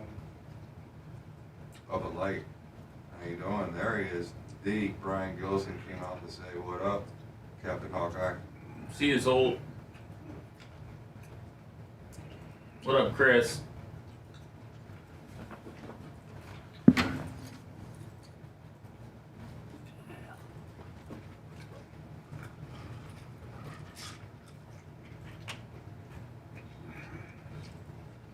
Thanks, 69.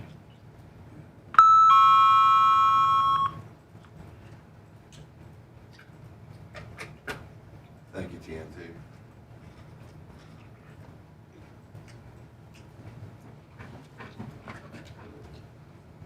What's up, Snoozy Slayer?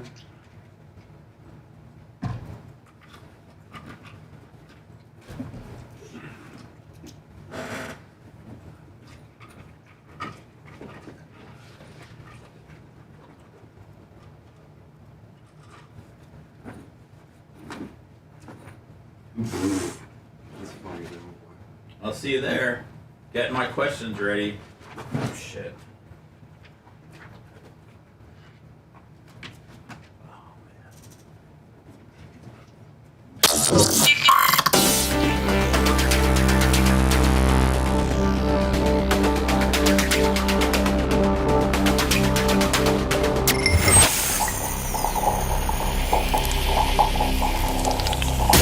The Bubba the Love Sponge Show, listener supported via PayPal, Venmo, and Cash App.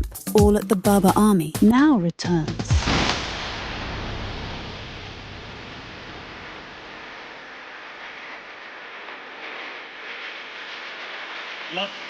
Lummy, I missed 100 from my Valparaiso pimp.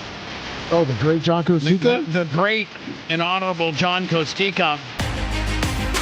Thank you so much, John. Appreciate you more than anything. And then, Lummy, we had a Felix Brahalas. He said, F that Kenny Baker troll for 25. PayPal, Venmo, Cash App, all at the Bubba Army. And so this Las Vegas Mario from Reno is Bubba Army. And this is about his daughter. This Todd, is it Tonochi? Just a brutal killing of a Bubba Army's daughter in Reno, Nevada, and it's going to trial right now. And my dad's full hot on it. He said he wants to go down to the jailhouse and give the guy the business. Take his first ride. Yeah. The man accused of killing an 18-year-old mother in March of this year is expected to appear in court next month. You may remember from our previous reporting, Todd Tonachi is accused of killing Haley Nieto and leaving her body near a road in Cold Springs. According to court documents, Tonachi already appeared in court on March 19th and June 5th. His next appearance will be a status hearing on Monday, July 17th. He is being held in the Washoe County Jail on no bail. What an animal. And it was like really brutal on how it went down. Seth, I like this new little hottie that you send me little updates on, this Savannah Hernandez. Oh, yeah, she was in the mix yesterday. She looks like it. She gets up in the mix, and she's a hottie.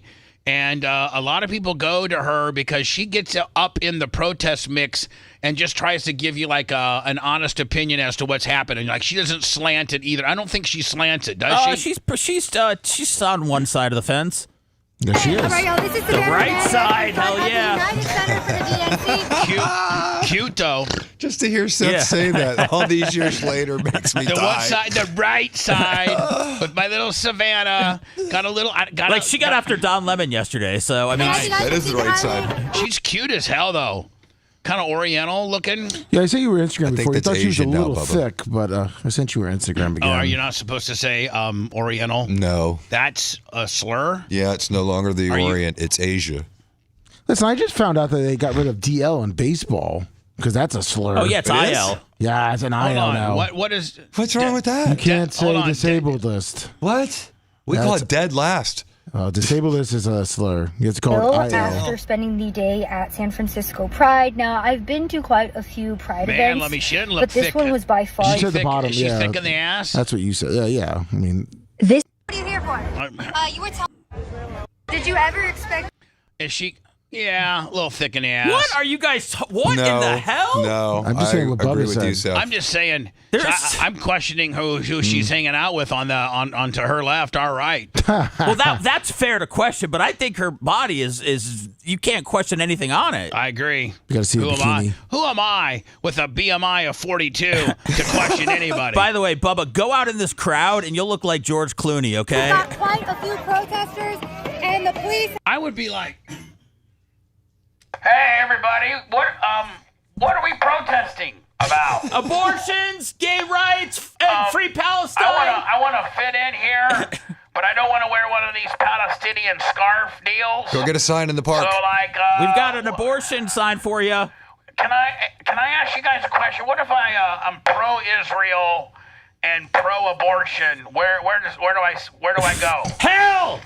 Where? Hell! Where do I go? Hell! Where do I go? Hell! Where do I go? Hell! Allah. Jesus Christ. I'm exhausted just from that. Have now arrived. I don't, let alone park in and having to deal with all that nonsense. Every one of these people had to park and walk on down there. It would be exhausting to protest, man. I don't have enough time in my life to quit work to do that. I'd be like, Seth, okay, we got to go down downtown. They're having an Amalie Arena, and then we have to, like, parking's going to be worse than a Lightning game. Well, this is worse than Gasparilla. And then we're going to have to then we're going to have to walk probably a mile and we might have to park at Dr. Dan's office and walk all the way down there. You know, Bubba, I'll just do an outskirts protest. We can just do the outskirts of the DNC. Tell you what, we'll have Lummy go down there and then zoom us in, okay? There you go. Okay? So, Lummy, you go down there and zoom us. I'll give you my e-bike. Okay, perfect. No, actually, I'm not, because they'll end up probably tearing it up. I'll bring my little microphone, though. Yeah. My little, Now, they broke through this first barricade. She's hot as hell. And they were trying to break through the second one that's right behind me. So now police have arrived. There's quite a few presence. Again, this is day one of the DNC. This is what it looks like on the ground. They've been marching all day since noon. They started. Think how much it probably costs her to go report live somewhere. She has to, get a hotel room, get a flight there. She works for a site. Yeah, TV. Is this her dig? She's probably got TPUSA, I think it is. Yeah, she's got her some backing. Yeah, Turning Point. She works for USA. Turning Point. Yeah. The Charlie Kirk company. You thought she was a poor freelancing journalist? Yeah, like Alex. A lot of attendees here for the DNC. Has Alex ever ran into her? They would really have a great... he knows her. Yeah.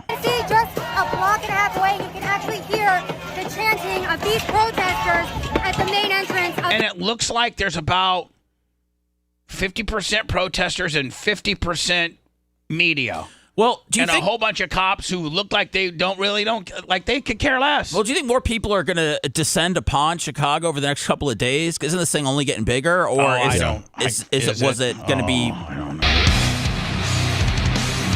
Man, imagine having to fly into O'Hare, then get a rental car, Seth, and try to get downtown. Now, you know that O'Hare to downtown is an hour all day. You know that. Yeah, oh yeah. And then that's like a $90 Uber ride. Right. Then you got to find like a hotel somewhere that you can walk to. That's expensive as hell. Stay at the Chicago Inn. They have blood on their sheets, and you can get a free night stay if you call them out on it. Well, that's a true story. We'll see. Really? I got Operation Pigmentation at noon on YouTube today, Bubba. Oh, you do? Live. Okay, so live on YouTube, Operation Pigmentation. We're not going just straight podcast Willie. We're going visual with Craig and Rio. Oh, yeah. And are they familiar with next Wednesday's appearance? They're going to get familiar. I'm going to remind them. All right. Thanks for letting me finish. You've been listening to the Bubba the Love Sponge Show, starring me, Bubba the Love Sponge, co-host and show historian Lumet.